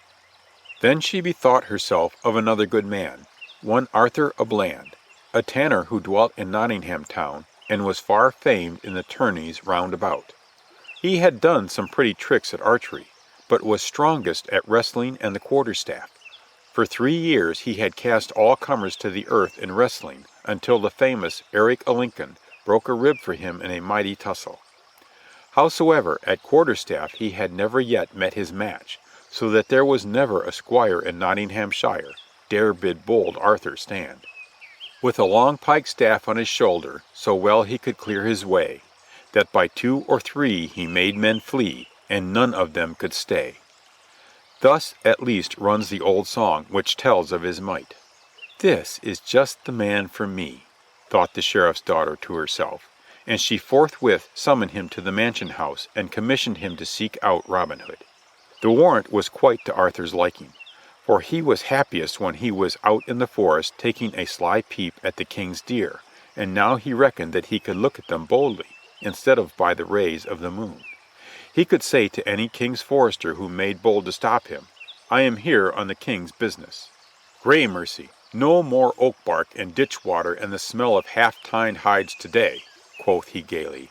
"I shall e'en see what the free air of heaven tastes like, when it sweeps through the open wood." So the tanner departed joyfully upon his errand, but much more interested in the dun deer of the forest than in any two-legged rovers therein. This interest had, in fact, caused the foresters to keep a shrewd eye upon him in the past, for his tannery was apt to have plenty of meat in it that was more like venison than the law allowed. As for the outlaws, Arthur bore them no ill will. Indeed, he had felt a secret envy in his heart of their free life. But he was not afraid to meet any two men who might come against him. Natheless, the sheriff's daughter did not choose a very good messenger, as you shall presently see. Away sped the tanner, a piece of bread and some wine in his wallet, a good longbow and arrows slung across his shoulder, his stout quarterstaff in his hand, and on his head a cap of troubled rawhide, so tough that it would turn the edge of a broadsword. He lost no time in getting out of the hot sun and into the welcome shade of the forest, where he stalked cautiously about, seeking some sign of the dun deer. Now it so chanced that upon that very morning Robin Hood had sent Little John to a neighboring village to buy some cloth of Lincoln green for new suits for all the band. Some of the money recently won of the king was being spent in this fashion, against the approach of winter. Will Scarlet had been sent on a similar errand to Barnesdale some time before, if you remember, only to be chased up the hill without his purchase. So today Little John was chosen, and for sweet company's sake Robin went with him a part of the way until they came to the Seven Does, the inn where Robin had recently played his prank upon Middle the tinker. Here they drank a glass of ale, to refresh themselves withal, and for good luck, and Robin tarried a bit while Little John went on his errand. Presently Robin entered the edge of the wood, when whom should he see but Arthur à Bland, busily creeping after a graceful deer that browsed alone down the glade. "Now, by St. George and the Dragon," quoth Robin to himself, "I much fear that yon same fellow is a rascally poacher, come after our own and the king's meat." For you must know, by a curious process of reasoning, Robin and his men had hunted in the royal preserve so long that they had come to consider themselves joint owners to every animal which roamed therein. "Nay," he added, "this must be looked into. That cowskin cap in sooth must hide a scurvy varlet."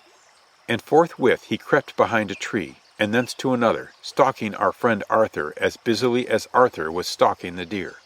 This went on for quite a space, until the tanner began to come upon the deer and draw his bow in order to tickle the victim's ribs with a cloth-yard shaft. But just at this moment Robin unluckily trod upon a twig which snapped and caused the tanner to turn suddenly. Robin saw that he was discovered, so he determined to put a bold face on the matter and went forward with some smart show of authority. "Hold!" he cried. "Stay your hand. Why, who are you, bold fellow, to range so boldly here? In sooth, to be brief, ye look like a thief that has come to steal the king's deer." "Marry, it is scant concern of yours what I look like," retorted Arthur à Bland. "Who are you who speak so bravely?" "You shall soon find out who I am," quoth Robin, determining to find some sport in the matter. "I am a keeper of this forest. The king knows that I am looking after his deer for him, and therefore we must stay you." "Have you any assistance, friend?" asked the tanner calmly, "for it is not one man alone who can stop me." "Nay, truly, gossip," replied Robin, "I have a good yew bow, also a right sharp blade at my side. Natheless, I need no better assistant than a good oak graft like unto yours. Give me a baker's dozen of minutes with it, and it shall pleasure me to crack that pate of yours for your sauciness." "Softly, my man, fair and softly. Big words never killed so much as a mouse, least of all yon deer which has got away while you were filling all the woods with your noisy breath. So choose your own playthings. For your sword and your bow I care not a straw, nor for all your arrows to boot. If I get but a knock at you, 'twill be as much as you'll need." "Now, by Our Lady, will you listen to the braggart?" cried Robin in a fine rage. "Marry, but I'll teach ye to be more mannerly." So saying, he unbuckled his belt, and flinging his bow upon the ground, he seized hold of a young sapling that was growing near by. His hunting knife soon had it severed and lopped into shape. "Now, come, fellow," said Arthur à Bland, seeing that he was ready, "and if I do not tan your hide for you in better shape than ever calfskin was turned into top boots, may a murrain seize me." "Stay," said Robin. "Methinks my cudgel is half a foot longer than yours. I would have them of equal length before you begin your tanning." "I pass not for length," bold Arthur replied. "My staff is long enough, as you will shortly find out. 8 foot and a half, and 'twill knock down a calf." Here he made it whistle in the air. "And I hope it will knock down you." Forthwith the two men spat on their hands, laid firm hold upon their cudgels, and began slowly circling round each other, looking for an opening. Now it so chanced that Little John had fared expeditiously with his errand. He had met the merchant, from whom he was wont to buy Lincoln green, coming along the road, and had made known his wants in few words. The merchant readily undertook to deliver the suits by a certain day in the following month. So Little John, glad to get back to the cool shelter of the greenwood, hasted along the road lately taken by Robin. Presently he heard the sound of angry voices, one of which he recognized as his captain's. "Now, heaven forfend," quoth he, "that Robin has fallen into the clutches of a king's man. I must take a peep at this fray." So he cautiously made his way from tree to tree, as Robin had done, till he came to the little open space where Robin and Arthur were circling each other with angry looks, like two dogs at bay.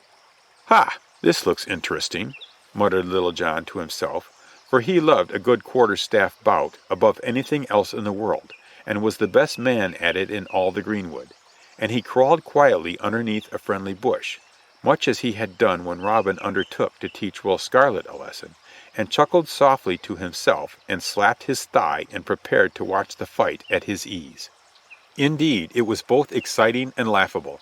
You would have chuckled one moment and caught your breath the next, to see those two stout fellows swinging their sticks, each half as long again as the men were, and thick as their arm, and edging along sideways, neither wishing to strike the first blow. At last Robin could no longer forbear, and his good right arm swung round like a flash. Ping! Went the stick on the back of the other's head, raising such a welt that the blood came. But the tanner did not seem to mind it at all, for bing went off his own staff in return, giving Robin as good as he had sent. Then the little battle was on, and furiously it waged. Fast fell the blows, but few save the first ones landed, being met in mid-air by a counter-blow, till the thwacking sticks sounded like the steady roll of a kettle-drum and the oak bark flew as fine as it had ever done in Arthur à Bland's tannery. Round and round they fought, digging their heels into the ground to keep from slipping, so that you would have vowed there had been a yoke of oxen plowing a potato patch. Round and round, up and down, in and out, their arms working like threshing machines, went the yeoman and the tanner, for a full hour, each becoming more astonished every minute that the other was such a good fellow, while Little John from underneath his bushy covert had much ado to keep from roaring aloud in pure joy. Finally Robin saw his chance and brought a full-arm blow straight down upon the other's head with a force that would have felled a bullock. But Arthur's troubled cowskin cap here stood him in good stead. The blow glanced off without doing much more than stunning him. Natheless he reeled and had much ado to keep from falling. Seeing which Robin stayed his hand, to his own sorrow, for the tanner recovered his wits in a marvelous quick space, and sent back a sidelong blow which fairly lifted Robin off his feet and sent him tumbling onto the grass. Hold your hand, roared Robin with what little breath he had left. Hold, I say, and I will give you the freedom of the greenwood. Well, God a mercy, said Arthur, I may thank my staff for that, not you. Well, gossip, let it be as it may, but prithee tell me your name and trade. I like to know fellows who can hit a blow like that same last. I am a tanner, replied Arthur à Bland. In Nottingham long have I wrought, and if you'll come to me I swear I'll tan your hides for naught. Odds bodkins, quoth Robin ruefully, mine own hide is tanned enough for the present.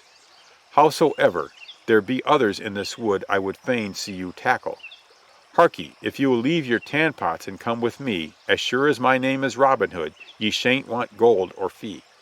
By the breath of my body, said Arthur, that will I do, and he gripped him gladly by the hand.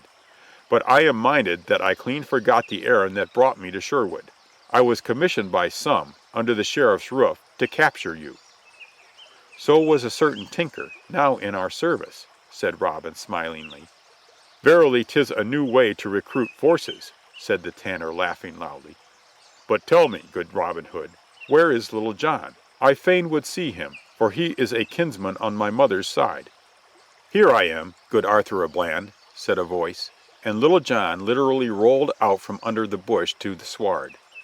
His eyes were full of tears from much laughter which had well nigh left him powerless to get on his feet. As soon as the astonished tanner saw who it was, he gave Little John a mighty hug around the neck, and lifted him up on his feet, and the two pounded each other on the back soundly, so glad were they to meet again. "Oh, man, man," said Little John, as soon as he had got his breath, "never saw I so fine a sight in all my born days. You did knock him over like as he were a ninepin." "And you do joy to see me thwacked about on the ribs?" asked Robin with some choler. "Nay, not that, master," said Little John, "but 'tis the second time I have had special tickets to a show from beneath the bushes, and I cannot forbear my delight. Howsoever, take no shame unto yourself, for this same Arthur a Bland is the best man at the quarterstaff in all Nottinghamshire. It commonly takes 2 or 3 men to hold him." "Unless it be Eric o' Lincoln," said Arthur modestly, "and I well know how you paid him out at the fair." "Say no more," said Robin, springing to his feet, "for well I know that I have done good business this day, and a few bruises are easy payment for the stout cudgel I am getting into the band. Your hand again, good Arthur a Bland. Come, let us after the deer of which I spoiled your stalking." "Righty gladly," quoth Arthur. "Come, cousin Little John, away with vats and tan bark and vile-smelling cowhides. I'll follow you two in the sweet open air to the very ends of earth." So ends chapter 15.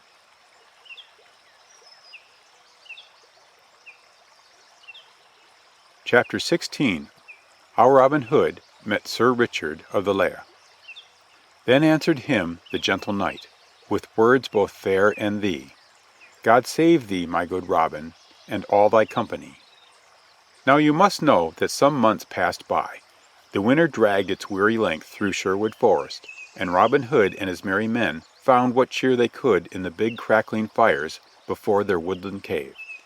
Friar Tuck had built him a little hermitage not far away, where he lived comfortably with his numerous dogs.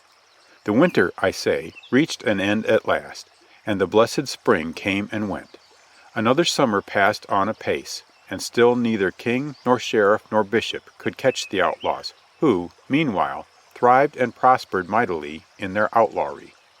The band had been increased from time to time by picked men such as Arthur a Bland and David of Doncaster, he who was the jolliest cobbler for miles around, until it now numbered a full 70 of men, 7 companies each with its stout lieutenant serving under Robin Hood. And still they relieved the purses of the rich, and aided the poor, and feasted upon king's deer until the lank sheriff of Nottingham was well nigh distracted. Indeed, that official would probably have lost his office entirely had it not been for the fact of the king's death. Henry passed away, as all kings will, in common with ordinary men, and Richard of the Lionheart was proclaimed as his successor. Then Robin and his men, after earnest debate, resolved to throw themselves upon the mercy of the new king, swear allegiance, and ask to be organized into royal foresters. So Will Scarlet and Will Stuteley and Little John were sent to London with this message, which they were first to entrust privately to Maid Marian. But they soon returned with bad tidings. The new king had formally set forth upon a crusade to the Holy Land, and Prince John, his brother, was impossible to deal with, being crafty, cruel, and treacherous.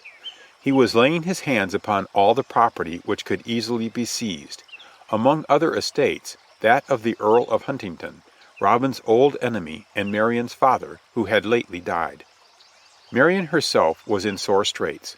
Not only had her estates been taken away, and the maid been deprived of the former protection of the queen, but the evil Prince John had persecuted her with his attentions. He thought that since the maid was defenseless, he could carry her away to one of his castles and none would gainsay him. No word of this peril reached Robin's ears, although his men brought him word of the seizure of the Huntingdon lands. Natheless, he was greatly alarmed for the safety of Maid Marian, and his heart cried out for her strongly. She had been continually in his thoughts ever since the memorable shooting at London town. One morning in early autumn, when the leaves were beginning to turn gold at the edges, the chestnut pods to swell with promise of fatness, and the whole wide woodland was redolent with the ripe fragrance of fruit and flower, Robin was walking along the edge of a small open glade, busy with his thoughts. The peace of the woods was upon him, despite his broodings of Marian, and he paid little heed to a group of does quietly feeding among the trees at the far edge of the glade. But presently this sylvan picture was rudely disturbed for him. A stag, wild and furious, dashed suddenly forth from among the trees, scattering the does in swift alarm. The vicious beast eyed the green and gold tunic of Robin, and lowering its head, charged at him impetuously. So sudden was its attack that Robin had no time to bend his bow. He sprang behind a tree while he seized his weapon. A moment later the wild stag crashed blindly into the tree trunk with a shock which sent the beast reeling backward, while the dislodging leaves from the shivering tree fell in a small shower over Robin's head. "By my halidom, I am glad it was not me you struck, my gentle friend," quoth Robin, fixing an arrow upon the string. "Sorry indeed would be anyone's plight who should encounter you in this black humor."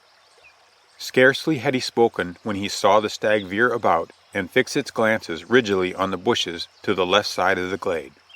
These were parted by a delicate hand, and through the opening appeared the slight figure of a page. It was Maid Marian, come back again to the greenwood. She advanced, unconscious alike of Robin's horrified gaze and the evil fury of the stag. She was directly in line with the animal, so Robin dared not launch an arrow. Her own bow was slung across her shoulder, and her small sword would be useless against the beast's charge. But now as she caught sight of the stag, she pursed her lips as though she would whistle to it. "For the love of God, dear lady!" cried Robin, and then the words died in his throat. With a savage snort of rage, the beast rushed at this new and inviting target, rushed so swiftly and from so short a distance that she could not defend herself. She sprang to one side as it charged down upon her, but a side blow from its antlers stretched her upon the ground. The stag stopped, turned, and lowered its head, preparing to gore her to death. Already its cruel horns were coming straight for her, while she, white of face and bewildered by the sudden attack, was struggling to rise and draw her sword. A moment more and the end would come, but the sharp voice of Robin had already spoken. "Down, Marian!" he cried, and the girl instinctively obeyed, just as the shaft from Robin's bow went whizzing close above her head and struck with terrific force full in the center of the stag's forehead. The beast stumbled in its charge and fell dead, across the body of the fainting maid. Robin was quickly by her side and dragged the beast from off the girl. Picking her up in his strong arms, he bore her swiftly to the side of one of the many brooks which watered the vale. He dashed cool water upon her face, roughly almost, in his agony of fear that she was already dead, and he could have shed tears of joy to see those poor closed eyelids tremble. He redoubled his efforts, and presently she gave a little gasp. Where am I? What is it?" "You are in Sherwood, dear maid, though, I faith, we gave you a rude reception." She opened her eyes and sat up. "Methinks you have rescued me from sudden danger, sir," she said. Then she recognized Robin for the first time, and a radiant smile came over her face, together with the rare blush of returned vitality, and her head sank upon his shoulder with a little tremble and sigh of relief. "Oh, Robin, it is you!" she murmured. "Aye, 'tis I. Thank heaven I was at hand to do you service." Robin's tones were deep and full of feeling. "I swear, dear Marian, that I will not let you from my care henceforth." Not another word was spoken for some moments, while her head still rested confidingly upon his breast. Then recollecting, he suddenly cried, "Gramercy, but I make a poor nurse. I have not even asked if any of your bones were broken." "No, not any," she answered, springing lightly to her feet to show him. "That foolish dizziness o'ercame me for the nonce, but we can now proceed on our way." "Nay, I meant not that," he protested. "Why should we haste? First tell me of the news in London town, and of yourself." So she told him how that the prince had seized upon her father's lands and had promised to restore them to her if she would listen to his suit, and how that she knew he meant her no good, for he was even then suing for a princess's hand. "That is all, Robin," she ended simply, "and that is why I donned again my page's costume and came to you in the greenwood." Robin's brow had grown fiercely black at the recital of her wrong, and he had lain stern hand upon the hilt of his sword. "By this sword which Queen Eleanor gave me," he said impetuously, "and which was devoted to the service of all womankind, I take oath that Prince John and all his army shall not harm you." So that is how Maid Marian came to take up her abode in the greenwood, where the whole band of yeomen welcomed her gladly and swore fealty, and where the sweet lady of Allen a Dale made her fully at home. But this was a day of deeds in Sherwood Forest, and we again to tell you another happening which led to later events. While Robin and Marian were having their encounter with the stag, Little John, Much the miller's son, and Will Scarlet had sallied forth to watch the high road leading to Barnesdale, if perchance they might find some haughty knight or fat priest whose wallet needed lightening. They had scarcely watched the great road known as Watling Street, which runs from Dover in Kent to Chestertown, for many minutes, when they espied a knight riding by in a very forlorn and careless manner. All dreary was his semblance, and little was his pride. His one foot in the stirrup stood, his other waved beside. His visor hung down o'er his eyes, he rode in single array. A sorrier man than he was one, rode never in summer's day. Little John came up to the knight and bade him stay, for who can judge of a man's wealth by his looks? The outlaw bent his knee in all courtesy, and prayed him to accept the hospitality of the forest. "My master expects you to dine with him today," quoth he, "and indeed has been fasting while awaiting your coming, these 3 hours." "Who is your master?" asked the knight. "None other than Robin Hood," replied Little John, laying his hand upon the knight's bridle. Seeing the other 2 outlaws approaching, the knight shrugged his shoulders and replied indifferently, "'Tis clear that your invitation is too urgent to admit of refusal," quoth he, "and I go with you right willingly, my friends. My purpose was to have dined today at Blythe or Doncaster, but nothing matters greatly." So in the same lackadaisical fashion which had marked all his actions that day, the knight suffered his horse to be led to the rendezvous of the band in the greenwood. Marian had not yet had time to change her page's attire when the 3 escorts of the knight hove in sight. She recognized their captive as Sir Richard of the Leigh, whom she had often seen at court, and fearing lest he might recognize her, she would have fled. But Robin asked her with a twinkle if she would not like to play page that day, and she in roguish mood consented to do so. "Welcome, Sir Knight," said Robin courteously. "You are come in good time, for we were just preparing to sit down to meat." "God save and thank you, good Master Robin," returned the knight, "and all your company. It likes me well to break the fast with you." So while his horse was cared for, the knight laid aside his own heavy gear, and laved his face and hands, and sat down with Robin and all his men to a most plentiful repast of venison, swans, pheasants, various small birds, cake, and ale. And Marian stood behind Robin and filled his cup and that of the guest. After eating right heartily of the good cheer, the knight brightened up greatly and vowed that he had not enjoyed so good a dinner for nigh 3 weeks. He also said that if ever Robin and his fellows should come to his domains, he would strive to set them down to as good a dinner on his own behalf. But this was not exactly the sort of payment which Robin had expected to receive. He thanked the knight, therefore, in set phrase, but reminded him that a yeoman like himself might hardly offer such a dinner to a knight as a gift of charity. "I have no money, Master Robin," answered the knight frankly. "I have so little of the world's goods, in sooth, that I should be ashamed to offer you the whole of it." "Money, however little, always jingles merrily in our pockets," said Robin, smiling. "Pray you tell me what you deem a little sum." "I have of my own 10 silver pennies," said the knight. "Here they are, and I wish they were 10 times as many." He handed Little John his pouch, and Robin nodded carelessly. "What say you to the total, Little John?" he asked as though in jest. "'Tis true enough, as the worthy knight hath said," responded the big fellow, gravely emptying the contents on his cloak. Robin signed to Marian. who filled a bumper of wine for himself and his guest. "Pledge me, Sir Knight," cried the merry outlaw, "and pledge me heartily, for these sorry times. I see that your armor is bent and that your clothes are torn. Yet methinks I saw you at court, once upon a day, and in more prosperous guise. Tell me now, were you a yeoman and made a knight by force? Or have you been a bad steward to yourself, and wasted your property in lawsuits and the like? Be not bashful with us. We shall not betray your secrets." "I am a Saxon knight in my own right, and I have always lived a sober and quiet life," the sorrowful guest replied. "'Tis true you have seen me at court, mayhap, for I was an excited witness of your shooting before King Harry, God rest his bones. My name is Sir Richard of the Lea, and I dwell in a castle, not a league from one of the gates of Nottingham, which has belonged to my father, and his father's father before him. Within 2 or 3 years ago, my neighbors might have told you that a matter of £400 one way or the other was as naught to me. But now I have only these 10 pennies of silver and my wife and son." "In what manner have you lost your riches?" asked Robin. "Through folly and kindness," said the knight, sighing. "I went with King Richard upon a crusade, from which I am but lately returned, in time to find my son, a goodly youth, grown up.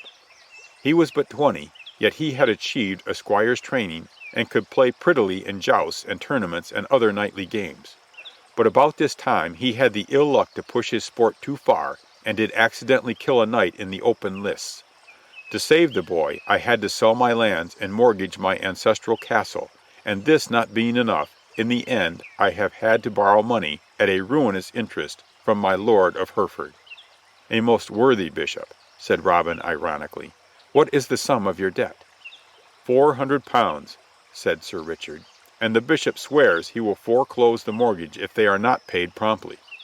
"Have you any friends who would become surety for you?" "Not one. If good King Richard were here, the tale might be otherwise." "Fill your goblet again, Sir Knight," said Robin, and he turned to whisper a word in Marian's ear. She nodded and drew Little John and Will Scarlet aside and talked earnestly with them in a low tone.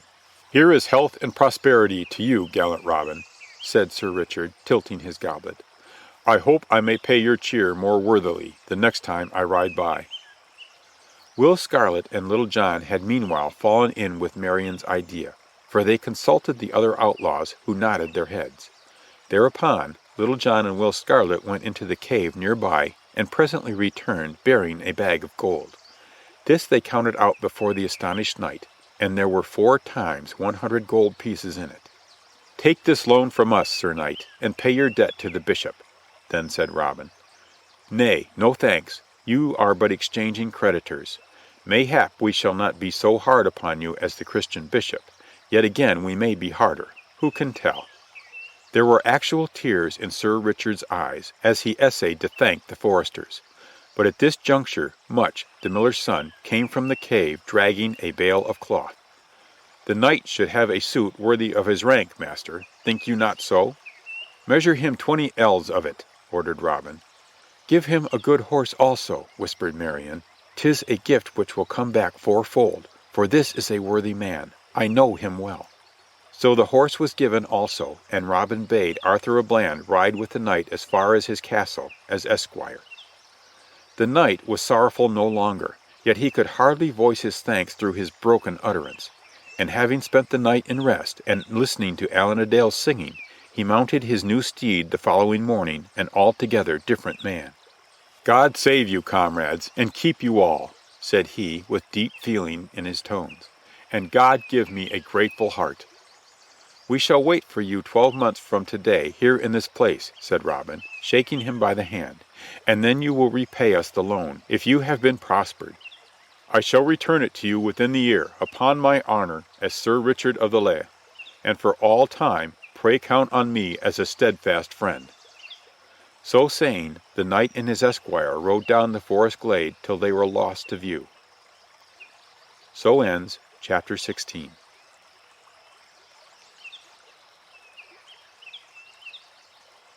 Chapter 17. How the Bishop was dined. "Oh, what is the matter?" then said the bishop.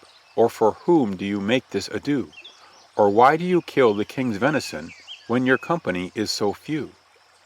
"We are shepherds," quoth bold Robin Hood, "and we keep sheep all the year, and we are disposed to be merry this day, and to kill of the King's fat deer."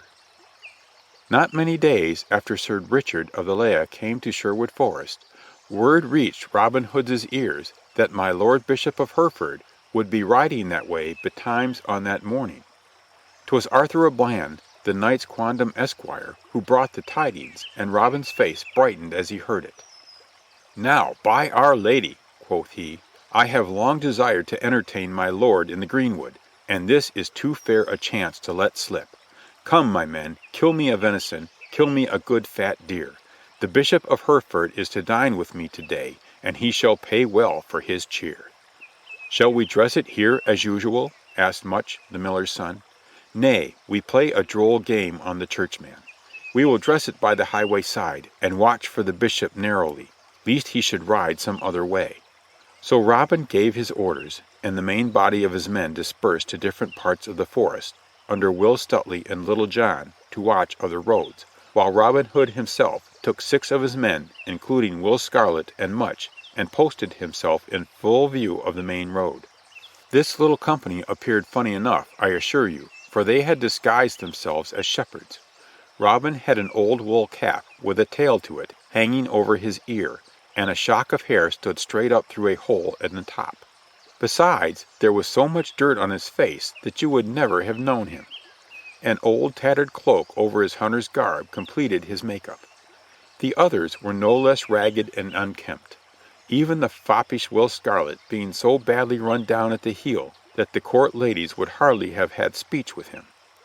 They quickly provided themselves with a deer and made great preparations to cook it over a small fire, when a little dust was seen blowing along the highway, and out of it came the portly bishop, cantering along with 10 men-at-arms at his heels. As soon as he saw the fancied shepherds, he spurred up his horse and came straight toward them.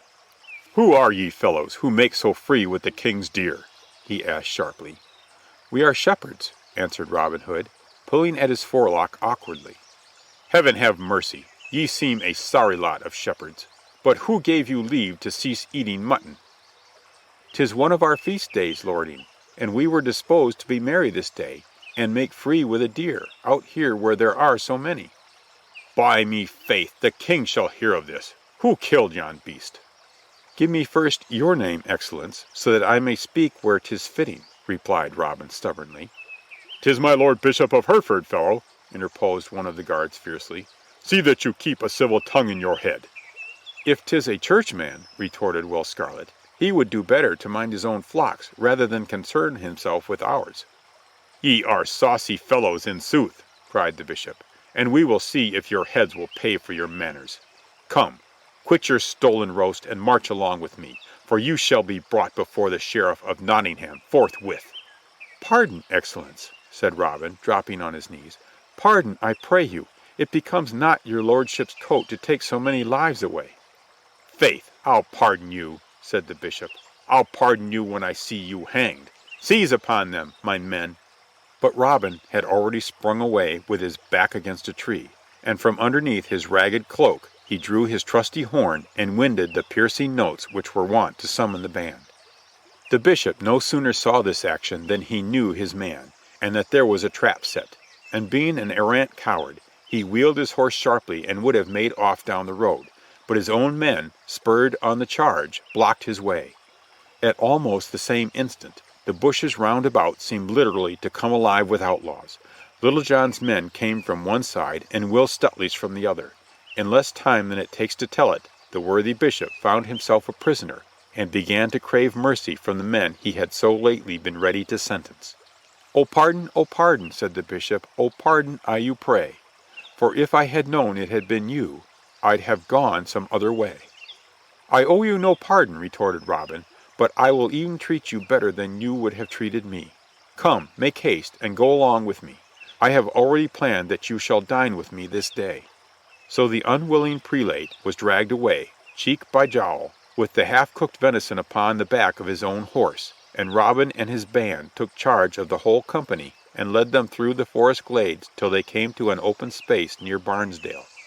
Here they rested, and Robin gave the bishop a seat full courteously. Much the miller's son fell to roasting the deer afresh, while another and fatter beast was set to frizzle on the other side of the fire.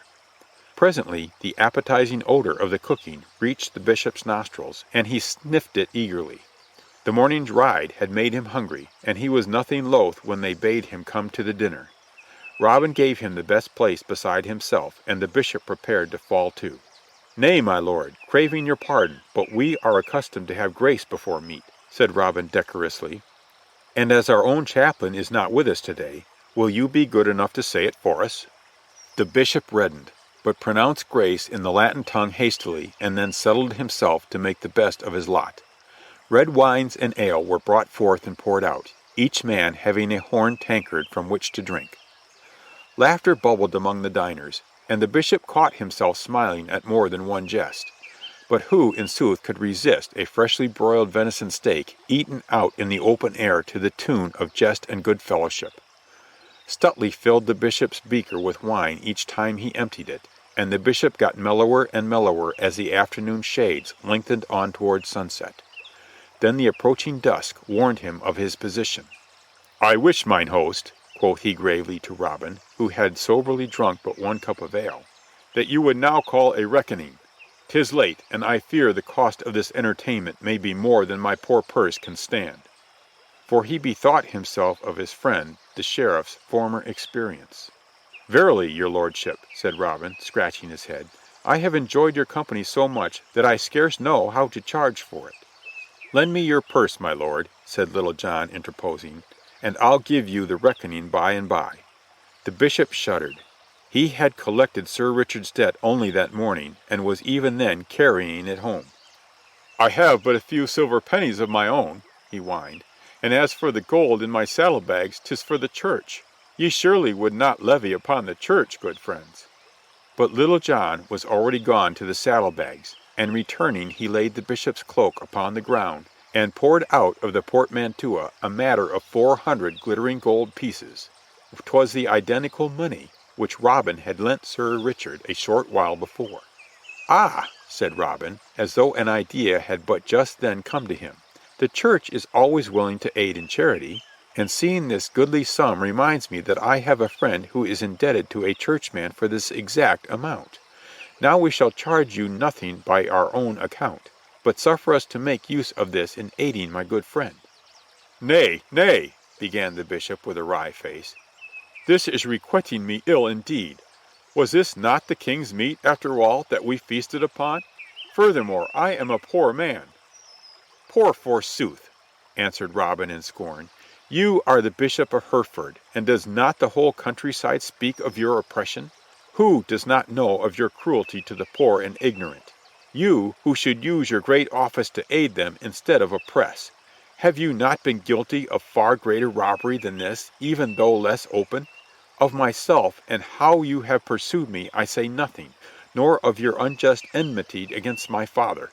But on account of those you have despoiled and oppressed, I take this money and will use it far more worthily than you would. God be my witness in this. There is an end of the matter, unless you will lead us in a song or dance to show that your body had a better spirit than your mind. Come, strike up the harp, Allan." "Neither the one nor the other will I do," snarled the bishop. "Faith, then we must help you," said Little John, and he and Arthur a Bland seized the fat, struggling churchman and commenced to hop up and down. The bishop, being shorter, must perforce accompany them in their gyrations, while the whole company sat and rolled about over the ground and roared to see my lord of Hereford's queer capers. At last he sank in a heap, fuddled with wine and quite exhausted. Little John picked him up as though he were a log of wood, and carrying him to his horse, set him astride facing the animal's tail, and thus fastened him, leading the animal toward the high road, and starting the bishop, more dead than alive, toward Nottingham. So ends chapter 17.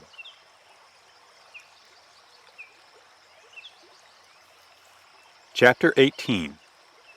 How the Bishop went outlaw hunting. Then the bishop he came to the old woman's house, and called with furious mood, "Come, let me soon see and bring unto me that traitor Robin Hood." The easy success with which they had got the better of the good bishop led Robin to be a little careless.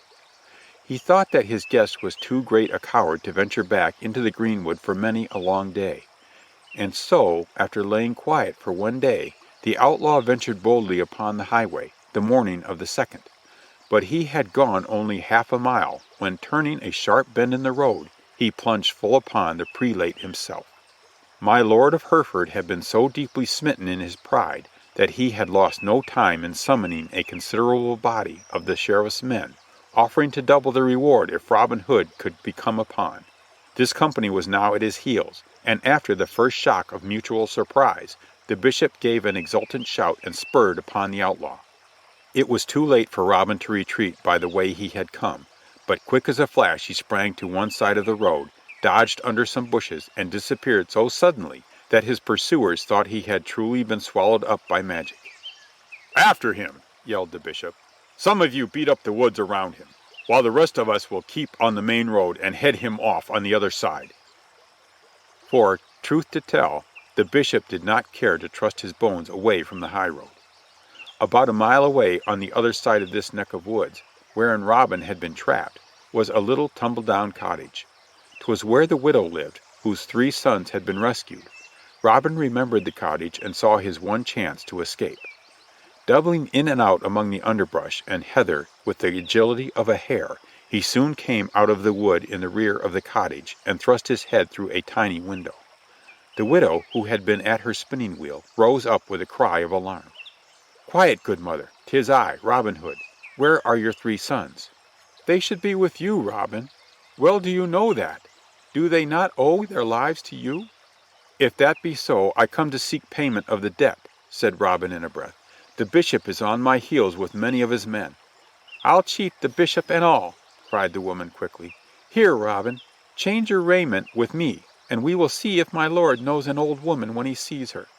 "Good," said Robin. "Pass your gray cloak out the window, and also your spindle and twine, and I will give you my green mantle and everything else down to my bow and arrows."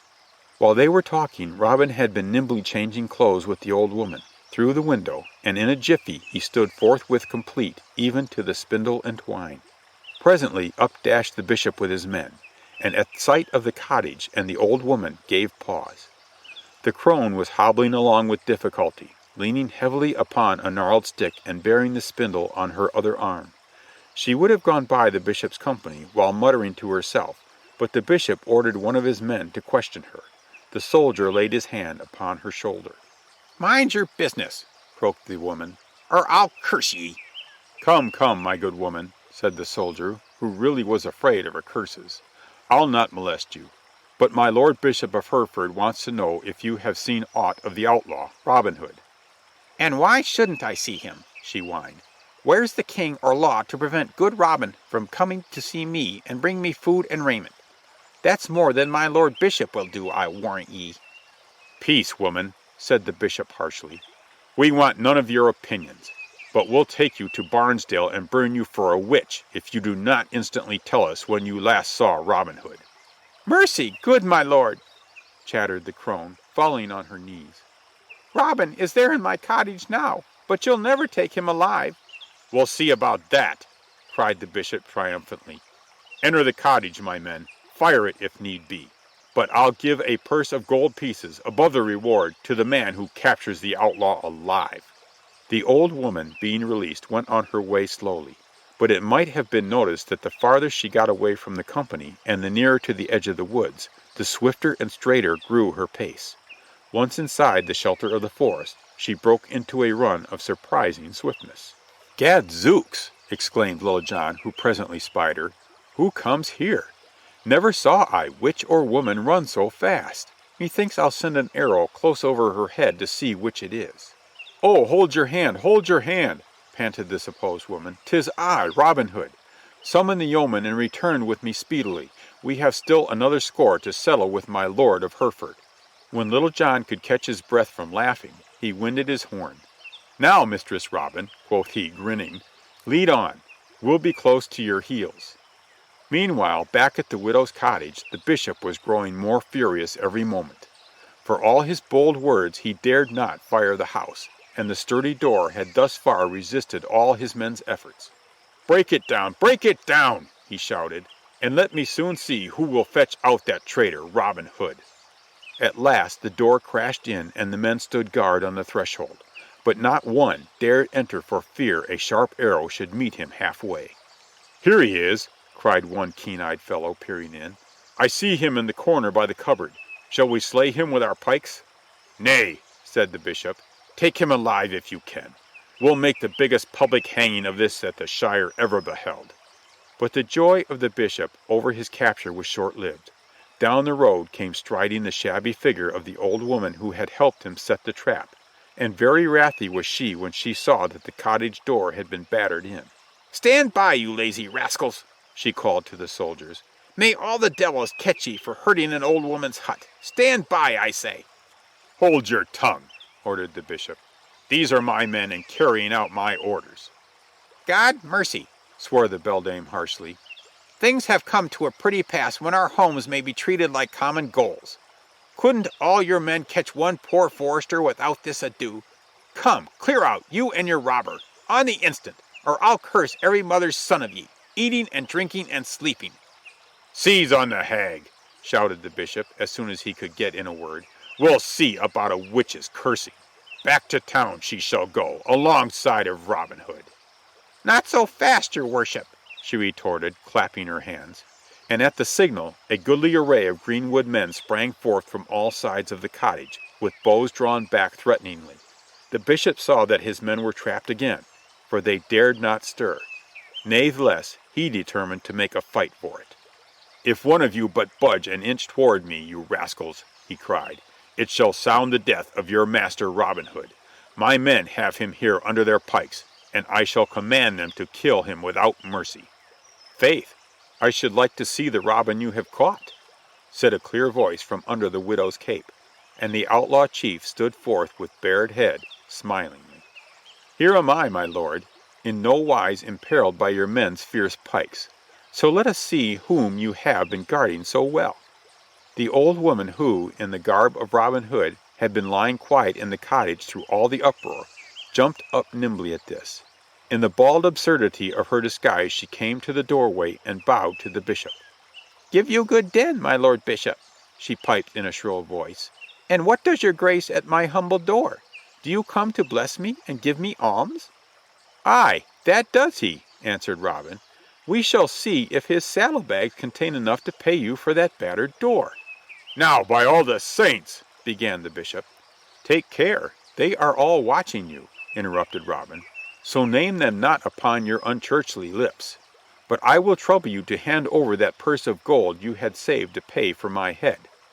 "I'll see you hanged first," raged the bishop, stating no more than what would have been so, if he could do the ordering of things.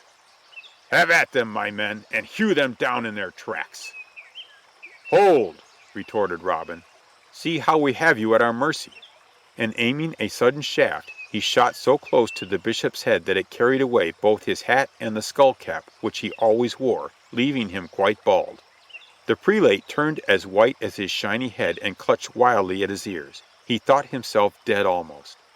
"Help! Murder!" he gasped. "Do not shoot again! Here's your purse of gold!"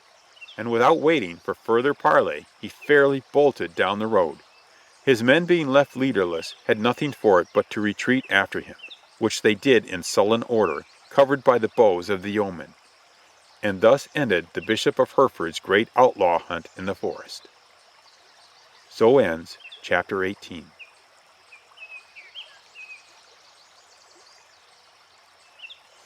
Chapter 19. How the Sheriff held another shooting match. To tell the truth, I'm well informed, yon match it is a wile. The Sheriff, I know, devises this, us archers to beguile. Now the Sheriff was so greatly troubled in heart over the growing power of Robin Hood that he did a very foolish thing. He went to London town to lay his troubles before the king and get another force of troops to cope with the outlaws. King Richard was not yet returned from the Holy Land, but Prince John heard him with scorn. "Pooh," said he, shrugging his shoulders, "what have I to do with all this? Art thou not sheriff for me? The law is in force to take thy course of them that injure thee. Go, get thee gone, and by thyself devise some tricking game to trap these rebels, and never let me see thy face at court again until thou hast a better tale to tell." So away went the sheriff in sorrier pass than ever, and cudgelled his brain on the way home for some plan of action. His daughter met him on his return, and saw at once that he had been on a poor mission. She was minded to upbraid him when she learned what he had told the prince, but the words of the latter started her to thinking afresh. I have it," she exclaimed at length. "Why should we not hold another shooting match? 'Tis fair year, as you know, and another tourney will be expected. Now we will proclaim a general amnesty, as did King Harry himself, and say that the field is open and unmolested to all comers. Belike Robin Hood's men will be tempted to twang the bow, and then—" "And then," said the sheriff, jumping up with alacrity, "we shall see on which side of the gate they stop overnight." So the sheriff lost no time in proclaiming a tourney, to be held that same fall at the fair. It was open to all comers, said the proclamation, and none should be molested in their going and coming. Furthermore, an arrow with a golden head and shaft of silver white should be given to the winner, who would be heralded abroad as the finest archer in all the north country. Also, many rich prizes were to be given to other clever archers. These tidings came in due course to Robin Hood, under the greenwood tree, and fired his impetuous spirit. "Come prepare ye, my merry men all," quoth he, "and we'll go to the fair and take some part in this sport." With that stepped forth the merry cobbler, David of Doncaster. "Master," quoth he, "be ruled by me and stir not from the greenwood. To tell the truth, I'm well informed yon match is naught but a trap. I know the sheriff has devised it to beguile us archers into some treachery." "That word savours of the coward," replied Robin, "and pleases me not. Let come what will, I'll try my skill at that same archery." Then up spoke Little John and said, "Come, listen to me how it shall be that we will not be discovered. Our mantles all of Lincoln green behind us we will leave. We'll dress us all so several, they shall not us perceive. One shall wear white, another red, one yellow, another blue. Thus in disguise to the exercise we'll go whatever ensue." This advice met with general favor from the adventurous fellows, and they lost no time in putting it into practice. Maid Marian and Mistress Dale, assisted by Friar Tuck, prepared some very colored costumes, and 'gainst the fair day had fitted out the 70 men till you would never have taken them for other than villagers decked for the holiday. And forth went they from the greenwood, with hearts all firm and stout, resolved to meet the sheriff's men and have a merry bout.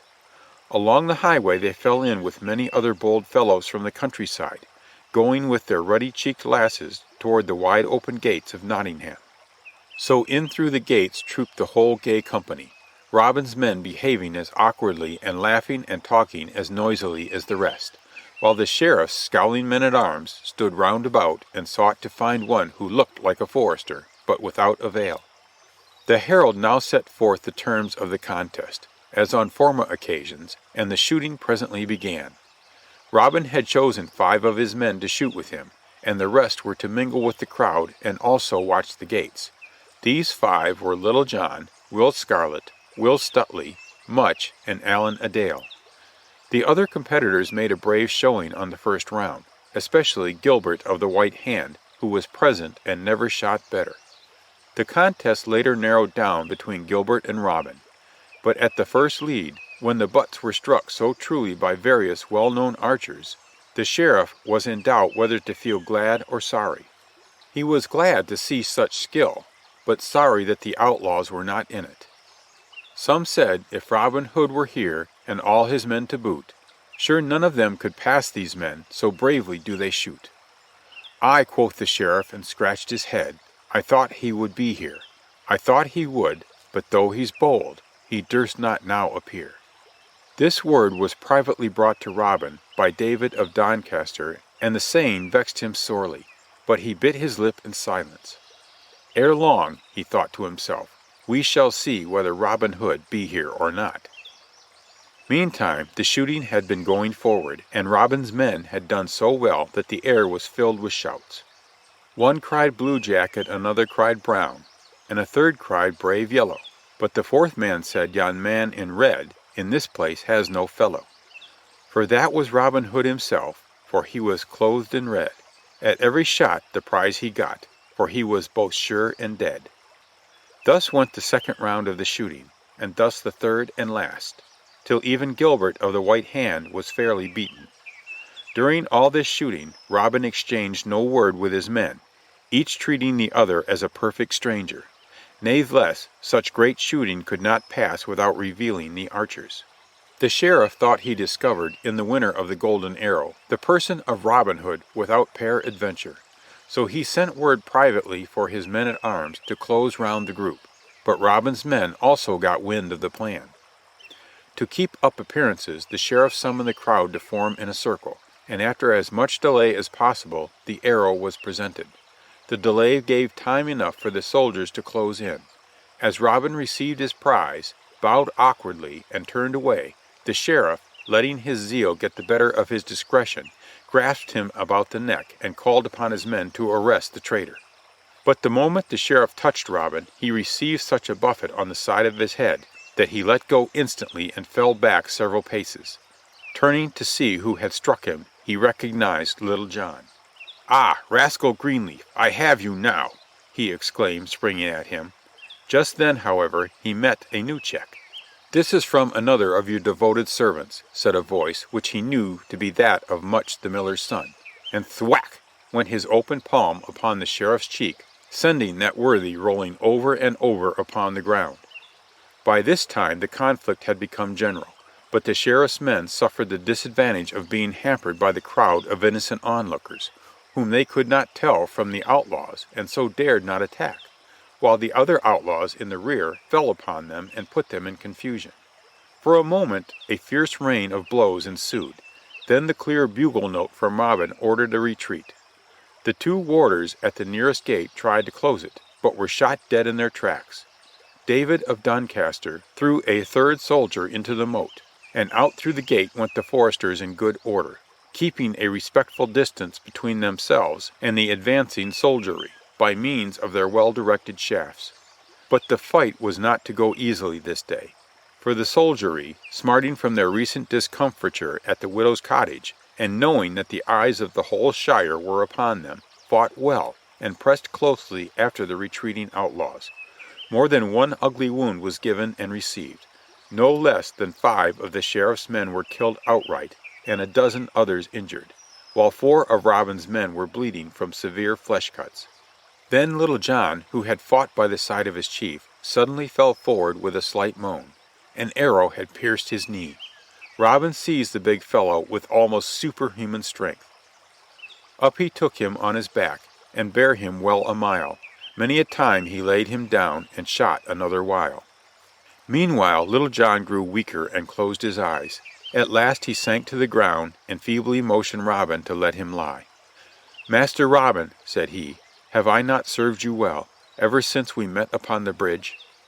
"Truer servant never man had," answered Robin. "Then if ever you love me, and for the sake of that service, draw your bright brown sword and strike off my head. Never let me fall alive into the hand of the Sheriff of Nottingham. Not for all the gold in England would I do either of the things you suggest." "God forbid!" cried Arthur a Bland, hurrying to the rescue, and packing his wounded kinsman upon his broad shoulders, he soon brought him within the shelter of the forest. Once there, the sheriff's men did not follow, and Robin caused litters of boughs to be made for Little John and the other 4 wounded men. Quickly were they carried through the wood until the hermitage of Friar Tuck was reached, where their wounds were dressed. Little John's hurt was pronounced to be the most serious of any, but he was assured that in 2 or 3 weeks' time he could get about again, whereat the active giant groaned mightily. That evening consternation came upon the hearts of the band. A careful roll call was taken to see if all the yeomen had escaped, when it was found that Will Stuteley was missing, and Maid Marian also was nowhere to be found. Robin was seized with dread. He knew that Marian had gone to the fair, but felt that she would hardly come to grief. Her absence, however, portended some danger, and he feared that it was connected with Will Stuteley. The sheriff would hang him speedily and without mercy if he were captured. The rest of the band shared their leader's uneasiness, though they said no word. They knew that if Will were captured, the battle must be fought over again the next day, and Will must be saved at any cost, but no man flinched from the prospect. That evening, while the sheriff and his wife and daughter sat at meat in the mansion house, the sheriff boasted of how he would make an example of the captured outlaw, for Stuteley had indeed fallen into his hands. "He shall be strung high," he said in a loud voice, "and none shall dare lift a finger. I now have Robin Hood's men on the run, and we shall soon see who is master in this shire. I am only sorry that we let them have the golden arrow." As he spoke, a missive sped through a window and fell clattering upon his plate, causing him to spring back in alarm. It was the golden arrow, and on its feathered shaft was sewed a little note which read, "This from one who will take no gifts from liars, and who henceforth will show no mercy. Look well to yourself. R. H." So ends Chapter 19.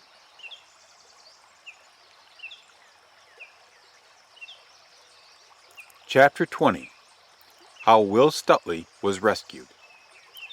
Forth of the greenwood are they gone, yea, all courageously, resolving to bring Stuteley home, or every man to die. The next day dawned bright and sunny. The whole face of nature seemed gay, as if in despite of the tragedy which was soon to take place in the walls of Nottingham town. The gates were not opened upon this day, for the sheriff was determined to carry through the hanging of Will Stuteley undisturbed. No man therefore was to be allowed entrance from without, all that morning and until after the fatal hour of noon, when Will's soul was to be launched into eternity. Early in the day, Robin had drawn his men to a point, as near as he dared, in the wood where he could watch the road leading to the east gate. He himself was clad in a bright scarlet dress, while his men, a goodly array, wore their suits of sober Lincoln green. They were armed with broadswords, and each man carried his bow and a full quiver of new arrows, straightened and sharpened cunningly by Middle the tinker. Over their greenwood dress each man had thrown a rough mantle, making him look not unlike a friar. "I hold it good, comrades," then said Robin Hood, "to tarry here in hiding for a season, while we sent some one forth to obtain tidings. For in sooth 'twill work no good to march upon the gates if they be closed." "Look, master," quoth one of the widow's sons, "there comes a palmer along the road from the town. Belike he can tell us how the land ties, and if Stuteley be really in jeopardy. Shall I go out and engage him in speech?" "Go," answered Robin. So stout Will went out from the band while the others hid themselves and waited. When he had come closer to the palmer, who seemed a slight youngish fellow, he doffed his hat full courteously and said, "I crave your pardon, holy man, but can you tell me tidings of Nottingham town? Do they intend to put an outlaw to death this day?" "Yea," answered the palmer sadly, "'tis true enough. Sorry be the day. I have passed the very spot where the gallows tree is going up. 'Tis out upon the roadway near the sheriff's castle. One Will Stuteley is to be hung thereon at noon, and I could not bear the sight, so came away." The palmer spoke in a muffled voice, and as his hood was pulled well over his head, stout Will could not discern what manner of man he was. Over his shoulder he carried a long staff, with the fashion of a little cross at one end, and he had sandaled feet like any monk. Stout Will noticed idly that the feet were very small and white, but gave no second thought to the matter. "Who will shrive the poor wretch if you have come away from him?" he asked reproachfully. The question seemed to put a new idea into the palmer's head. He turned so quickly that he almost dropped his hood. "Do you think I should undertake this holy office? By St. Peter and the Blessed Virgin I do indeed. Else who will do it? The bishop and all his whining clerks may be there, but not one would say a prayer for his soul." "But I am only a poor palmer," the other began hesitatingly. "Natheless, your prayers are as good as any and better than some," replied Will. "Right gladly will I go, then," said the palmer, "but I fear me I cannot get into the city. You may know that the gates are fast locked for this morning, to all who would come in, although they let any pass out who will." "Come with me," said stout Will, "and my master will see that you pass through the gates." So the palmer pulled his cloak still closer about him and was brought before Robin Hood, to whom he told all he knew of the situation. He ended with, If I may make so bold, I would not try to enter the city from this gate, as 'tis closely guarded since yesterday, but on the far side no attack is looked for." "My thanks, gentle palmer," quoth Robin. "Your suggestion is good, and we will deploy to the gate upon the far side." So the men marched silently but quickly until they were near to the western gate. Then Arthur a Bland asked leave to go ahead as a scout, and quietly made his way to a point under the tower by the gate. The moat was dry on this side, as these were times of peace, and Arthur was further favored by a stout ivy vine which grew out from an upper window. Swinging himself up boldly by means of this friendly vine, he crept through the window, and in a moment more had sprung upon the warder from behind and grabbed him hard about the throat. The warder had no chance to utter the slightest sound, and soon lay bound and gagged upon the floor, while Arthur a Bland slipped himself into his uniform and got hold of his keys. 'Twas the work of but a few moments more to open the gates, let down the bridge, and admit the rest of the band, and they got inside the town so quietly that none knew of their coming. Fortune also favored them in the fact that just at this moment the prison doors had been opened for the march of the condemned man, and every soldier and idle lout in the marketplace had trooped thither to see him pass along. Presently out came Will Stuteley, with firm step but dejected air. He looked eagerly to the right hand and to the left, but saw none of the band, and though more than one curious face betrayed friendship in it, he knew there could be no aid from such source. Will's hands were tied behind his back. He marched between rows of soldiery, and the sheriff and the bishop brought up the rear on horses, looking mightily puffed up and important over the whole proceeding. He would show these sturdy rebels, would the sheriff, whose word was law. He knew that the gates were tightly fastened, and further he believed that the outlaws would hardly venture again within the walls, even if the gates were open. And as he looked around at the 50 archers and pikemen who lined the way to the gallows, he smiled with grim satisfaction. Seeing that no help was nigh, the prisoner paused at the foot of the scaffold and spoke in a firm tone to the sheriff. "My lord sheriff," quoth he, "since I must needs die, grant me one boon, for my noble master ne'er yet had a man that was hanged on a tree. Give me a sword all in my hand, and let me be unbound, and with thee and thy men will I fight, till I lie dead on the ground." But the sheriff would by no means listen to his request, but swore that he should be hanged a shameful death, and not die by the sword valiantly.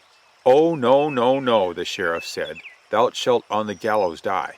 Aye, and so shall thy master too, if ever it in me lie." "O dastard coward," Stuteley cried, "faint-hearted peasant slave, if ever my master do thee meet, thou shalt thy payment have. My noble master thee doth scorn, and all thy cowardly crew, such silly imps unable are, bold Robin to subdue." This brave speech was not calculated to soothe the sheriff. "To the gallows with him!" he roared, giving a sign to the hangman, and Stuteley was pushed into the rude cart which was to bear him under the gallows until his neck was leashed. Then the cart would be drawn roughly away, and the unhappy man would swing out over the tail of it into another world. But at this moment came a slight interruption.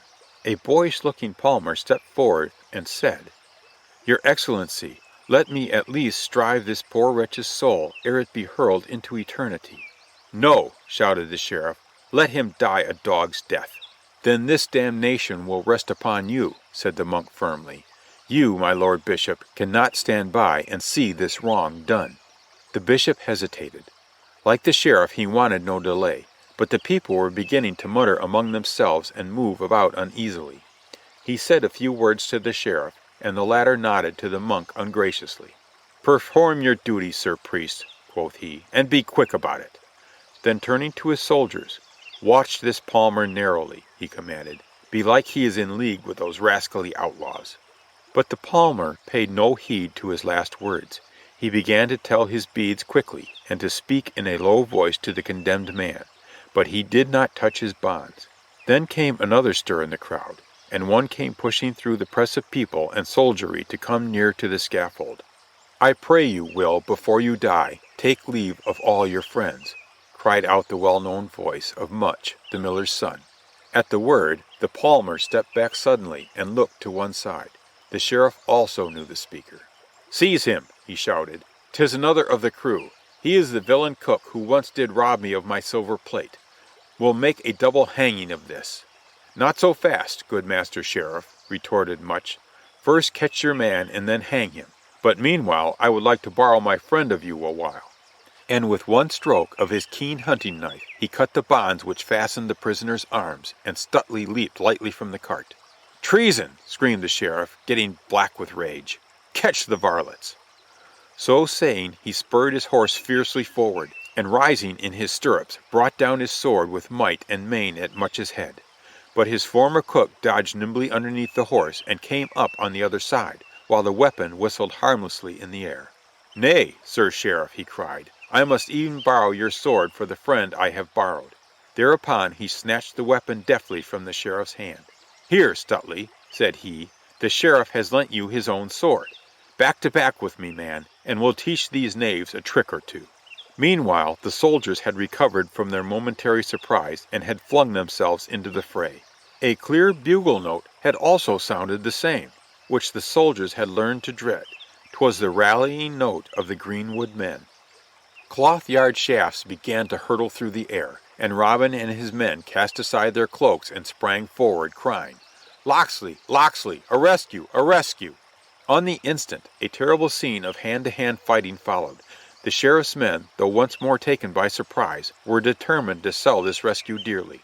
They packed in closely and stubbornly about the condemned man and Much and the palmer, and it was only by desperate rushes that the foresters made an opening in the square. Ugly cuts and bruises were exchanged freely, and lucky was the man who escaped with only these. Many of the onlookers, who had long hated the sheriff and felt sympathy for Robin's men, also plunged into the conflict, although they could not well keep out of it in sooth, and aided the rescuers no little. At last, with a mighty onrush, Robin cleaved a way through the press to the scaffold itself, and not a second too soon, for two men with pikes had leaped upon the cart and were in the act of thrusting down upon the palmer and Will Stuteley. A mighty upward blow from Robin's good blade sent the pike flying from the hand of one, while a well-directed arrow from the outskirt pierced the other fellow's throat. "God save you, master," cried Will Stuteley joyfully. "I had begun to fear that I would never see your face again." "A rescue!" shouted the outlaws afresh, and the soldiery became faint-hearted and began to give back. But the field was not yet won, for they retreated in close order toward the east gate, resolved to hem the attackers within the city walls. Here again, however, they were in error, since the outlaws did not go out by their nearest gate. They made a sally in that direction in order to mislead the soldiery, then abruptly turned and headed for the west gate, which was still guarded by Arthur a Bland. The sheriff's men raised an exultant shout at this, thinking that they had the enemy trapped. Down they charged after them, but the outlaws made good their lead, and soon got through the gate and over the bridge which had been let down by Arthur a Bland. Close upon their heels came the soldiers, so close that Arthur had no time to close the gate again or raise the bridge. So he threw away his key and fell in with the yeomen, who now began their retreat up the long hill to the woods. On this side the town, the road leading to the forest was long and almost unprotected. The greenwood men were therefore in some distress, for the archers shot at them from loopholes in the walls, and the pikemen were reinforced by a company of mounted men from the castle. But the outlaws retreated stubbornly, and now and again turned to hold their pursuers at bay by a volley of arrows. Stuteley was in their midst, fighting with the energy of two, and the little palmer was there also, but took no part save to keep close to Robin's side and mutter silent words as though in prayer. Robin put his horn to his lips to sound a rally, when a flying arrow from the enemy pierced his hand. The palmer gave a little cry and sprang forward. The sheriff, who followed close with the men on horseback, also saw the wound and gave a great huzzah. "Ha! You will shoot no more bows for a season, master outlaw," he shouted. "You lie," retorted Robin fiercely, wrenching the shaft from his hand to spite the streaming blood. "I have saved one shot for you all this day. Here, take it." And he fitted the same arrow, which had wounded him, upon the string of his bow and let it fly toward the sheriff's head. The sheriff fell forward upon his horse in mortal terror, but not so quickly as to escape unhurt. The sharp point laid a bare, deep gash upon his scalp, and must certainly have killed him if it had come closer. The fall of the sheriff discomfited his followers for the moment, and Robin's men took this chance to speed on up the hill. The palmer had whipped out a small white handkerchief and tried to staunch Robin's wound as they went. At sight of the palmer's hand, Robin turned with a start and pushed back the other's hood. "Marian!" he exclaimed. "You here!" It was indeed Maid Marian, who had helped save Will, and been in the stress of battle from the first.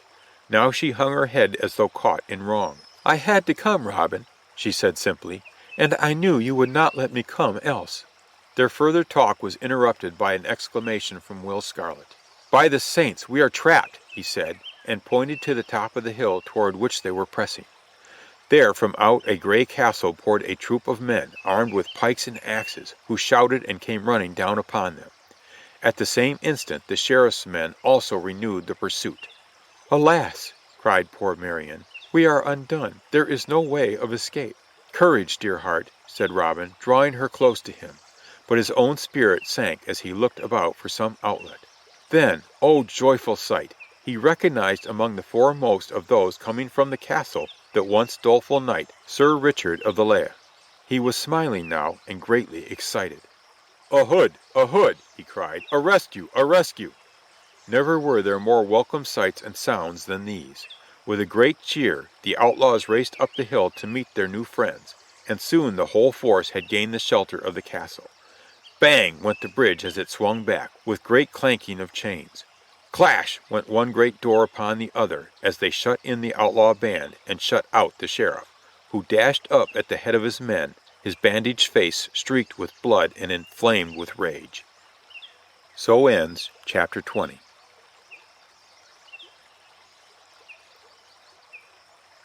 Chapter 21. How Sir Richard of the Laigh repaid his debt. The proud sheriff loud gan cry, and said, "Thou traitor knight, thou keepest here the king's enemy against the laws and right." "Open the gate!" shouted the sheriff hoarsely to the sentinel upon the walls. "Open, I say, in the king's name." "Why, who are you to come thus brawling upon my premises?" asked a haughty voice, and Sir Richard himself stepped forth upon the turret. "You know me well, traitor knight," said the sheriff. "Now give up into my hands the enemy of the king, whom you have sheltered against the laws and right." "Fair and softly, sir," quoth the knight smoothly. "I well avow that I have done certain deeds this day, but I have done them upon my own land, which you now trespass upon, and I shall answer only to the king, whom God preserve, for my actions." "Thou soft-spoken villain," said the sheriff, still in a towering passion. "I also serve the king, and if these outlaws are not given up to me at once, I shall lay siege to the castle and burn it with fire." "First show me your warrants," said Sir Richard curtly. "My word is enough. Am I not sheriff of Nottingham?" "If you are, in sooth," retorted the knight, "you should know that you have no authority within my lands unless you bear the king's order. In the meantime, go mend your manners, lording." And Sir Richard snapped his fingers and disappeared from the walls. The sheriff, after lingering a few moments longer in hope of further parley, was forced to withdraw, swearing fiercely. "The king's order," muttered he. "That shall I have without delay, as well as this upstart knight's estates, for King Richard is lately returned, I hear, from the Holy Land." Meanwhile the knight had gone back to Robin Hood, and the two men greeted each other right gladly. "Well met, bold Robin," cried he, taking him in his arms. "Well met indeed. The Lord has lately prospered me, and I was minded this day to ride forth and repay my debt to you." "And so you have," answered Robin gaily. "Nay, 'twas nothing, this small service," said the knight. "I meant the moneys coming to you." "They have all been repaid," said Robin. "My lord of Hereford himself gave them to me." "The exact sum?" asked the knight. "The exact sum," answered Robin, winking solemnly. Sir Richard smiled, but said no more at the time. Robin was made to rest until dinner should be served. Meanwhile a leech bound up his hand with ointment, promising him that he should soon have its use again. Some half-score others of the yeomen had been hurt in the fight, but luckily none of grave moment. They were all bandaged and made happy by bumpers of ale. At dinner Sir Richard presented Robin to his wife and son. The lady was stately and gracious, and made much of Marian, whom she had known as a little girl, and who was now clothed more seemly for a dinner than in monkish garments. The young esquire was a goodly youth, and bade fair to make as stout a knight as his father. The feast was a joyous event. There were 2 long tables, and 200 men sat down at them, and ate and drank and afterward sang songs. 140 of these men wore Lincoln green and called Robin Hood their chief. Never, I ween, had there been a more gallant company at table in Leigh Castle. That night the foresters tarried within the friendly walls, and the next day took leave, though Sir Richard protested that they should have made a longer stay. And he took Robin aside to his strong room and pressed him again to take the 400 golden pounds, but his guest was firm. "Keep the money, for it is your own," said Robin. "I have but made the bishop return that which he extorted unjustly." Sir Richard thanked him in a few earnest words, and asked him and all his men to visit the armory before they departed, and therein they saw, placed apart, 140 stout yew bows of cunning make, with fine waxen silk strings, and 140 sheaves of arrows. Every shaft was a just ell long, set with peacock feathers and notched with silver.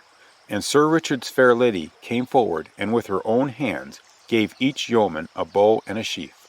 "In sooth, these are poor presents we have made you, good Robin Hood," said Sir Richard, "but they carry with them 1,000 times their weight in gratitude." The sheriff made good his threat to inform the king.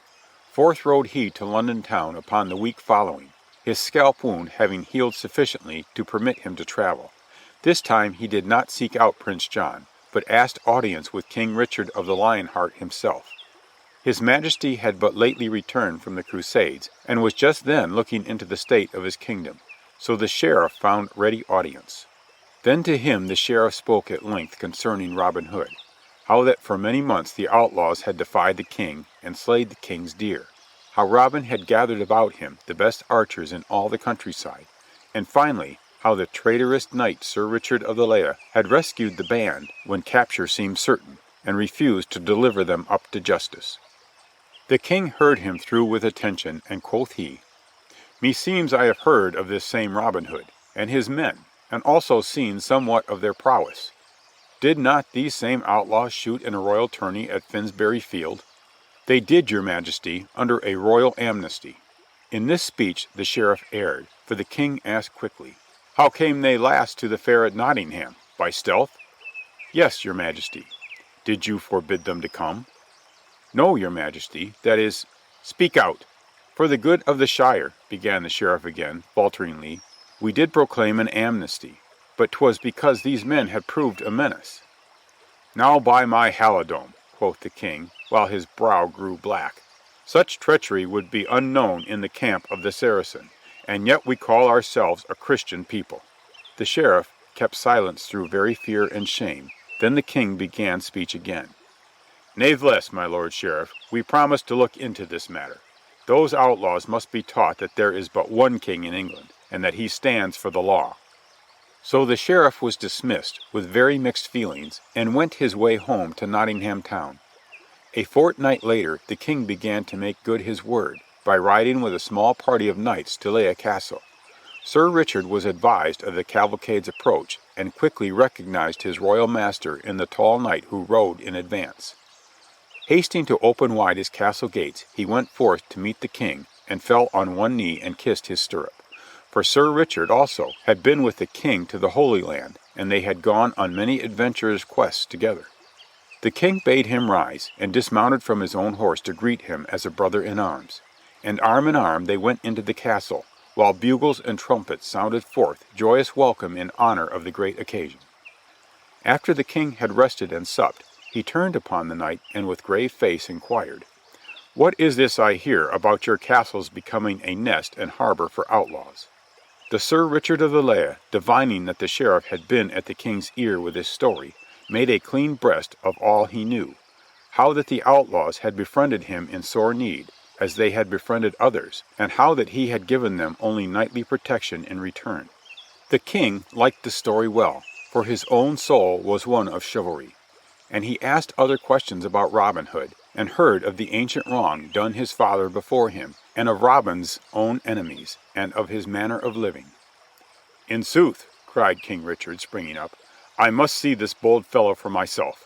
And you will entertain my little company, and be ready to sally forth upon the second day, in quest of me if need were. I shall e'en fare alone into the greenwood to seek an adventure with him. But of this adventure you shall be told in the next tale, for I have already shown you how Sir Richard of the Lea repaid his debt with interest." So ends Chapter 21.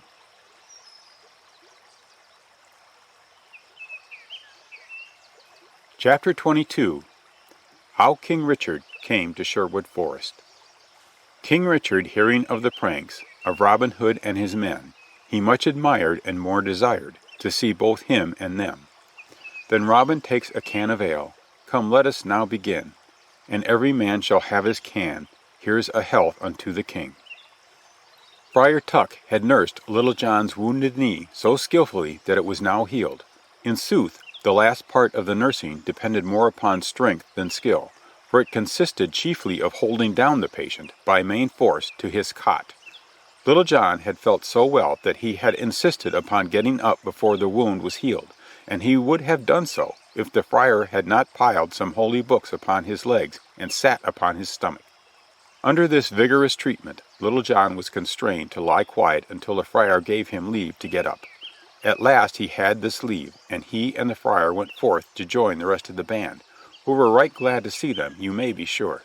They sat around a big fire, for 'twas a chilly evening, and they feasted and made merry in great content.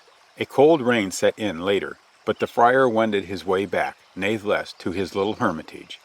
There he made himself a cheerful blaze, and changed his dripping robe, and had sat himself down, with a sigh of satisfaction, before a tankard of hot mulled wine and a pasty, when suddenly a voice was heard on the outside demanding admission. His kennel of dogs set up furious uproar on the instant, by way of proving the fact of a stranger's presence. "Now, by St. Peter," growled the friar, "who comes here at this unseemly hour? Does he take this for a hostelry? Move on, friend, else my mulled wine will get cold."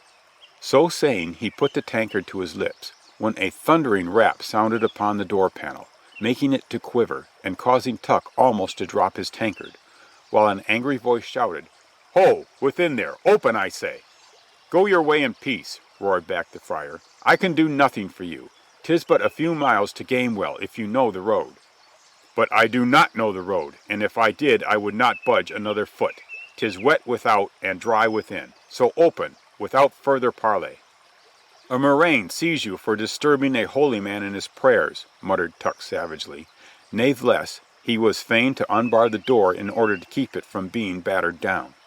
Then, lighting a torch at his fire and whistling for one of his dogs, he strode forth to see who his visitor might be. The figure of a tall knight, clad in a black coat of mail, with plumed helmet, stood before him. By his side stood his horse, also caparisoned in rich armor. "Have you no supper, brother?" asked the Black Knight curtly. "I must beg of you a bed and a bit of roof, for this night, and fain would refresh my body ere I sleep." "I have no room that even your steed would deign to accept, Sir Knight, and naught save a crust of bread and pitcher of water." "I faith, I can smell better fare than that, brother, and must e'en force my company upon you, though I shall recompense it for gold in the name of the church. As for my horse, let him but be blanketed and put on the sheltered side of the house." And without further parley, the knight boldly strode past Tuck and his dog and entered the hermitage. Something about his masterful air pleased Tuck, in spite of his churlishness. "Sit you down, Sir Knight," quoth he, "and I will fasten up your steed, and find him somewhat in the shape of grain. Half also of my bed and board is yours this night, but we shall see later who is the better man, and is to give the orders." "With all my soul," said the knight, laughing. "I can pay my keeping in blows or gold as you prefer." The friar presently returned and drew up a small table near the fire. "Now, Sir Knight," quoth he, "put off your sword and helm, and such other war gear as it pleases you, and help me lay this table, for I am passing hungry." The knight did as he was told, and put aside the visor which had hid his face. He was a bronzed and bearded man with blue eyes, and hair shot with gold, haughty but handsome withal. Then once again the priest sat him down to his pasty and mulled wine, right hopefully. He spoke his grace with some haste, and was surprised to hear his guest respond fittingly in the Latin tongue. Then they attacked the wine and pasty valiantly, and the Black Knight made good his word of being in need of refreshment. Tuck looked ruefully at the rapidly disappearing food, but came to grudge it not, by reason of the stories with which his guest enlivened the meal. The wine and warmth of the room had cheered them both, and they were soon laughing uproariously as the best of comrades in the world. The Black Knight, it seemed, had travelled everywhere. He had been on crusades, had fought the courteous Saladin, had been in prison, and often in peril. But now he spoke of it lightly and laughed it off, and made himself so friendly that Friar Tuck was like to choke with merriment. So passed the time till late, and the two fell asleep together, one on each side of the table which had been cleared to the platters. In the morning Friar Tuck awoke disposed to be surly, but was speedily mollified by the sight of the Black Knight, who had already risen gay as a lark, washed his face and hands, and was now stirring a hot gruel over the fire. "By my faith, I make a sorry host," cried Tuck, springing to his feet, and later, as they sat at breakfast, he added, "I want not your gold of which you spoke last night, but instead I will do what I can to speed you on your way whenever you wish to depart." "Then tell me," said the knight, "how I may find Robin Hood the outlaw, for I have a message to him from the king. All day yesterday I sought him, but found him not." Friar Tuck lifted up his hands in holy horror. "I am a lover of peace, Sir Knight, and do not consort with Robin's bold fellows." "Nay, I think no harm of Master Hood," said the knight, "but much I yearn to have speed with him in mine own person." "If that be all, mayhap I can guide you to his haunts," said Tuck, who foresaw in this knight a possible gold bag for Robin. "In sooth, I could not well live in these woods without hearing somewhat of the outlaws, but matters of religion are my chief joy and occupation." "I will go with you, brother," said the Black Knight.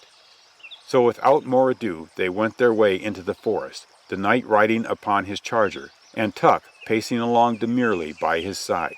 The day had dawned clear and bright, and now with the sun a good 3 hours high a sweet autumn fragrance was in the air. The wind had just the touch of coolness in it which sets the hunter's blood to tingling, and every creature of nature seemed bounding with joyous life. The knight sniffed the fresh air in delight. "By my halidome," quoth he, "but the good greenwood is the best place to live in after all. What court or capital can equal this for full-blooded men?" "None of this earth," replied Tuck smilingly, and once more his heart warmed toward the courteous stranger.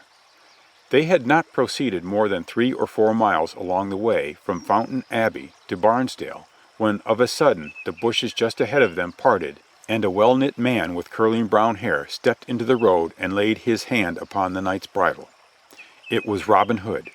He had seen Friar Tuck a little way back, and shrewdly suspected his plan. Tuck, however, feigned not to know him at all. "Hold!" cried Robin. "I am in charge of the highway this day, and must exact an accounting from all passers-by." "Who is it bids me hold?" asked the knight quietly. "I am not in the habit of yielding to one man." "Then here are others to keep me company," said Robin, clapping his hands, and instantly a half-score other stalwart fellows came out of the bushes and stood beside him. "We be yeomen of the forest, Sir Knight," continued Robin, "and live under the greenwood tree. We have no means of support, thanks to the tyranny of our overlords, other than the aid which fat churchmen and goodly knights like yourselves can give. And as ye have churches and rents both, and gold in great plenty, we beseech ye for Saint Charity to give us some of your spending."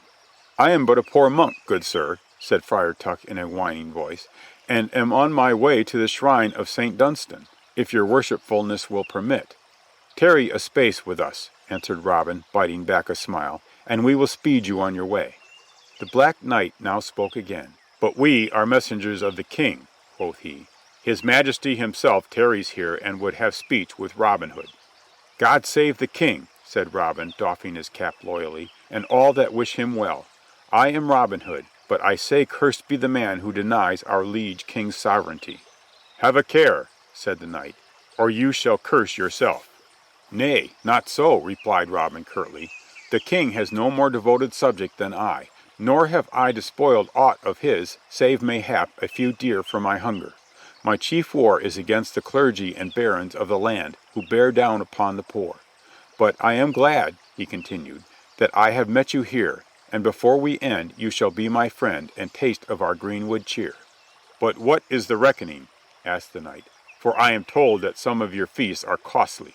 "Nay," responded Robin, waving his hands, "you are from the king. Natheless, how much money is in your purse?" "I have no more than 40 gold pieces, seeing that I have lain a fortnight at Nottingham with the king, and have spent some goodly amounts upon other lordings," replied the knight. Robin took the 40 pounds and gravely counted it. One half he gave to his men, and bade them drink the king's health with it. The other half he handed back to the knight. "Sir," he said courteously, "have this for your spending. If you lie with kings and lordings overmuch, you are like to need it." "Gramercy," replied the other, smiling. "And now lead us on to your greenwood hostelry." So Robin went on the one side of the knight's steed, and Friar Tuck on the other, and the men went before and behind till they came to the open glade before the caves of Barnesdale. Then Robin drew forth his bugle and winded the 3 signal blasts of the band. Soon there came a company of yeomen with its leader, and another, and a third, and a fourth, till there were 70 yeomen in sight. All were dressed in new livery of Lincoln green, and carried new bows in their hands and bright short swords at their belts. And every man bent his knee to Robin Hood ere taking his place before the board, which was already set. A handsome dark-haired page stood at Robin's right hand to pour his wine and that of the knightly guest, while the knight marvelled much at all he saw, and said within himself, "These men of Robin Hood's give him more obedience than my fellows give to me." At the signal from Robin the dinner began. There was venison and fowl and fish and wheaten cake and ale and red wine in great plenty, and 'twas a goodly sight to see the smiles upon the hungry yeomen's faces. First they listened to an unctuous grace from Friar Tuck, and then Robin lifted high a tankard of ale. "Come, let us now begin," quoth he, "and every man shall have his can. In honor of our guest who comes with royal word, here's a health unto the king." The guest responded heartily to this toast, and round about the board it went, the men cheering noisily for King Richard. After the feast was over, Robin turned to his guest and said, "Now you shall see what life we lead, so that you may report faithfully, for good or bad, unto the king." So at a signal from him the men rose up and smartly bent their bows for practice, while the knight was greatly astonished at the smallness of their targets. A wand was set up far down the glade, and thereon was balanced a garland of roses. Whosoever failed to speed his shaft through the garland without knocking it off the wand was to submit to a buffet from the hand of Friar Tuck. "Ho, ho!" cried the knight, as his late traveling companion rose up and bared his brawny arm ready for service. "So you, my friend, are Friar Tuck." "I have not gainsaid it," replied Tuck, growling at having betrayed himself. "But chastisement is a rule of the church, and I am seeking the good of these stray sheep." The knight said no more, though his eyes twinkled, and the shooting began. David of Doncaster shot first and landed safely through the rose garland. Then came Allan a Dale and Little John, and Stuteley and Scarlet, and many of the rest, while the knight held his breath from very amazement. Each fellow shot truly through the garland, until Middle the tinker, not to be outdone, stepped up for a trial. But alas, while he made a fair shot for a townsman, the arrow never came within a handbreadth of the outer rim of the garland. "Come hither, fellow," said Little John coaxingly. "The priest would bless thee with his open hand." Then, because Middle made a wry face as though he had already received the buffet, and loitered in his steps, Arthur a Bland and Will Stuteley seized him by the arms and stood him before the friar. Tuck's big arm flashed through the air, woof, and stopped suddenly against the tinker's ear, while Middle himself went rolling over and over in the grass. He was stopped by a small bush, and up he sat, thrusting his head through it, rubbing his ear, and blinking up at the sky as though the stars had fallen and struck him. The yeoman roared with merriment, and as for the knight, he laughed till the tears came out of his blue eyes and rolled down his face. After Middle's mishap, others of the band seemed to lose their balance, and fared in the same fashion. The garland would topple over in a most impish way at every breath, although the arrows went through it. So Middle 'gan to feel better when he saw this one and that one tumbling on the sward. At last came Robin's turn. He shot carefully, but as ill luck would have it, the shaft was ill feathered and swerved sideways, so that it missed the garland by full 3 fingers. Then a great roar went up from the whole company, for 'twas rare that they saw their leader miss his mark. Robin flung his bow upon the ground from very vexation. "A murrain take it," quoth he. "The arrow was sadly winged. I felt the poor feather upon it as it left my fingers." Then suddenly seizing his bow again, he sped 3 shafts as fast as he could send them, and every one went clean through the garland. "By St. George," muttered the knight, "never before saw I such shooting in all Christendom." The band cheered heartily at these last shots, but Will Scarlet came up bravely to Robin. "Pretty shooting, master," quoth he, "but 'twill not save you from paying for the bad arrow. So walk up and take your medicine."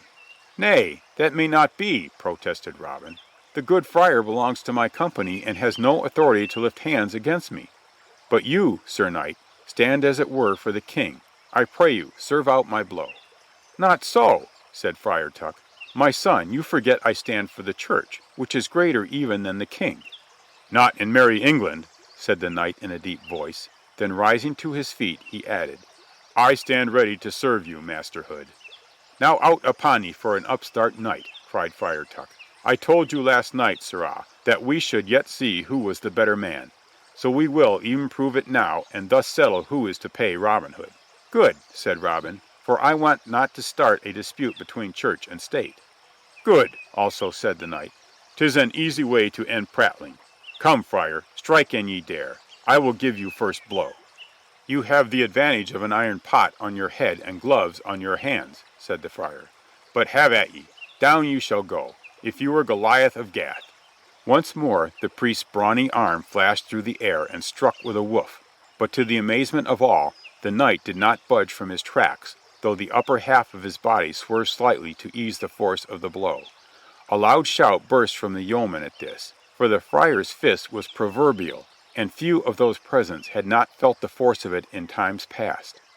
"Now 'tis my turn," said his antagonist coolly, casting aside his gauntlet, and with one blow of his fist the knight sent the friar spinning to the ground. If there had been an uproar and shouting before, it was as naught to the noise which now broke forth. Every fellow held his sides or rolled upon the ground from laughter, every fellow save one, and that was Robin Hood. "Out of the frying pan and into the fire," thought he. "I wish I had let the fire box my ears after all." Robin's plight did indeed seem a sorry one, before the steel muscles of his stranger. But he was saved from a tumble heels over head by an unlooked-for diversion. A horn winded in the glade, and a party of knights were seen approaching. "To your arms!" cried Robin, hurriedly seizing his sword and bow. "'Tis Sir Richard of the Laigh!" cried another, as the troop came nearer. And so it was. Sir Richard spurred forward his horse and dashed up to the camp, while the outlaw stood at stiff attention. When he had come near the spot where the Black Knight stood, he dismounted and knelt before him. "I trust your majesty has not needed our arms before," he said humbly. "It is the king!" cried Will Scarlet, falling upon his knees. "The king!" echoed Robin Hood after a moment of dumb wonderment, and he and all his men bent reverently upon their knees as one man. So ends chapter 22.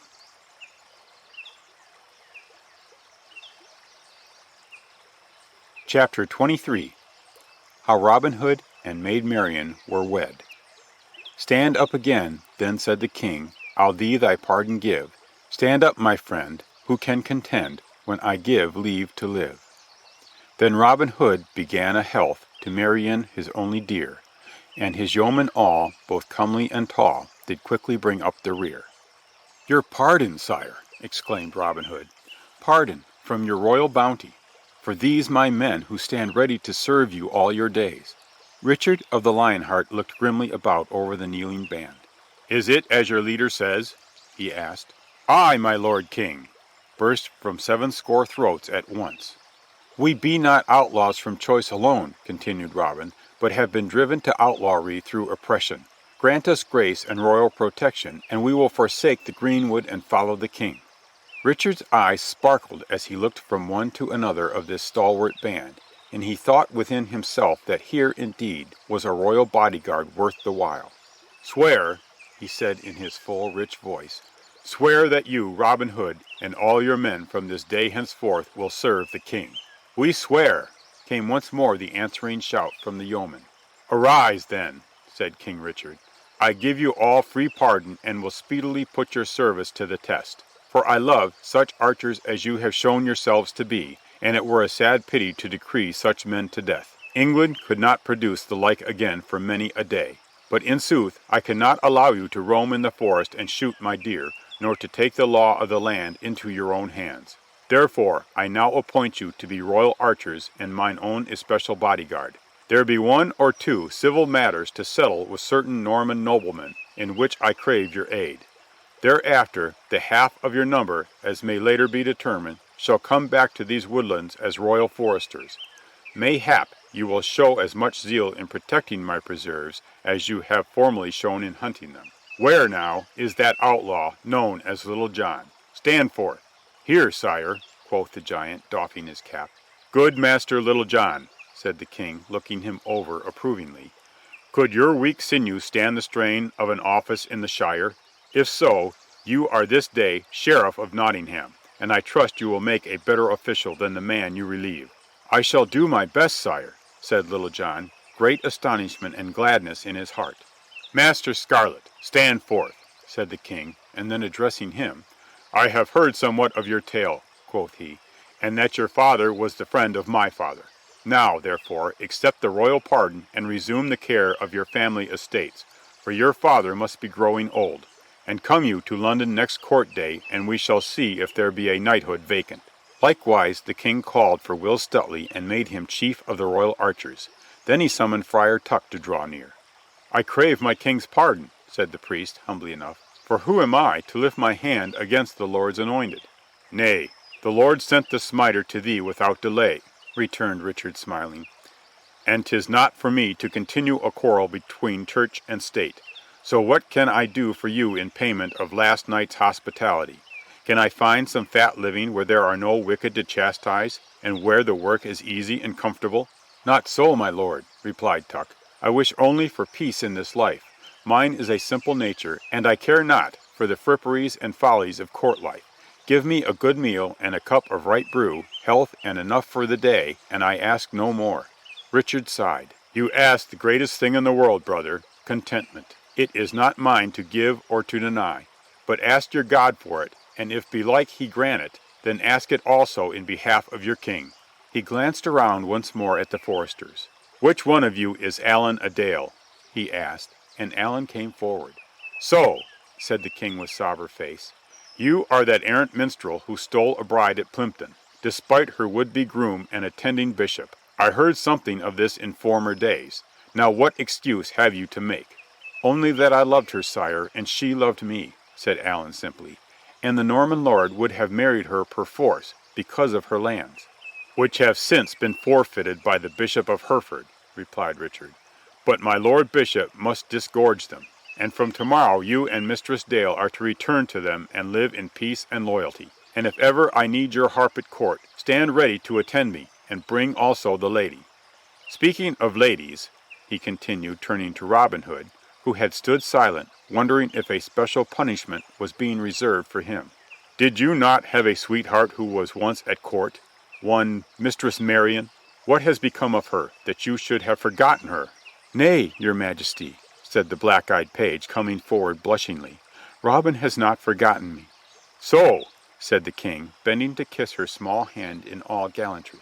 Verily, as I have already thought within myself, this Master Hood is better served than the king in his palace. But are you not the only child of the late Earl of Huntingdon? I am, sire, though there be some who say that Robin Hood's father was formerly the rightful Earl of Huntingdon. Natheless, neither he is advantaged nor I, for the estates are confiscate. Then they shall be restored forthwith, cried the king. And lest you two should revive the ancient quarrel over them, I bestow them upon you jointly. Come forward, Robin Hood. Robin came and knelt before his king. Richard drew his sword and touched him upon the shoulder. Rise, Robin Fitzooth, Earl of Huntingdon, he exclaimed, while a mighty cheer arose from the band and rent the air of the forest. The first command I give you, my lord Earl, continued the king when quiet was restored, is to marry Mistress Marian without delay. May I obey all your majesty's commands as willingly, cried the new Earl of Huntingdon, drawing the old earl's daughter close to him. The ceremony shall take place tomorrow, and this maid is willing." "She makes little protest," said the king, "so I shall even give away the bride myself." Then the king chatted with others of the foresters, and made himself as one of them for the evening, rejoicing that he could have this careless freedom of the woods. And Much, the miller's son, and Arthur a Bland, and Middle, and Stuteley, and Scarlet, and Little John, and others played at the quarterstaff, giving and getting many lusty blows. Then, as the shades of night drew on, the whole company, knights and foresters, supped and drank around a blazing fire, while Allan sang sweetly to the thrumming of the harp, and the others joined in the chorus. 'Twas a happy, carefree night, this last one together under the greenwood tree. Robin could not help feeling an undertone of sadness that it was to be the last, for the charm of the woodland was still upon him. But he knew 'twas better so, and that the new life with Marian and in the service of his king would bring its own joys. Then the night deepened, the fire sank, but was replenished, and the company lay down to rest. The king, at his own request, spent the night in the open. Thus they slept, king and subject alike, out under the stars, cared for lovingly by nature, kind mother of us all. In the morning the company was early astir and on their way to Nottingham. It was a goodly cavalcade. First rode King Richard of the Lionheart, with his tall figure set forth by the black armor and waving plume in his helm. Then came Sir Richard of the Lea, with 80 knights and men at arms, and after them came Robin Hood and Maid Marian riding upon milk-white steeds. Allan a Dale also escorted Mistress Dale on horseback, for she was to be matron of honor at the wedding. These were followed by 70 archers clad in their bravest Lincoln green, and with their new bows unstrung in token of peace. Outside the gates of Nottingham town they were halted. "Who comes here?" asked the warder's surly voice. "Open to the King of England," came back the clear answer, and the gates were opened and the bridge let down without delay. Almost before the company had crossed the moat, the news spread through the town like wildfire. "The king is here! The king is here, and hath taken Robin Hood!" From every corner flocked the people to see the company pass, and wildly did they cheer for the king, who rode smilingly, with bared head, down through the marketplace. At the far end of it he was met by the sheriff, who came up puffing in his haste to do the king honor.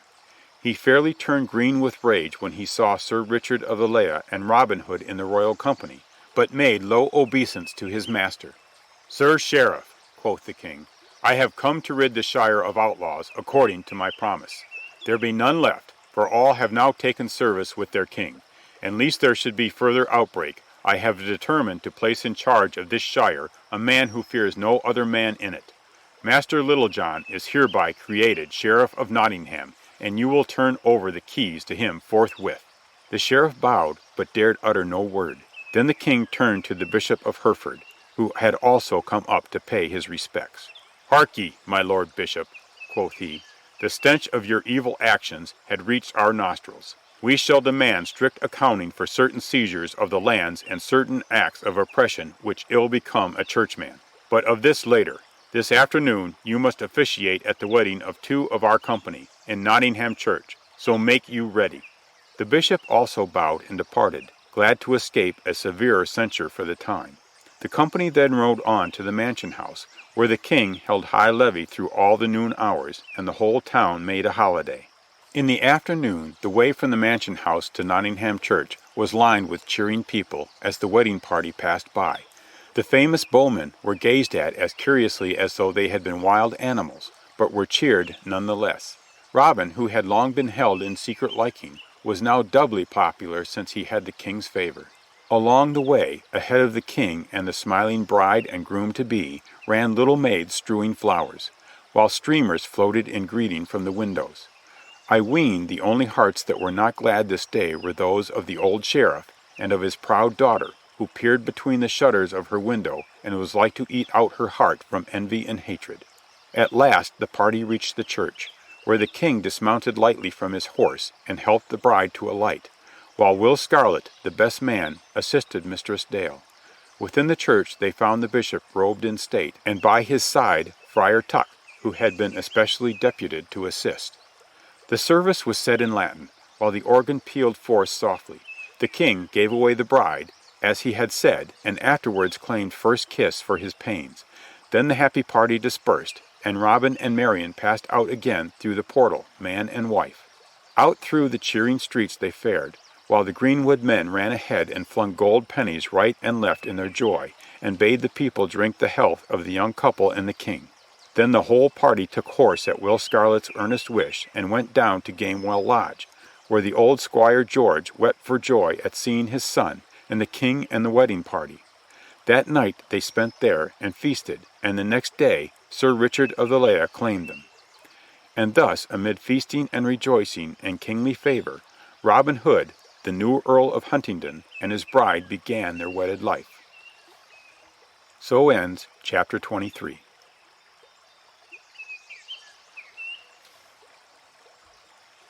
Chapter 24. How Robin Hood Met His Death. Give me my bent bow in my hand, and a broad arrow I'll let flee, and where this arrow is taken up, there shall my grave digged be. Now by good rights this story should end with the wedding of Robin Hood and Maid Marian. For do not many pleasant tales end with a wedding and the saying, and they lived happy ever after? But this is a true account, in so far as we can find the quaint old ballads which tell of it, and so we must follow one more of these songs and learn how Robin, after living many years longer, at last came to seek his grave, and the story of it runs in this wise. Robin Hood and his men, now the royal archers, went with King Richard of the Lionheart through England, settling certain private disputes which had arisen among the Norman barons while the king was gone to the Holy Land. Then the king proceeded amid great pomp and rejoicing to the palace at London, and Robin, the new Earl of Huntingdon, brought his countess thither, where she became one of the finest ladies of the court. The royal archers were now divided into two bands, and one half of them were retained in London, while the other half returned to Sherwood and Barnesdale, there to guard the king's preserves. Several months passed by, and Robin began to chafe under the restraint of city life. He longed for the fresh pure air of the greenwood and the rollicking society of his yeomen. One day, upon seeing some lads at archery practice upon a green, he could not help but lament, saying, "Woe is me! I fear my hand is fast losing its old-time cunning at the bowstring." Finally he became so distraught that he asked leave to travel in foreign lands, and this was granted him. He took Maid Marian with him, and together they went through many strange countries. Finally, in an eastern land, a great grief came upon Robin. Marian sickened of a plague and died. They had been married but 5 years, and Robin felt as though all the light had gone out of his life. He wandered about the world for a few months longer, trying to forget his grief, then came back to the court at London and sought some commission in active service. But unluckily, Richard was gone again upon his adventures, and Prince John, who acted as regent, had never been fond of Robin. He received him with a sarcastic smile. "Go forth into the greenwood," he said coldly, "and kill some more of the king's deer. Belike, then, the king will make you prime minister at the very least upon his return." The taunt fired Robin's blood. He had been in a morose mood ever since his dear wife's death. He answered Prince John hotly, and the prince bade his guard seize him and cast him into the tower. After lying there for a few weeks, he was released by the faithful Stuteley and the remnant of the royal archers, and all together they fled the city and made their way to the greenwood. There Robin blew the old familiar call, which all had known and loved so well. Up came running the remainder of the band, who had been royal foresters, and when they saw their old master they embraced his knees and kissed his hands, and fairly cried for joy that he had come again to them. And one and all forswore fealty to Prince John, and lived quietly with Robin in the greenwood, doing harm to none and only awaiting the time when King Richard should come again. But King Richard came not again, and would never need his royal guard more. Tidings presently reached them of how he had met his death in a foreign land, and how John reigned as king in his stead. The proof of these events followed soon after, when there came striding through the glade the big familiar form of Little John. "Art come to arrest us?" called out Robin, as he ran forward and embraced his old comrade. "Nay, I am not come as the sheriff of Nottingham, thanks be," answered Little John. "The new king has deposed me, and 'tis greatly to my liking, for I have long desired to join you here again in the greenwood." Then were the rest of the band right glad at this news, and toasted Little John royally. The new king waged fierce war upon the outlaws soon after this, and sent so many scouting parties into Sherwood and Barnesdale that Robin and his men left these woods for a time and went into Derbyshire, near Haydon Hall. A curious pile of stone is shown to this day as the ruins of Robin's castle, where the bold outlaw is believed to have defied his enemies for a year or more. At any rate, King John found so many troubles of his own after a time that he ceased troubling the outlaws. But in one of the last sorties Robin was wounded. The cut did not seem serious and healed over the top, but it left a lurking fever. Daily his strength ebbed away from him until he was in sore distress. One day, as he rode along on horseback near Kirklees Abbey, he was seized with so violent a rush of blood to the head that he reeled and came near falling from his saddle. He dismounted weakly and knocked at the abbey gate. A woman shrouded in black peered forth. "Who are you that knock here? For we allow no man within these walls," she said. "Open, for the love of heaven," he begged. "I am Robin Hood, ill of a fever and in sore straits." At the name of Robin Hood the woman stared back, and then, as though bethinking herself, unbarred the door and admitted him. Assisting his fainting frame up a flight of stairs and into a front room, she loosed his collar and bathed his face until he was revived. Then she spoke hurriedly in a low voice. "Your fever will sink if you are bled. See, I have provided a lancet and will open your veins while you lie quiet." So she bled him, and he fell into a stupor which lasted nearly all that day, so that he awoke weak and exhausted from loss of blood. Now there is a dispute as to this abbess who bled him. Some say that she did it in all kindness of heart, while others aver that she was none other than the former sheriff's daughter, and found her revenge at last in this cruel deed. Be that as it may, Robin's eyes swam from very weakness when he awoke. He called warily for help, but there was no response. He looked longingly through the window at the green of the forest, but he was too weak to make the leap that would be needed to reach the ground. He then bethought him of his horn, which hung down at his knee. He set his horn unto his mouth, and blew out weak blasts 3. Little John was out in the forest near by, or the blast would never have been heard. At their sound he sprang to his feet. "Woe, woe!" he cried. "I fear my master is near dead, he blows so wearily."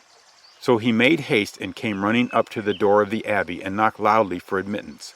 Failing to get reply, he burst in the door with frenzied blows of his mighty fist, and soon came running up to the room where Robin lay, white and faint. "Alas, dear master," cried Little John in great distress, "I fear you have met with treachery.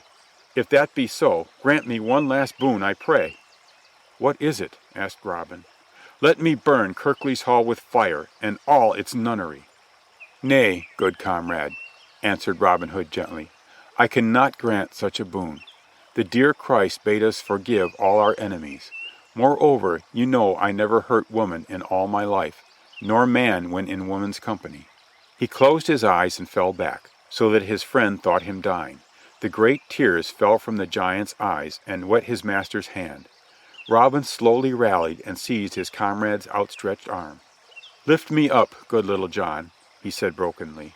"I want to smell the air from the good greenwood once again. Give me my good yew bow. Here, and fix a broad arrow upon the string. Out yonder, among the oaks, where this arrow shall fall, let them dig my grave." And with one last mighty effort he sped his shaft out of the open window, straight and true, as in the days of old, till it struck the largest oak of them all, and dropped in the shadow of the trees. Then he fell back upon the sobbing breast of his devoted friend. "'Tis the last," he murmured.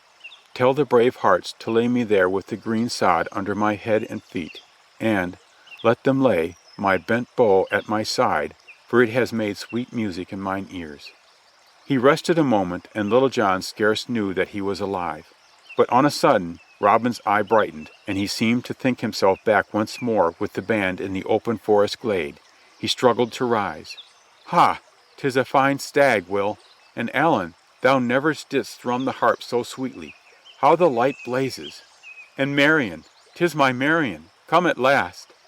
So died the body of Robin Hood, but his spirit lives on through the centuries in the deathless ballads which are sung of him, and in the hearts of men who love freedom and chivalry.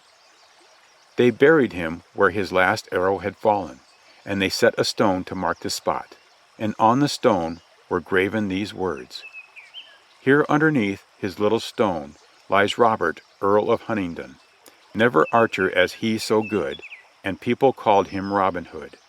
Such outlaws as he and his men will England never see again." So ends chapter 24. So ends Robin Hood by J. Walker McSpadden.